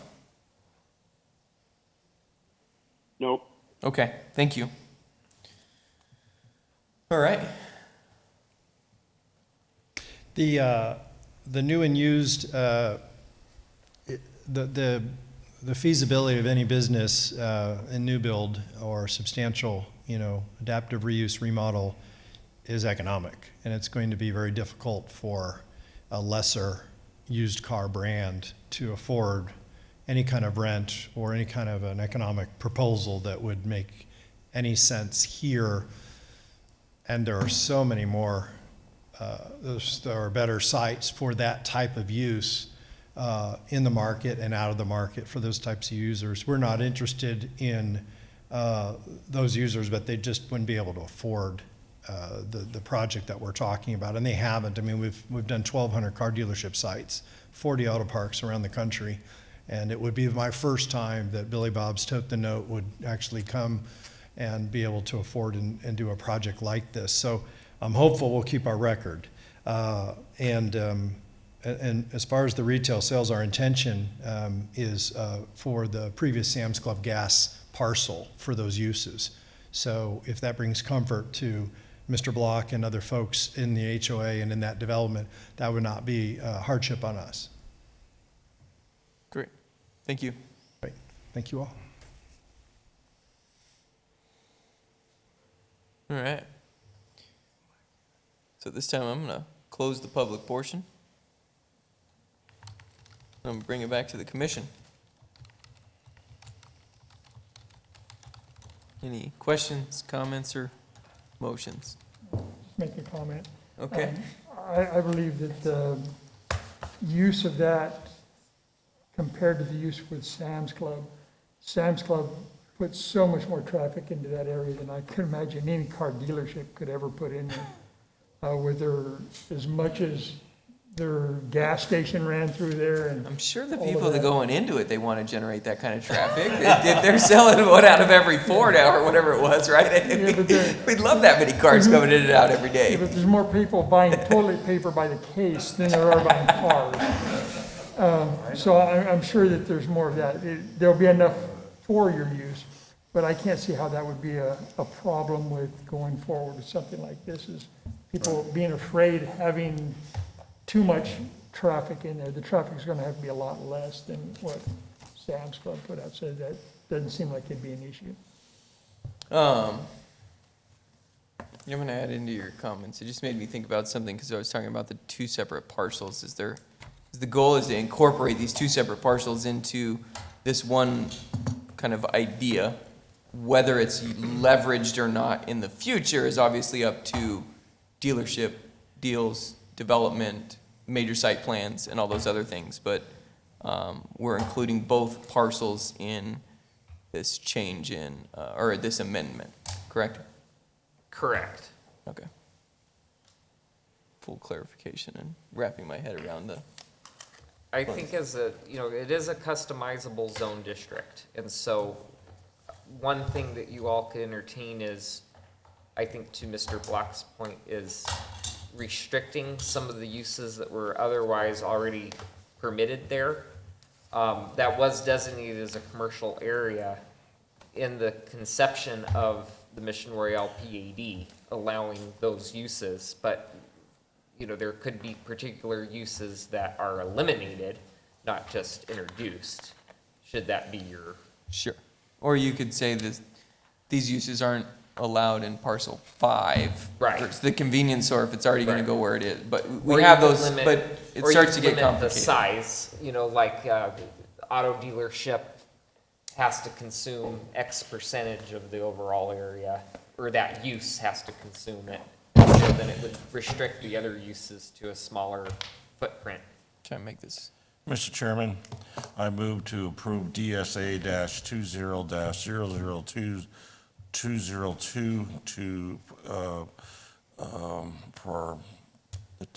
to the city council with the PA guy with the technical modifications.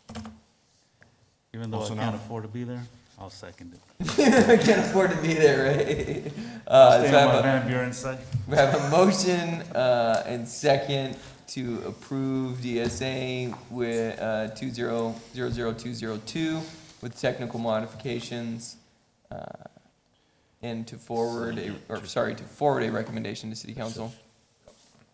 Any discussion? It's getting late. Sorry, I can't pull it together. I'm sorry. No discussion. Please call the roll. Please. Get me out of here. Member Peters, Aye. Member Benedict, Yes. Member Estrada, Yes. Member Dugan, Yes. Member Snyder, Aye. Vice Chairman McBride, Yes. Chairman Miller. Yes. All right, motion approved. Good luck at the next step. Yeah, thank you guys again for your patience, and thank you for those community members participating on Zoom if you're still there, and your patience. Appreciate everybody. I know we only have one, but I need a break. What? I need a break. You only got one more. I don't care, I need a break. He's like, I gotta go. All right, we're gonna take a quick couple-minute break here. We're gonna start the process without you, Estrada. You catch up with us. He's already reviewed it anyways. He knows. He memorized the packet. Okay. All right. Rock and roll. So it's not the same person? It's not the same person? You're gonna need to silence the He's not the audience. dad of the I'm gonna move forward with the If it was, I was Bang the gonna gavel. have. next agenda item. Bang the Please. gavel. Same last name, though. Right. Yeah. Last but not least, under new business. You guys are troopers, man, I tell ya. You've been hanging out all around. You were outside for a while, you're inside now, and it's finally your turn. So thank you for your patience. DSA 20-00184, public hearing and consideration request by Skylar Whitfield for another chance group home. Mr. Gagliardi. All right. So, a little bit of background about this particular site that is requested for a conditional use permit to allow a group home in an R1 zone district. 1745 North Palm Park was constructed in 2011 specifically for a group home. Group homes are subject to the approval of a conditional use permit in the R1 single-family residential zone district. But the group home that was approved in 2011, its associated conditional use permit was specifically for adult-only care up to 10 occupants. Group homes are defined as a single residential structure having common kitchen facilities occupied by more than 6 persons having physical, mental, emotional, or social problems and living together for the purpose of training, observation, and/or common support on a 24-hour per day basis. And so the group home that was approved back in 2011 was for adult only. I should also point out there's another group home immediately adjacent to the site highlighted in yellow, also restricted to adult only. Another chance, the applicant in this request, they are a facility that accommodates displaced children who are a ward of the state. Resources are provided through the Another Chance program, such as social and coping skills, with the objective to reunify the children with their families once the children's safety can be assured. The applicant, Skylar Whitfield, already operates a 10-person group home at 54 North Vista Avenue, Another Chance number 1, for boys ages 8 to 17. That home at 54 North Vista that was approved for a conditional use permit has 10 occupants, and it's a 1,500 square foot home. Now the applicant would like to open a similar home, Another Chance 2, at this 1745 North Palm Park location.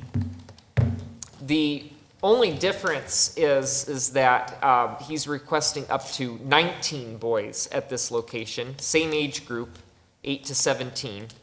And the reason why he's requesting 19 versus the 10 that was allowed at the Vista location is because this home is more than twice the size at 3,300 square feet and has approval from the state, subject to city approval. The fact that this site was built as a group home does lend itself to be continued for a use as a group home, in that there's already parking spaces provided. 8 parking spaces are provided off the street, which does meet the parking requirement, whether it was adult only or it was changed to a group home accommodating children at any number.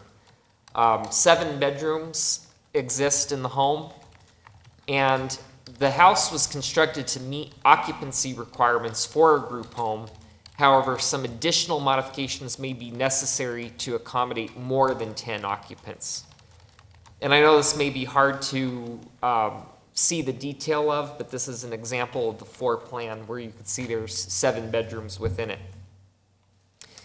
Now, Mr. Whitfield's request for 19 would entail probably most of those bedrooms to have 3 occupants per bedroom. Some would have maybe 2. The total number of occupants he's requesting is 19, but that might ebb and flow, but not really ebb and flow.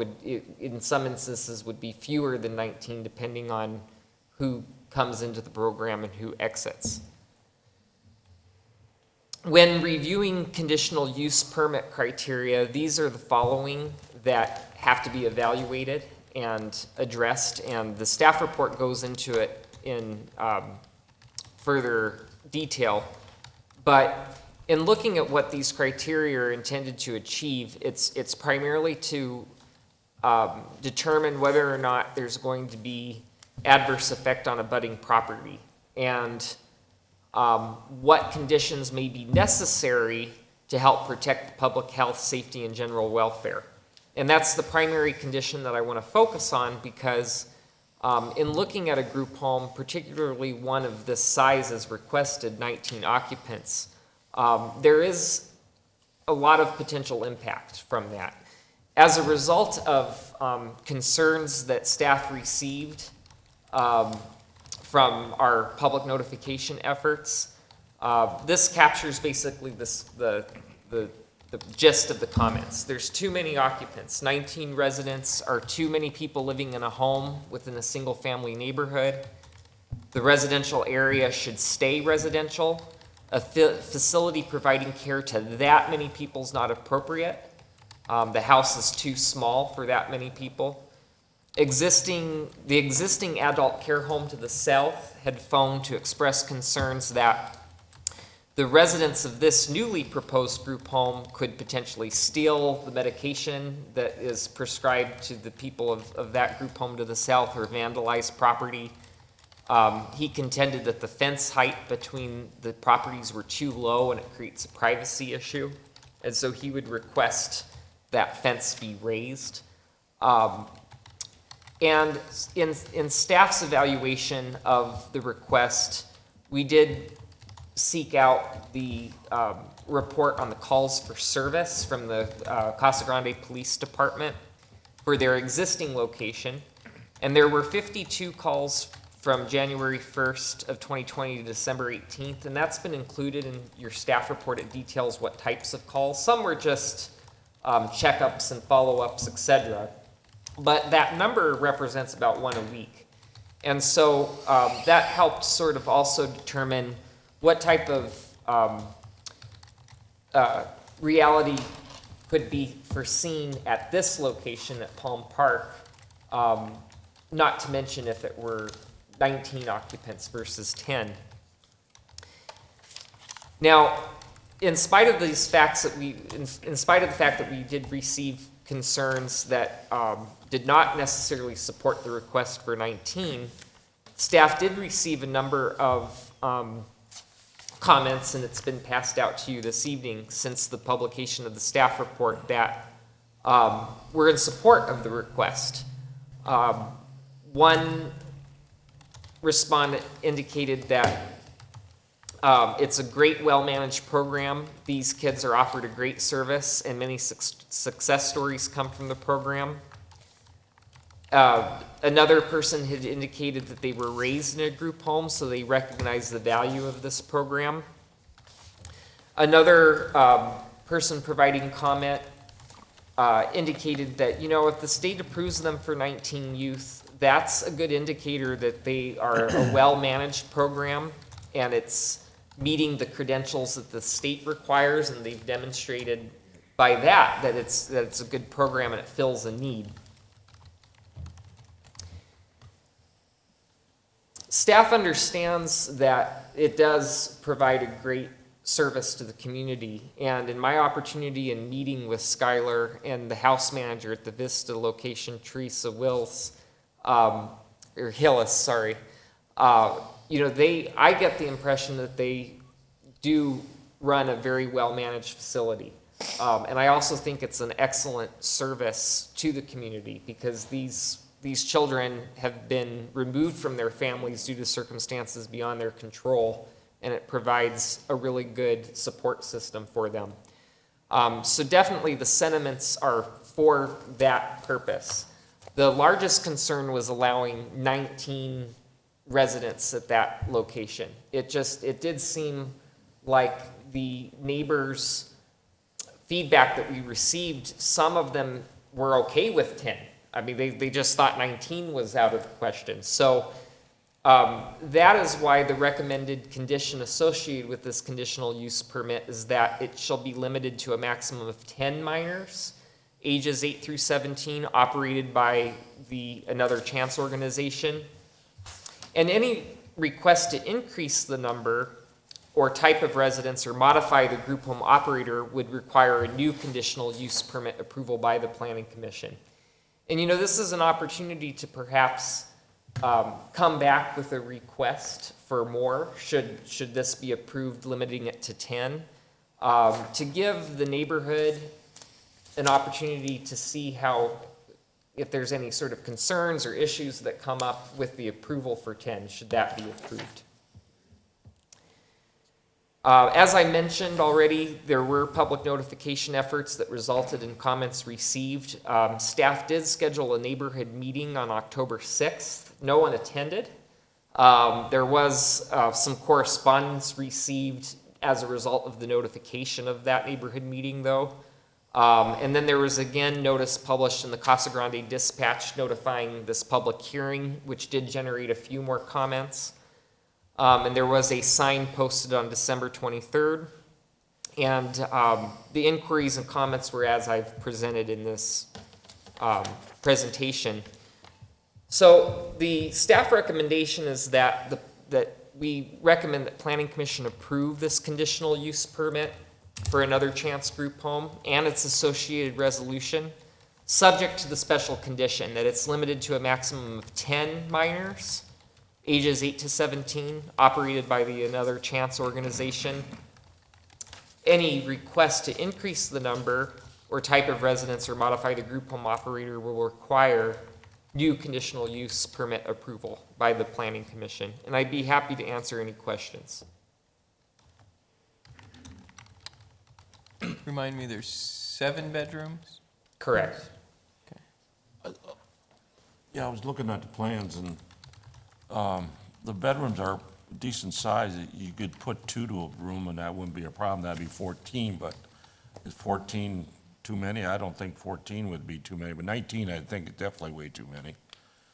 But I'd recommend 14 instead of the 19, but that's just me. That's my thoughts. Just because you can put 2 kids to a room. Right. And if kids are trouble, they want to make friends with another kid and so forth, and I'm thinking 2 people to a room. I think that helps. Right. Helps make a friend. That's right. Do you know, in comparison, this building to the one that's adjacent to it? Are they similar in size? they're similar in visually. And I've been in the other one. I've had a family member that was there for a period of time, and so I'm just trying to know if it's the same as walking into the other one. I think the square footage of that one's a little smaller. And I'm trying to see if I have notes. So it's an adult care facility. I don't have it detailed what the maximum occupants were allowed there. I want to say it was 10 though, similar to this one, but I think it's slightly smaller. Yeah. But also, it's an elderly. Right. Yeah. I know. Right, Like right, I said, as you been know, there. yeah, but that's how it was approved. I was just trying to see if you were reporting some sort of violation. No, they were elderly, the ones that were there that I saw. Member Snyder. Thank you, Mr. Chairman. Mr. Gagliardi, I'm wondering about the fencing issue. It certainly seemed like the complaint comment had some validity. So my question is, and maybe you'll give this to the applicant, do we have fencing issues and those sorts of things at their other home on Vista Avenue that you're aware of? Not that I'm aware of. Okay. Tell me again why you thought there was no merit to the request to have a taller fence? Just share the logic, please. Commissioner Snyder, so the manager of the home to the south did bring up a good point that the fence is only about 5 feet. Right. And at first I thought, well, it's probably a little taller, but I went out and surveyed it and, at least visually, and it was shorter than the maximum allowed 6 feet. Right. Based on the number of coursive blocks. That said, the house to the south was constructed first, as was the fence. And they would have had the ability to construct a 6-foot wall, but didn't. And I'm not certain why it was built to the height it was. Maybe it was cheaper. I do not know, and perhaps the applicant can confirm, if you see on the aerial, to the south, it doesn't just abut that one group home, it abuts another single-family residential property. So when this house was constructed, I don't know if when they finished off their fencing, because the fence between the two properties was already there, but they had to probably add some fencing. I don't know if that height was raised, the portion of the new fence that was constructed. So I don't know the history beyond that. I think that if commission wants to make it a condition to raise that fence, it would be a reasonable way to address those concerns so that you don't have that appearance of people looming over one fence to another. If they want to go tall, but I think my concern why I wasn't really pushing for it is because I think from talking with this gentleman is I think he wanted it even perhaps taller than 6 feet. He wanted a 7-foot fence. And so then, although we could entertain that, but that would be a special purpose fence. And you all know how fun those can evolve. Can anybody here spell Cox? So, but that is something that could be considered. It would require a conditional use for what would be known as a special purpose fence. Okay. So I'm going to piggyback on that real quick since it's the topic at hand. The existing owner to the south, without any city approval, has the ability to increase that fence height to 6 feet. He does not need anything from the city to do so, and so therefore, if he wants it at 6 feet, he can do it. Correct. And it is his fence. And it's That's technically his- half of it's his fence. He Technically, could it came be a good first. neighbor and say, hey, would you be willing to pay for half of it? And they might come to that agreement, but to say the applicant's got to do it. Okay, I just wanted to make sure. Right. He has the right to go and do that on his own. It's technically his fence because it came first. I mean, I don't know if that's. Whose property is it on? It straddle, I would imagine the center of the block is on the center of the property. May or may not be. Yeah, I don't know. That's We don't good need a question. survey to know for sure right now, I guess, for this, but, And okay. a final question. Are you aware, Mr. Gagliardi, of any instances at the Vista site where clients jumping over, peering over, et cetera, getting into trouble? I've not heard any complaints. The applicant can attest to whether or not that's Okay. been an issue. Okay, thank you. Any other questions for staff? No? All right, applicant, come on forward. Thank you again for being patient. Fantastic. Long night, right? We're good for another hour. All right. Thank you. We'll make it less than that. I'm not good for another hour. It's good to see all you guys. I'm glad that you guys are safe and everything. Yeah, thank you guys for being here. I assume Some of the concerns that Skylar. Yeah. I'm And Skylar. then who else? Teresa Hillis, house manager. Okay. I just want, before I forget, because I might forget, because my mind is moving 1,000 miles a minute, to address the police reports, the 52 calls. So during the months of, I believe, between August and December, the police came out to the group home almost every day or twice. On my shift, I was there, they came out 3. Someone was calling from a device over Wi-Fi that the police were coming to our location. So those wasn't calls from the group home. We've never had that many calls out to the group home. As far as the group home itself calling the police, I believe it may have been with like maybe 9 incidents where they actually came because we called crisis. And when crisis come out, they want us to call police to make sure that it's safe for them to come to do their job. So I know we had a high number of calls. I was on shift at least 3 times. They came 3 times in one day. So we never figured out who was doing it or where it was coming from, but the police would just come. And a few times the police came out because some of the kids, well, a couple of the kids that were placed with us, the parents themselves were calling the police to the group home to check on their kids because they weren't allowed to call the group home. Sure. So they called the police and sent them over to the group home. So those incidents are not incidents that's going on with the group home itself. So I just wanted to get that cleared up, okay? And it looked like out of the 52, at least from my recollection of it and reviewing it, only 5 or 6 of them were of any any type of issue. And it might have been minor, but none of them show, And I believe we had I think there was 9. one fight, and then other than that, it wasn't anything major. Yeah.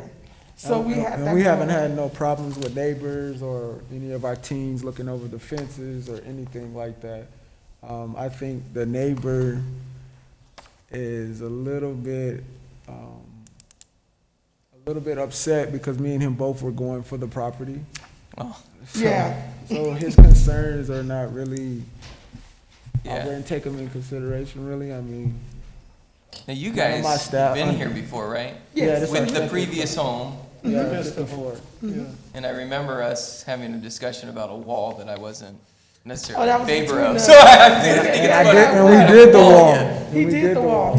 I know, but I didn't want you to have to. That was my issue on the last. Well, the neighbors didn't want it either, actually. Right. I know. So the neighbors that had to have that wall put up higher, they were upset. They even tried to stop the guy that came out to put up the wall. We almost had to call the police on the neighbor so that the guy could increase the fence. You guys and walls, I don't know. They just follow you, I guess. Questions for the applicant? Anybody? No. No? I have a question then. Everybody's like, man, come on. You guys initially requested a higher number.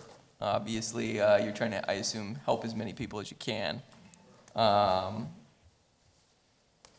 What are your feelings on the existing proposal? It's currently at 10. I know Member Dugan brought up potentially 14.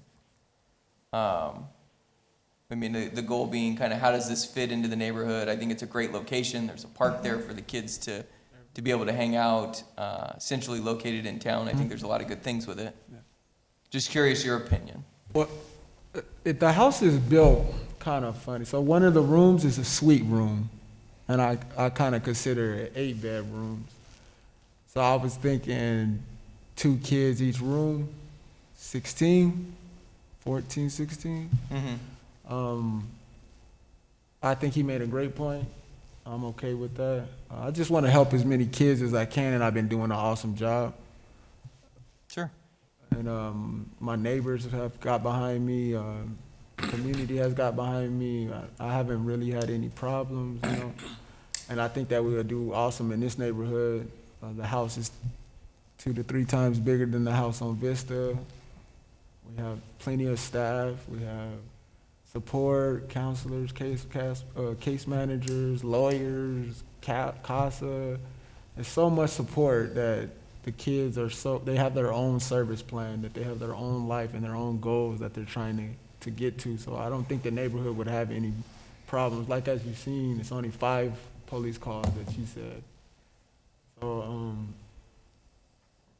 I would really want, 16? If not 19.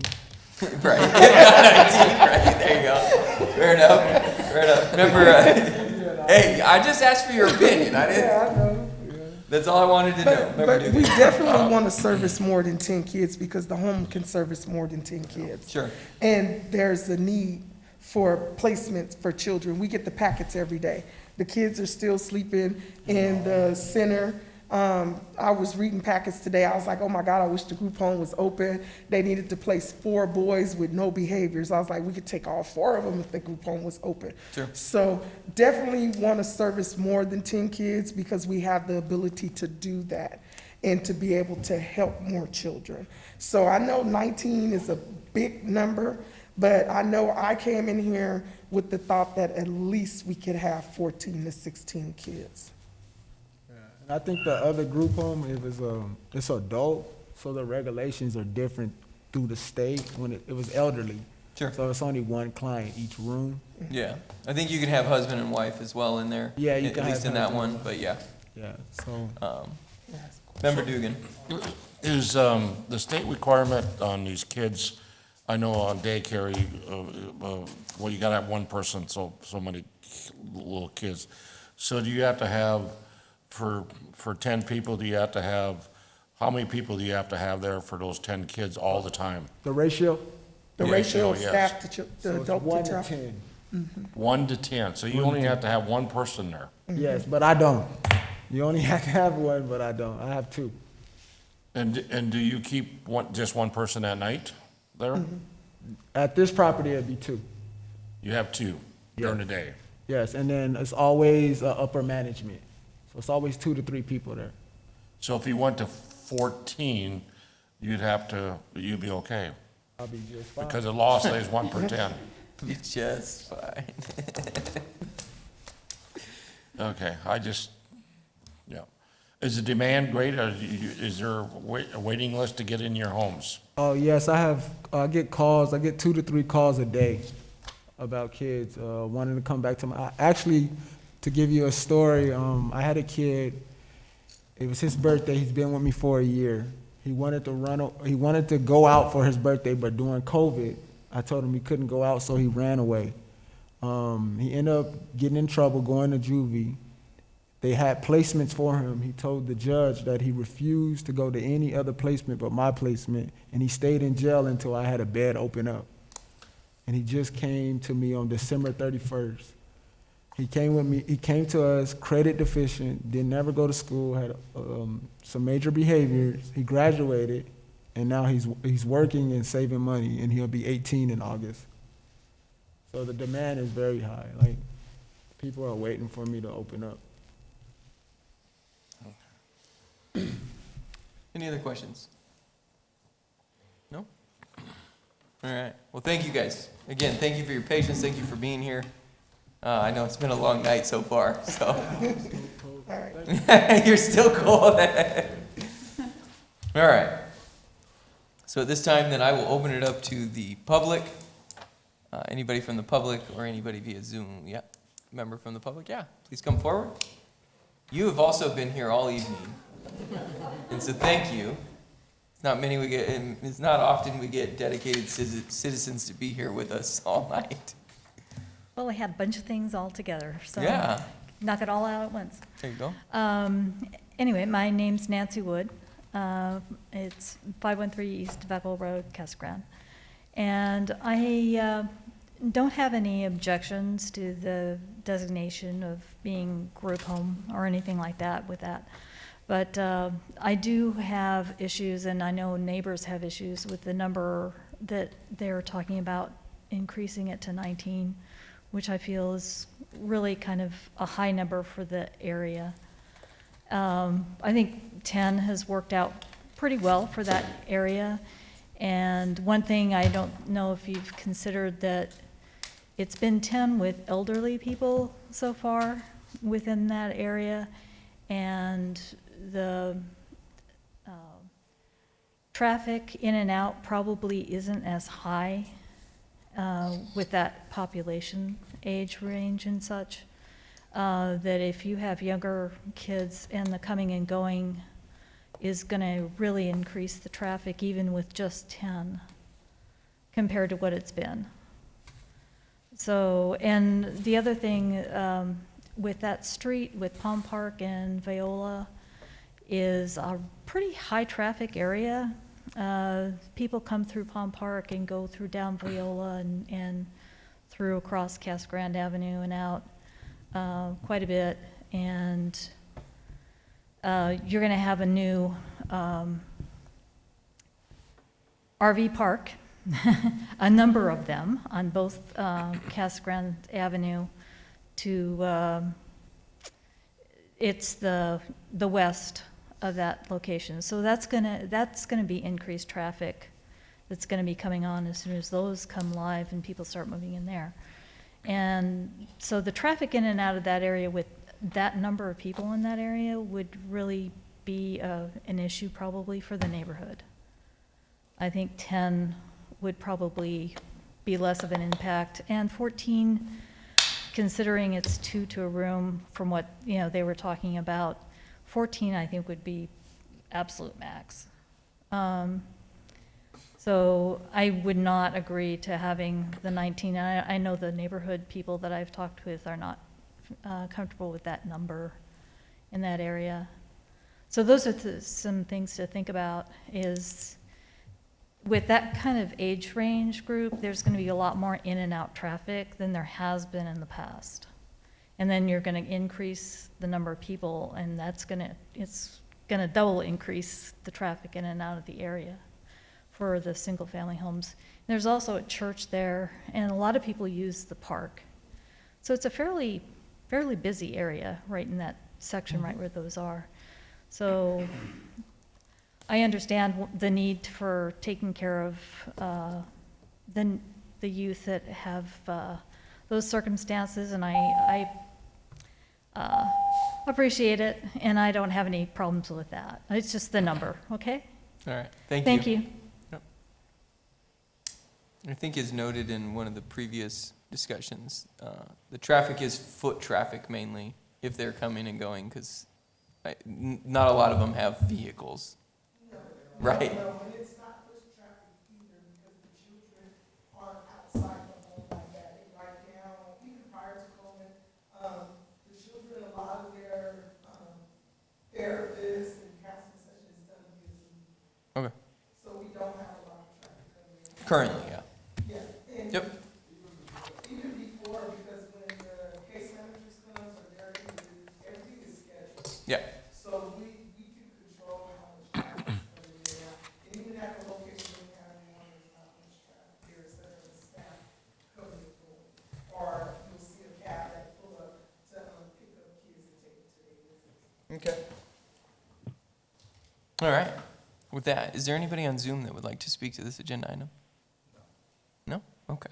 And also, too, there was another lady here that was waiting. She's a resident in the area, but we spoke to her and we answered all of her questions, and she felt more comfortable. She had some of the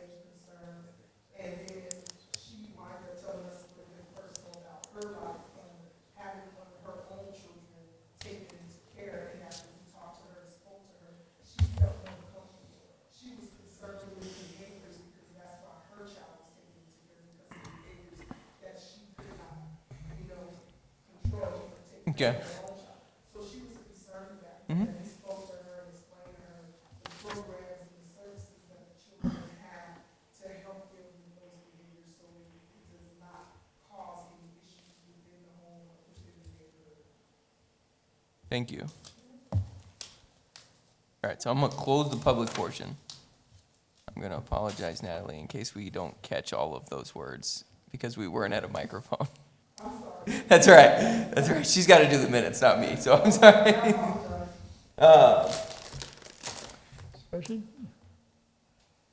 Commission, I'd just like to make a comment. I think that staff's recommendation's a fairly sound one for the reasons that he had stated for the 10. They will have a chance, if they want to move to 19, you know, they can make that recommendation later on. If we move to 12 or 14 or whatever, they're still going to have to make another recommendation to go to 19 at a future point. And that will give the surrounding people peace of mind, how it's working, and if there is an issue. If there's not an issue with the 10, I'm pretty sure that you're not going to have issues with a few more being added into it at the time. But that's my opinion. Is that a motion? Nope. No, Not yet. no, it wasn't a That was a motion. comment. No, it's just comment. I'm making a motion, but Any other, I just wanted, in case anybody else had something to say. any other discussion? You know, I always think the demand for this type of home is huge, and I know in the foster program, there's waiting, they don't have enough foster parents and everything, and they have a hard time finding places to go, so that's why I think even going to 14 isn't that bad right away. Matter of fact, I'd make a motion to amend this to take it to 14, just because of the demand, and we got these people, great people, it seems like the last house don't have any problems with it at all. Of course, the kids are gonna fight and whatever, but I suggest to kind of compromise and do a 14 that's 2 to a room, just because of the need that's out there for this type of a home. That's my thoughts, but you guys might have different thoughts, but. No, I tend to agree with Member Dugan. 2 to a room, I don't think is very much. Yeah, so, do we have to make it an amendment to your Nope, ruling? you would just make a motion that changed that, From 10 to 14? because the existing special condition is that it limits the maximum to 10 Yeah, yep. minors. You could Cor- just Is that change that condition. So you would make the same motion, except change the condition to whatever number you wanted that to be. So, I make a motion to approve DSA-20-0018 for a request by Skylar Whitfield for a chance group home to hold 14 kids. So I have a motion for approval of the conditional use permit and the associated resolution, subject to the special condition amended to a maximum of 14 minors ages 8 to 17. And I'll second So that. as stated, except amended. And a second. Estrada. Is everybody clear on the motion and how it's stated? Good, any other discussion? Mr. Chair, do the remainder of the condition continue, restricting it to the operating by another chance, and any change would have to come back? I believe the condition was mirrored the special condition listed, other than amending Very the good. number of minors from 10 to 14. Perfect, thank you. Yep. So they still could come back and go to, they could come back to us and still They go to still have the 19. ability to come back and request more down the road, but at least we're going from the 10 to the 14 right now. Yeah. Okay? Any other discussion or questions? Let's call the roll. Member Peters? Aye. Member Benedict? Fell asleep on us. Dennis, if they could come back and increase it later, it'd be more comfortable for me to leave it at 10. So I'm going to vote no. Member Estrada? Yes. Member Dugan? Yes. Member Snyder?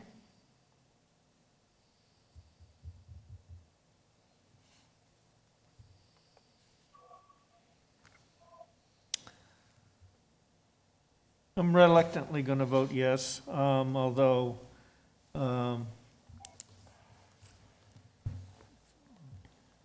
I'm concerned about, just to explain my vote if I might, the age of the kids involved.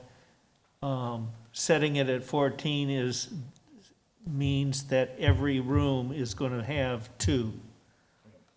And there ought to be some space so that some kids can be singles as opposed to an automatic double.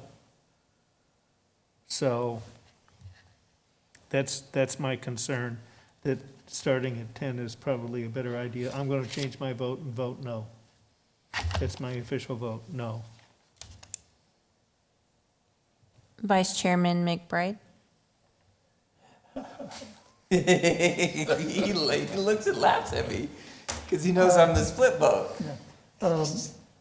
I'm going to go along with, I'm going to explain my vote before I make it, with Mr. Snyder, is the reason I'd suggested before. 10 seems like a number that's amiable to the public around it, and it's not something that's set in stone that you can never move up from 10. So I'm going to vote no. It's finally up to you. This is where you were supposed to skip Estrada. Chairman Miller.